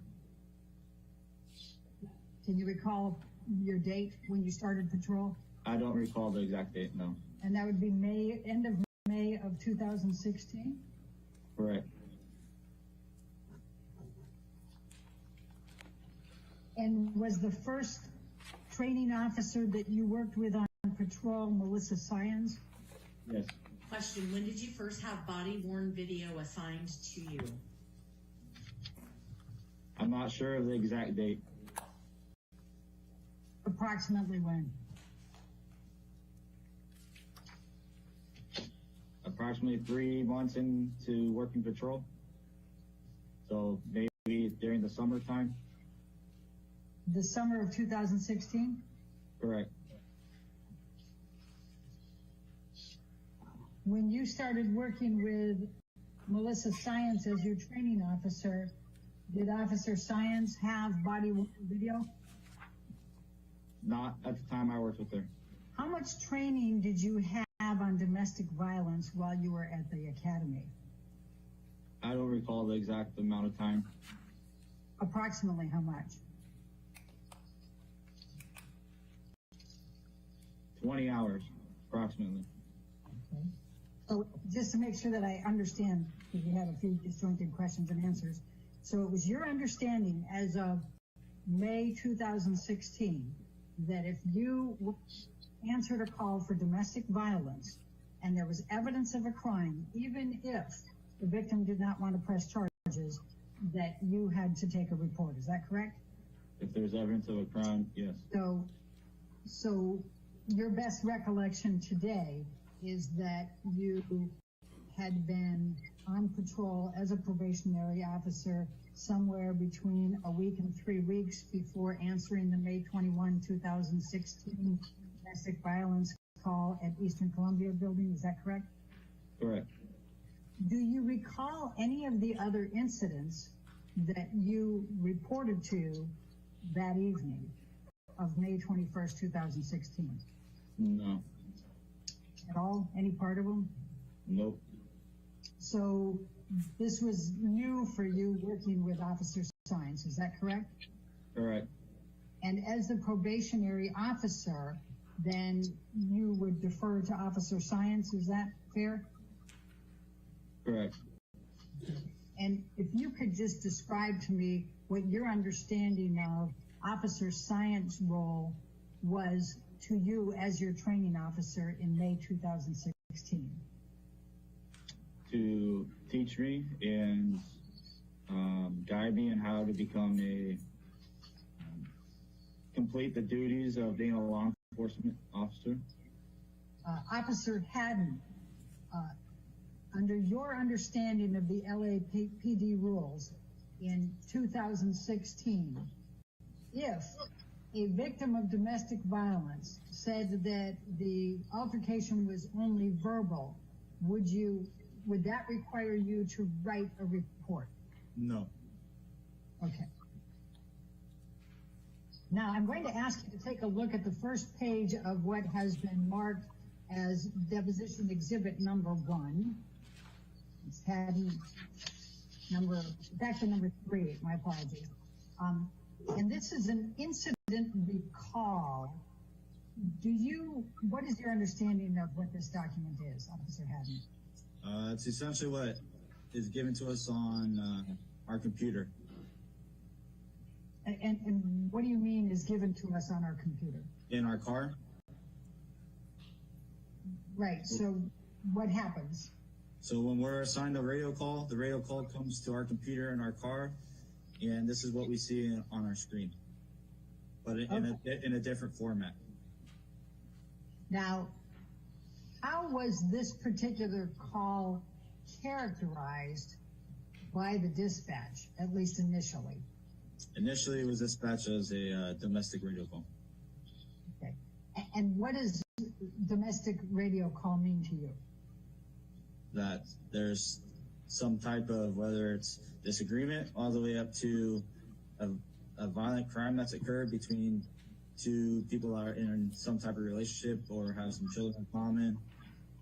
So, Officer Haddon, this comes out into the system and it's accessible by all of the LAPD black and whites that are on patrol that night, correct? Yes, whoever is logged in and working that night, I could look up any division's radio calls if I wanted to. And then it has a DS and then ER after stat. What does that mean? DS means dispatched. ER means we're en route. So at 8:46 and 37 seconds p.m., your vehicle was en route to 849 South Broadway, correct? Correct.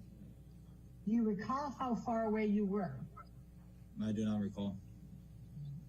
And then it says primary unit, PD 1A1-W3. What is that? That's my call assignment. So the PD is police department. 1A1 is my car assignment. W3 means I work watch 3. Okay. Then we have at 20:57, which is 8:57 p.m., that is AS. What does that mean? At scene. Like we're there. All right. So you arrived at the scene at 8:57 p.m., correct? Correct. What did you do then?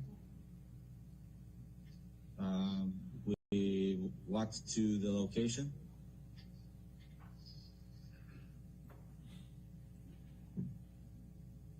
Do you recall anything that you did before you went up to the penthouse? We walked in and met with security who showed us where the elevator was. Did you do anything else? Not that I recall. But your best recollection is that you went in, you talked to security, and then you went on an elevator, is that right? Yes. Do you recall what time you arrived at the apartment, the penthouse? No, I don't recall. All right. Then your next entry here is 21:22. So that would be 9:22 p.m. and 57 seconds? Yeah. Okay. Met with victim, checked lock, verified husband left location, victim advised verbal. Do you see that? Mm-hmm. Who wrote that? That's what we write when we put the comments of the call of what happened in the radio call. That's what we wrote. So do you recall whether that was you that wrote that or Officer Science? I don't recall who wrote it. All right.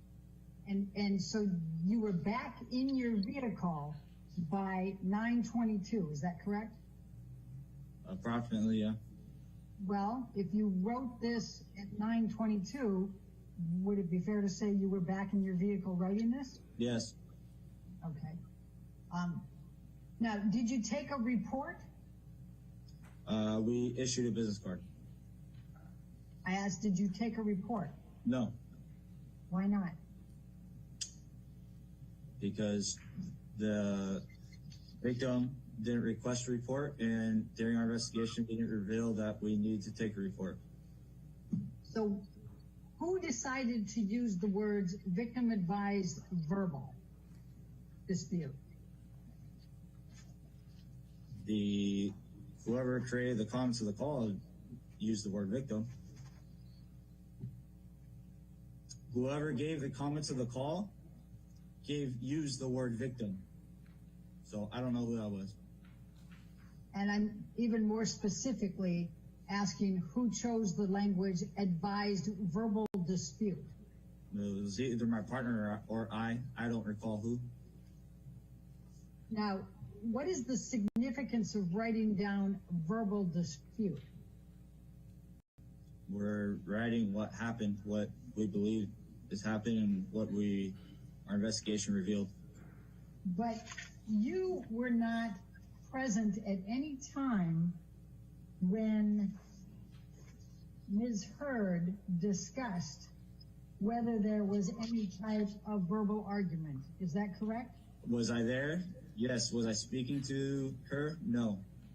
Was there any discussion of verbal argument in your presence when you were up in the penthouse investigating? Not that I recall. You did not hear Ms. Heard say that it was only a verbal dispute, correct? I did not. Now, I asked you a little earlier if it's a verbal dispute, whether that triggers having to write a report.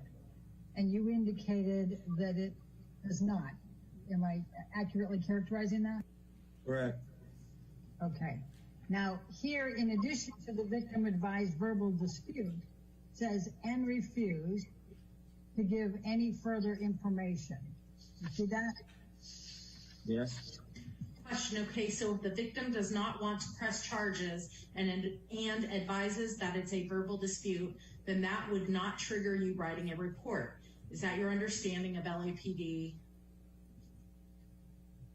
Policies and procedures on domestic violence at that time. Correct. There were other circumstances that were also within this incident as well. What do you mean by that? During our investigation, we had other reasons to believe that this was true. I'm sorry, during your investigation, you had other reasons to believe what was true? That it was a verbal dispute. And what did you have during your investigation that created in your mind evidence that it was only a verbal dispute? After discussing the investigation with my partner at the scene,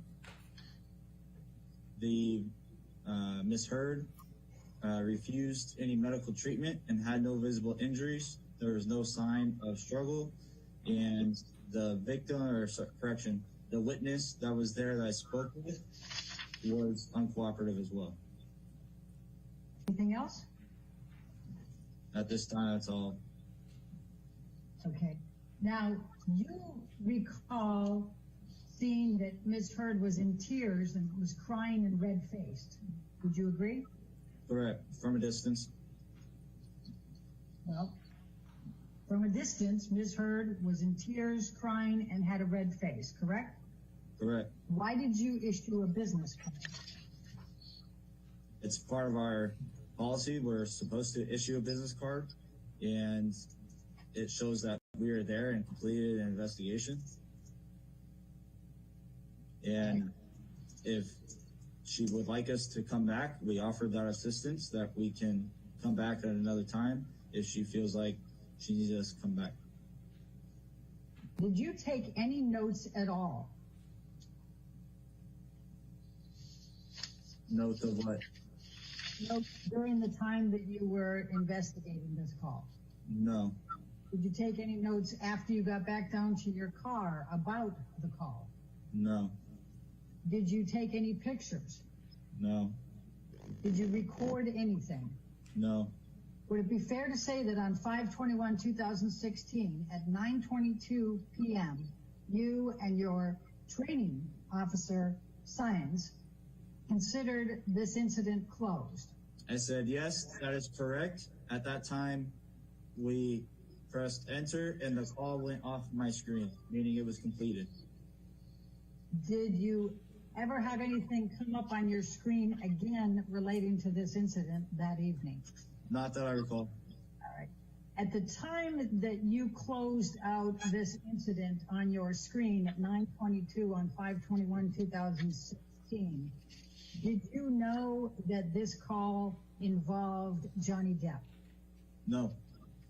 Did you, at the time that you closed this out on your screen, did you recognize Amber Heard? No, I had no idea who she was.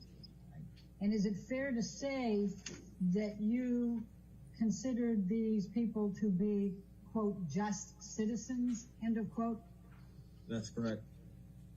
Did you have any communications at all with Officer Gatlin or his patrol partner the night of May 21st, 2016? No, not that I recall. So the next thing we're going to go to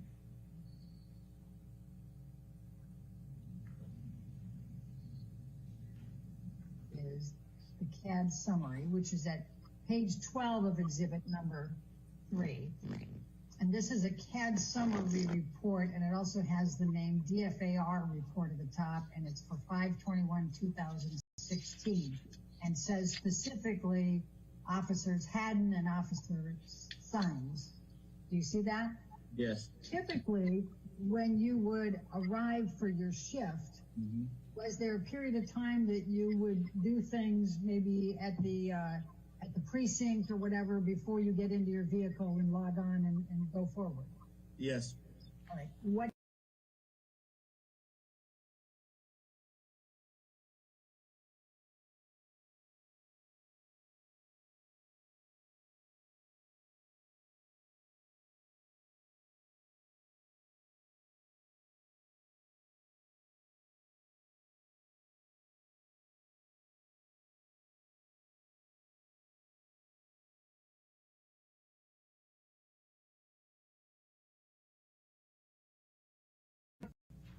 And then go and find out if there's any radio calls pending.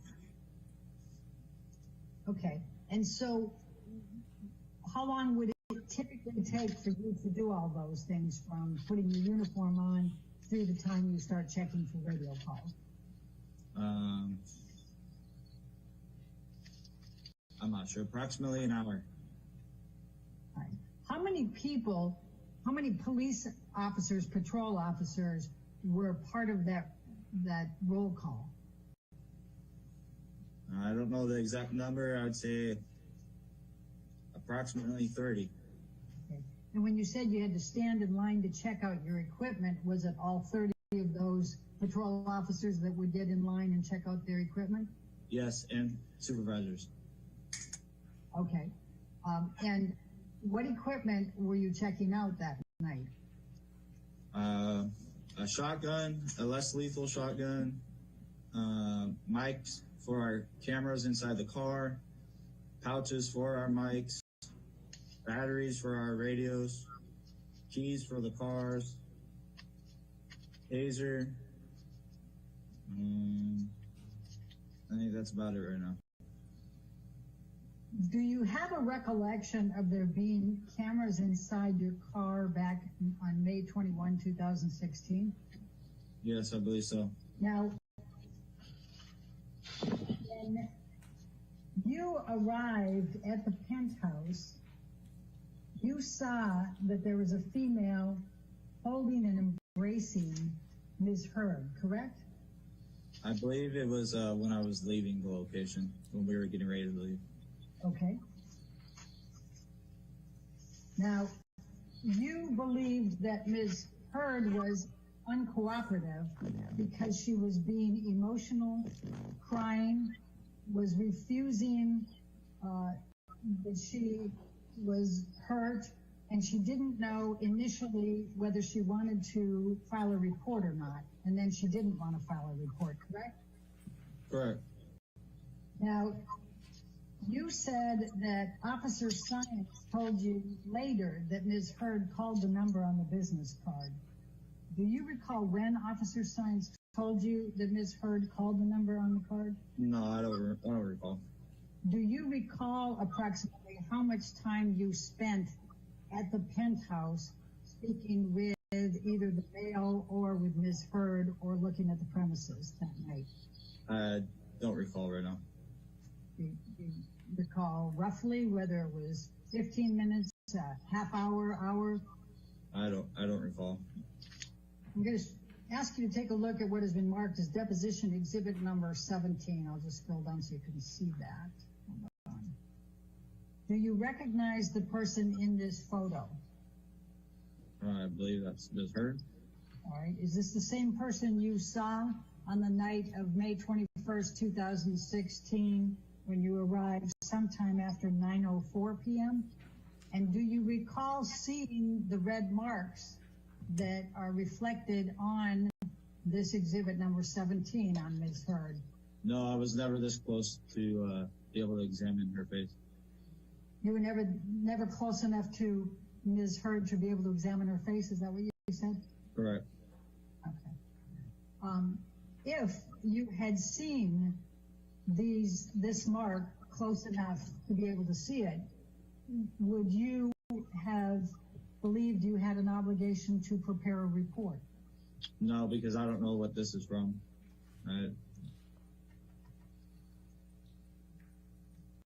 Would you agree it's a red mark on her face? Yeah, from what I saw was red from her crying. There was no red marks from any other thing. It was consistent with her crying. Does this look like a red mark that's from crying? Officer Haddon, in reviewing this picture, does it appear that there's an injury on Ms. Heard's face in this picture? No. You would say that doesn't evidence an injury? No. Why not? Because I don't see an injury. I'm going to show you what has been marked as deposition exhibit number 18. And do you recognize this carpeting? No. Officer Haddon, what do you see in this picture? I see stripes with some type of stains on to be a possible flooring. Okay. Do you have a recollection of seeing stains on the flooring outside of Ms. Heard's penthouse that night of May 21st, 2016? At this point, not that I recall. And when you say at this point, not that you can recall, what do you mean by that? It's 5 years ago. I don't remember. Officer Haddon, I'm going to show you what has been marked as Haddon exhibit number 19. Do you recognize the business card? Yes. And tell me what you can recall of that. Well, that's my handwriting, and those are our LAPD business cards. All right. The next thing on there is refuse report. Do you see that? Yes. Okay. Was it your understanding that Ms. Heard did not want to press charges? She spoke with my partner, and that's what my partner advised me. Okay. Were you ever in the room when Ms. Heard either, quote, refused report or refused to press charges?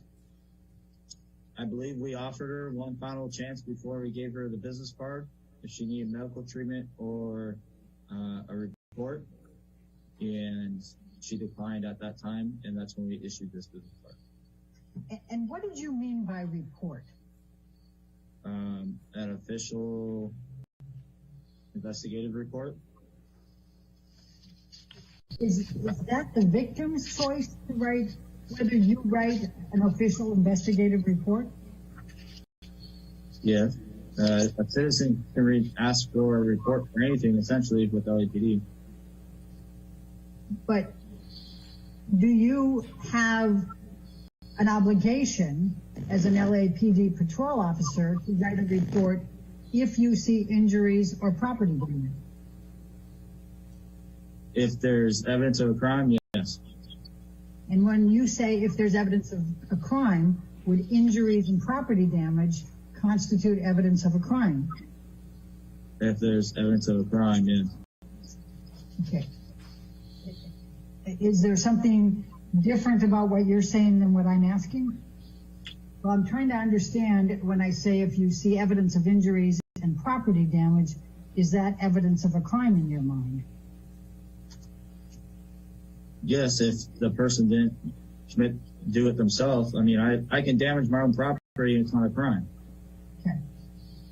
Did you have any reason to believe that Amber Heard created any injuries to herself or to the property at the time you were there on May 21st, 2016? No, because I don't recall seeing any damaged property or her obtaining any injuries or having visible injuries that I saw.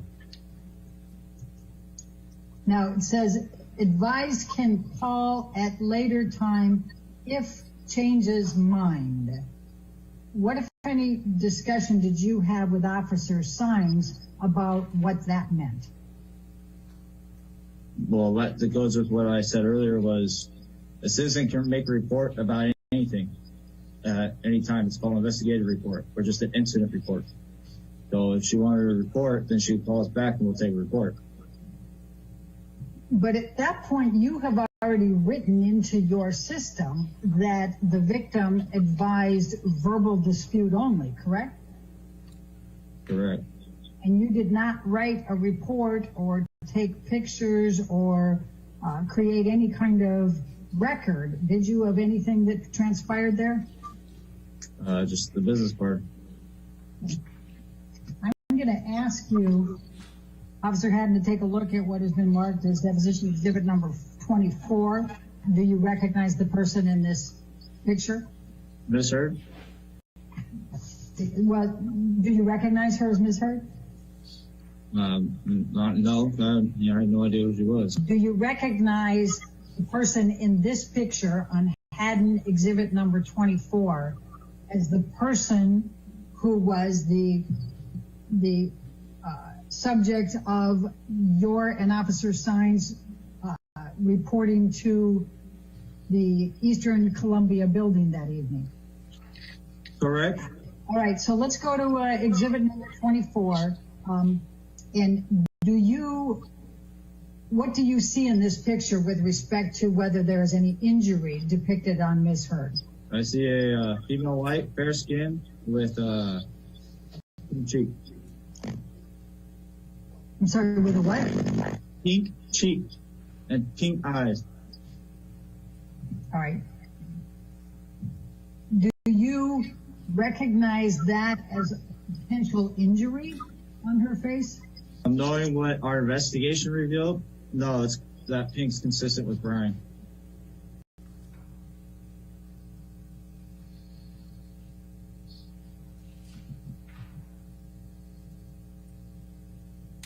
What do you mean by what your investigation revealed?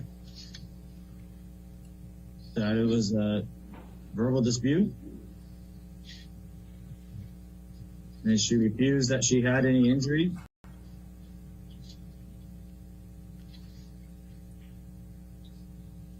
And just so we're clear again, you were never in the presence of Ms. Heard when she at any time said it was only a verbal dispute, correct?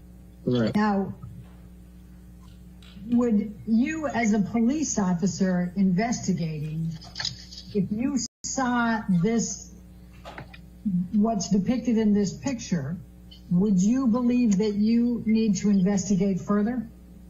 Yeah, I would need additional information. Just because I see a female with pink cheeks and pink eyes doesn't mean that something happened.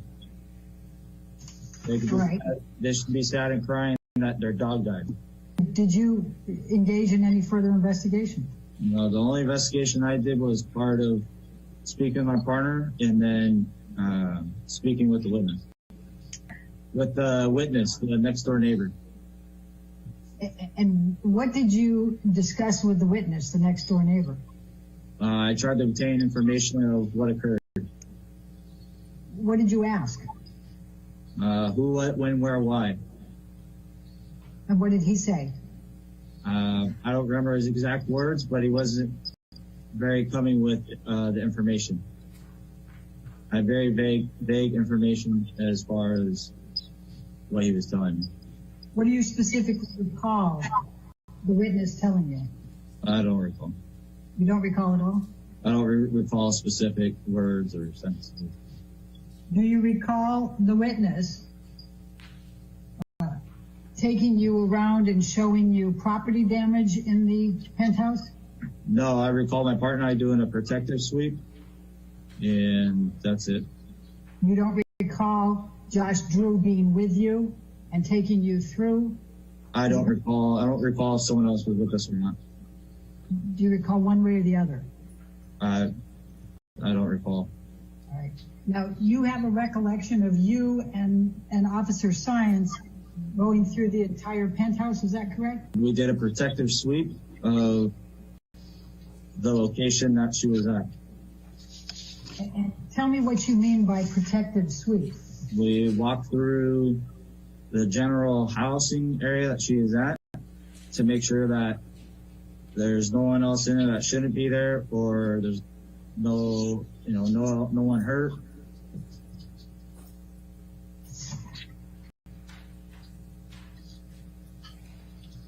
Do you recall how many rooms you went through? No, I don't. I'm going to ask you, the officer having to take a look at number 25. Do you recognize this as Ms. Heard? Yes. All right. And do you see any injuries depicted on this picture? No. I'm going to show you what has been marked as exhibit number 26. Do you recognize this as Ms. Heard? Yes. Okay. Do you see any injuries in this picture? No. I'm going to ask you the same question. Exhibit number 27. Do you recognize this as Ms. Heard? Yes. And do you see any injuries in this picture on Ms. Heard? No. I'm going to ask the same questions. Officer Haddon, I'm going to ask you to look at Haddon exhibit number 28. Do you recognize this as Ms. Heard? Yes. And do you see any injuries depicted on Ms. Heard's face in this picture? No. I'll show you exhibit number 29. Do you recognize this as Ms. Heard? Yes. Do you see any injuries on Ms. Heard in this picture? No.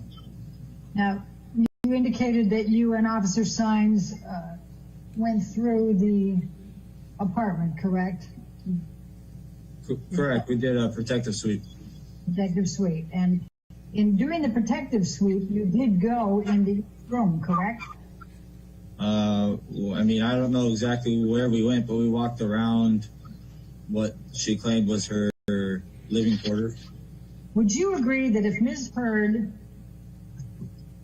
displayed injuries at the time that you reported to her residence after the domestic violence call, that you would have had an obligation to prepare a report? If there was injuries or a complaint of pain, yes. I'm sorry, injuries or what? Complaint of pain? Would you agree that if Ms. Heard displayed injuries that you perceived to be injuries at the time you reported to Ms. Heard's residence after the domestic violence call on May 21st, 2016, you had an obligation to prepare a report? If I perceived them to be injuries, then yes. Okay. Would you agree that if there was property damage present at the time you reported to Ms. Heard's residence after the domestic violence calls, you had an obligation to prepare a report?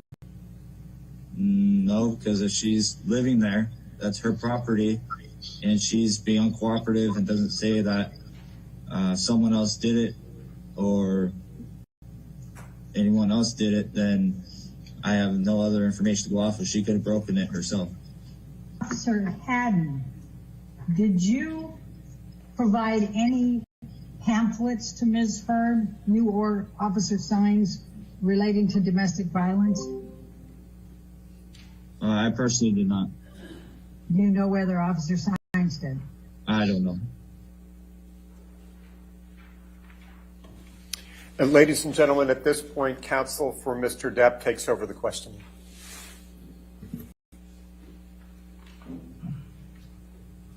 Did you see Ms. Heard's face on the evening of May 21, 2016? Yes. On how many occasions did you see her face? I believe 2. And the first time you saw her face, how close to her were you? I don't recall exactly. I think it was approximately 10 feet. Did you perceive any, did you have any problems with your eyesight at that time? No. Did you have 20/20 vision as of May 21, 2016? No, I wear contacts though, so I can't see perfectly fine. Were you wearing your contacts that evening? Yes. Did you have any trouble seeing the contours of her face the first time you saw her that evening? No. Did you perceive any signs of injury on her face or anywhere else on her body that was visible to you? No.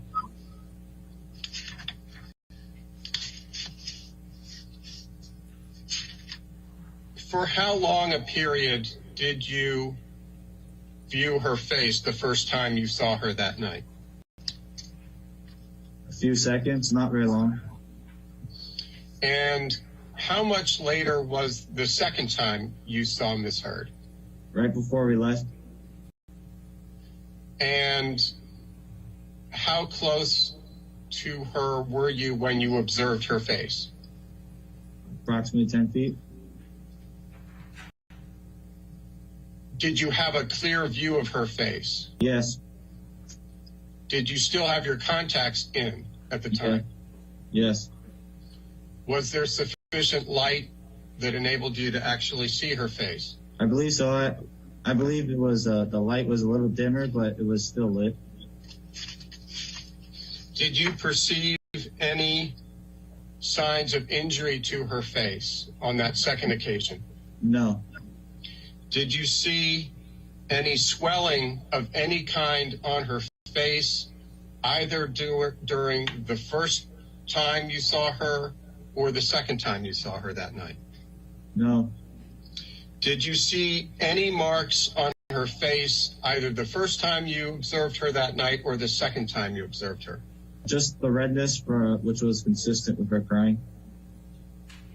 Did you see any time that night any indication of any bruising on her face?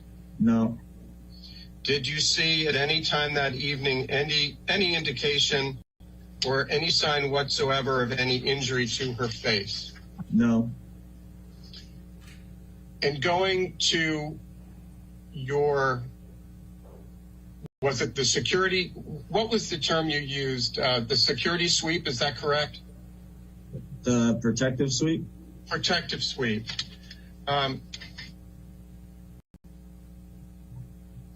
During your protective sweep, was your access barred to any part of the penthouse? My access what? Sorry. Did you have free access to the penthouse? The witness that was there, he kind of, I believe he guided us kind of through the place. I don't know, where he guided us through.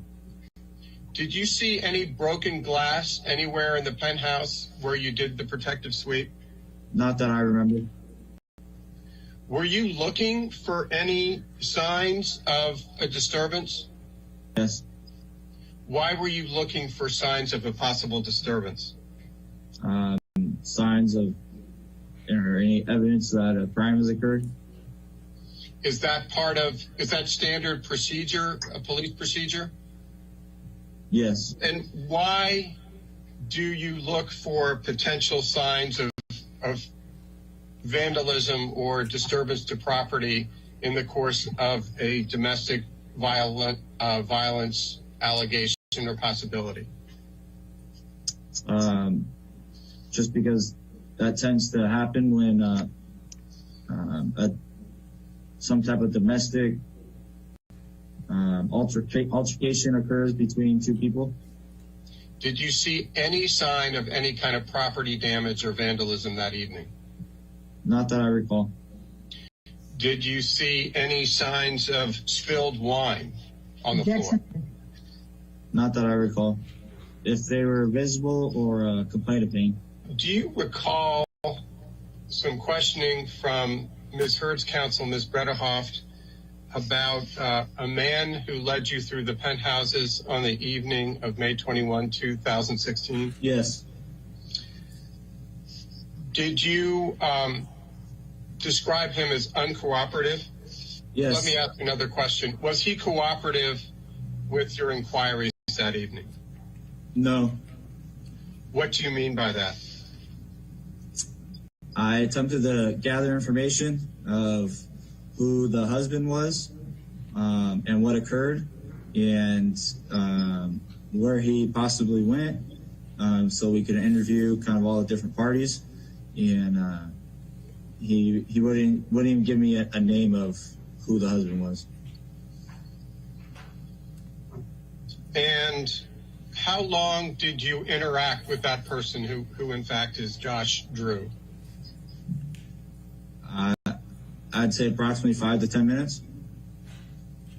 Did he report to you in words or substance that any domestic violence had occurred? I don't recall any exact verbiage he said. Did he report to you in words or substance any vandalism? No, not that I recall. On the evening that you and your partner got a call to the penthouse on May 21, 2016, were you and your partner in a particular hurry to close out this incident? No. Were you willing to stay as long as was necessary to resolve the matter? Yes. Would you generally take notes for a verbal dispute only? When we disable the call and we get rid of the call, we leave our comments of what occurred and what we did in that call. Would you generally write a report for a verbal dispute only? No, unless it's at the request of one of the parties.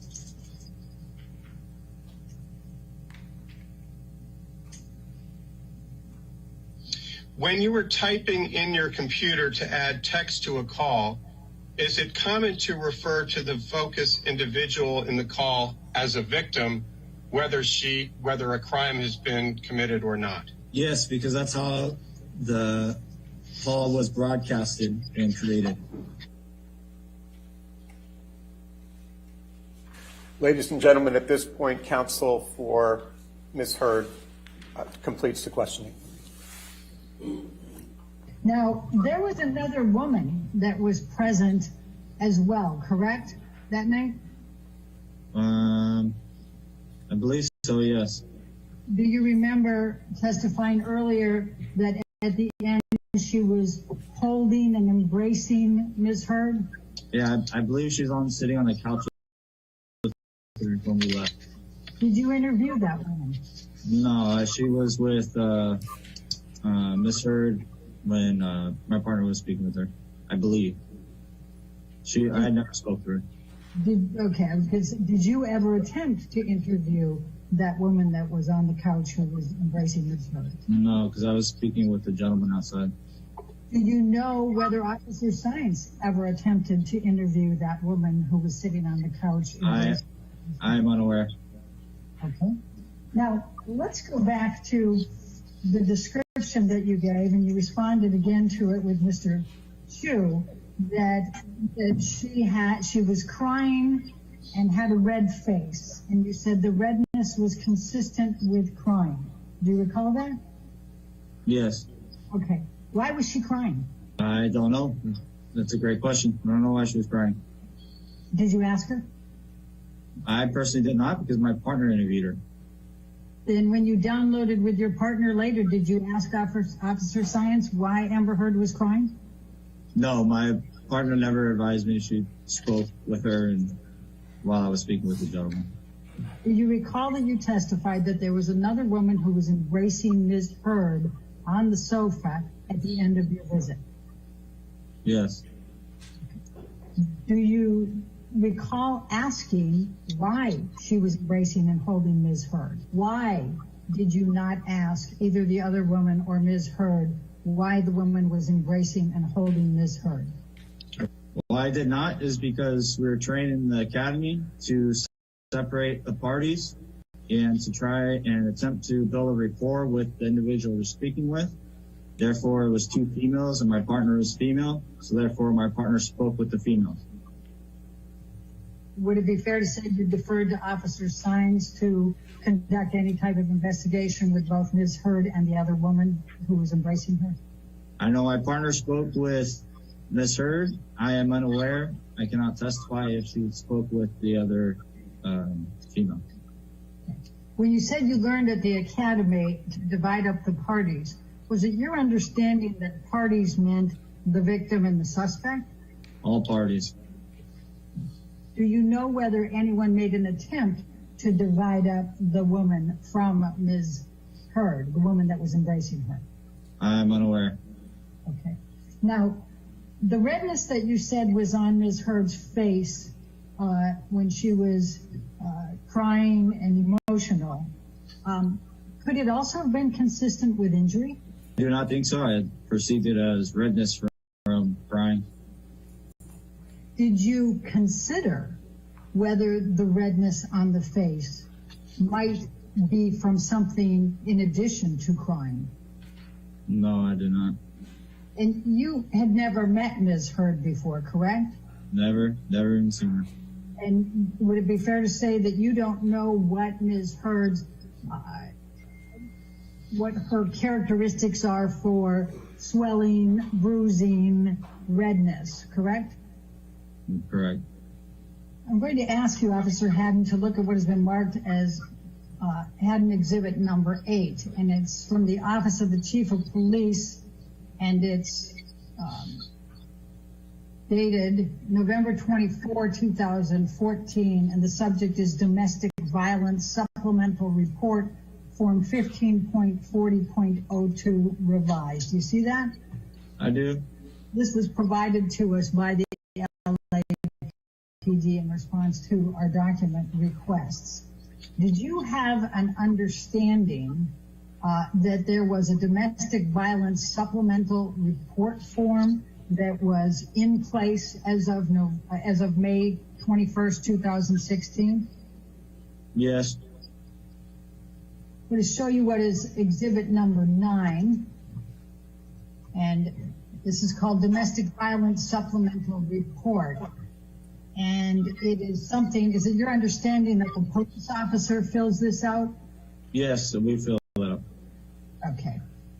Do you recall whether you had filled out this supplemental report at any time prior to May 21st, 2016? I don't recall. Now, if we look at the first column on the domestic violence supplemental report, it has a column that says victim. And then there are a number of descriptive words underneath with boxes. Do you see that? I do. All right. Now, the first one is shaking. What, if any, observations did you make of Ms. Heard shaking? No, I don't recall. All right. What, if any, observations did you make about Ms. Heard being unresponsive? The little time I dealt with her, yeah, she was unresponsive and crying. I'm sorry, I didn't catch the first part. She was unresponsive and crying, did you say? Yes. Okay. And I guess you've answered the third one here, that she was crying, correct? Yes. All right. And what, if any, observations did you make whether Amber Heard was scared? I didn't.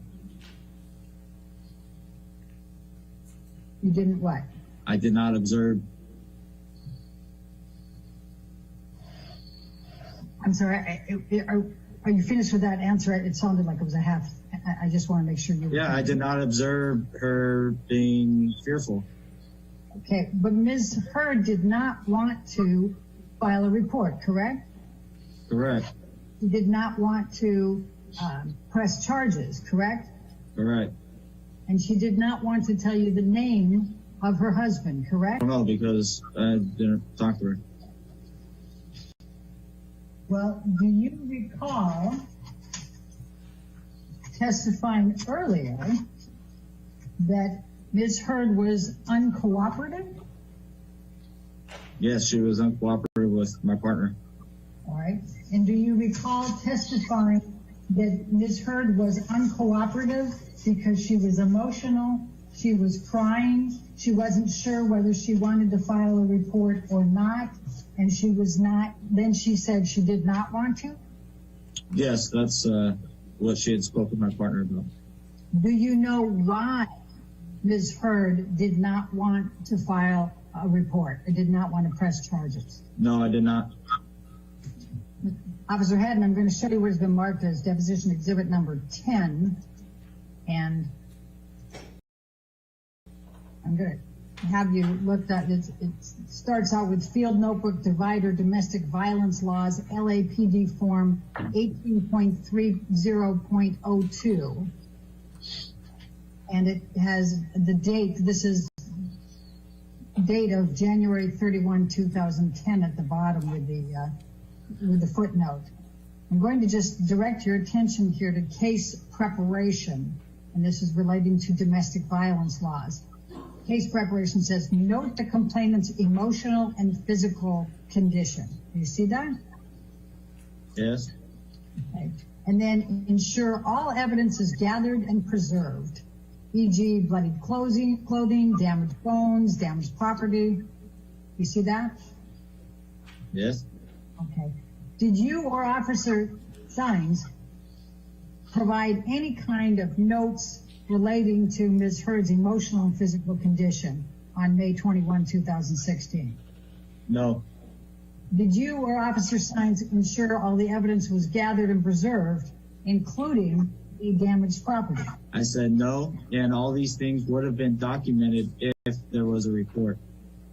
All right, let's go to the next bullet point. It says, ensure photographs are taken of injuries or lack of injury to complainant and accused, both the day of and day after. Did you take any photographs to show a lack of injury? No. Did you take any photos to show a lack of damage? No. All right. And then this next one is ensure photographs are taken of the scene and damaged property, etc. So I've already asked you that one, so let's go to the next one. Canvass location and interview all witnesses, including children, neighbors, law enforcement. Did you do that in this instance? Yes. Who did you interview? I spoke with the gentleman. All right. Anyone else? No, that's it. Now, there were 2 females present in addition to Ms. Heard, were there not? Yes. Including her, I believe there's 2. You don't recall the 3rd woman there? No, I don't recall a 3rd woman being there. All right. Did you ask if there was anybody else that was present who had witnessed any aspect of this? I don't recall exactly, but all right.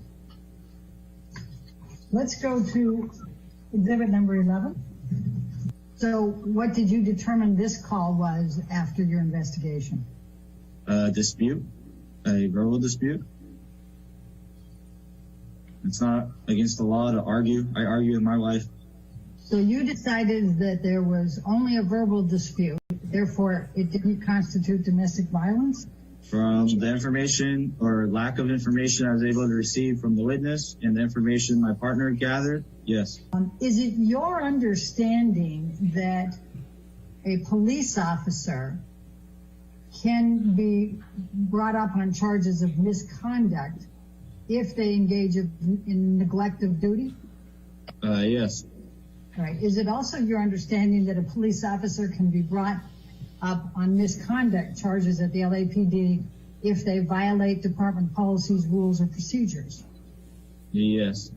And is it your understanding that a police officer can be brought up on charges of misconduct if they engage in conduct which may tend to reflect unfavorably upon the employee or the department? Yes. All right. Thank you. Your next witness is by deposition also. I assume you need a few minutes to switch that out, or are you ready to? We're ready. Well, actually, I think we still have an exhibit working on now. Oh, I think that's right. Okay, well, we go ahead and it's early, but let's go ahead and take a morning recess for 15 minutes so we can take care of that and get it set up with the next deposition, okay? So don't talk to anybody and don't do any outside research, all right?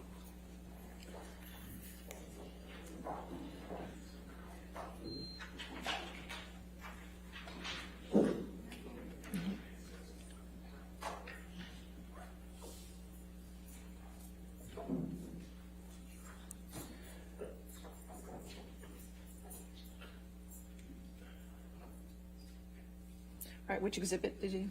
Well, I think we're agreeing on that, it's just that we have to do the action. Okay, who's the next? Which deposition is next? Officer William Gatlin, Your Honor. Officer Gatlin. With him, so Okay. we did the redactions that we discussed. I don't know how to. I haven't seen it yet, so I All just right, need why to don't I go ahead and confirm. take the 15 minutes, and when I come back, we can figure it out. So, Because I don't think we were disagreeing with anything else. okay, and how long is this deposition? I believe it's around 35 minutes, Your Honor. Okay, so we'll be able to start the next one right after We should that. be able to, yes. So why don't you go ahead and get the exhibits for the next one after that as well, and I'll come back at 11:20 and we can do both of them, okay? All right. Thank you, Your Honor.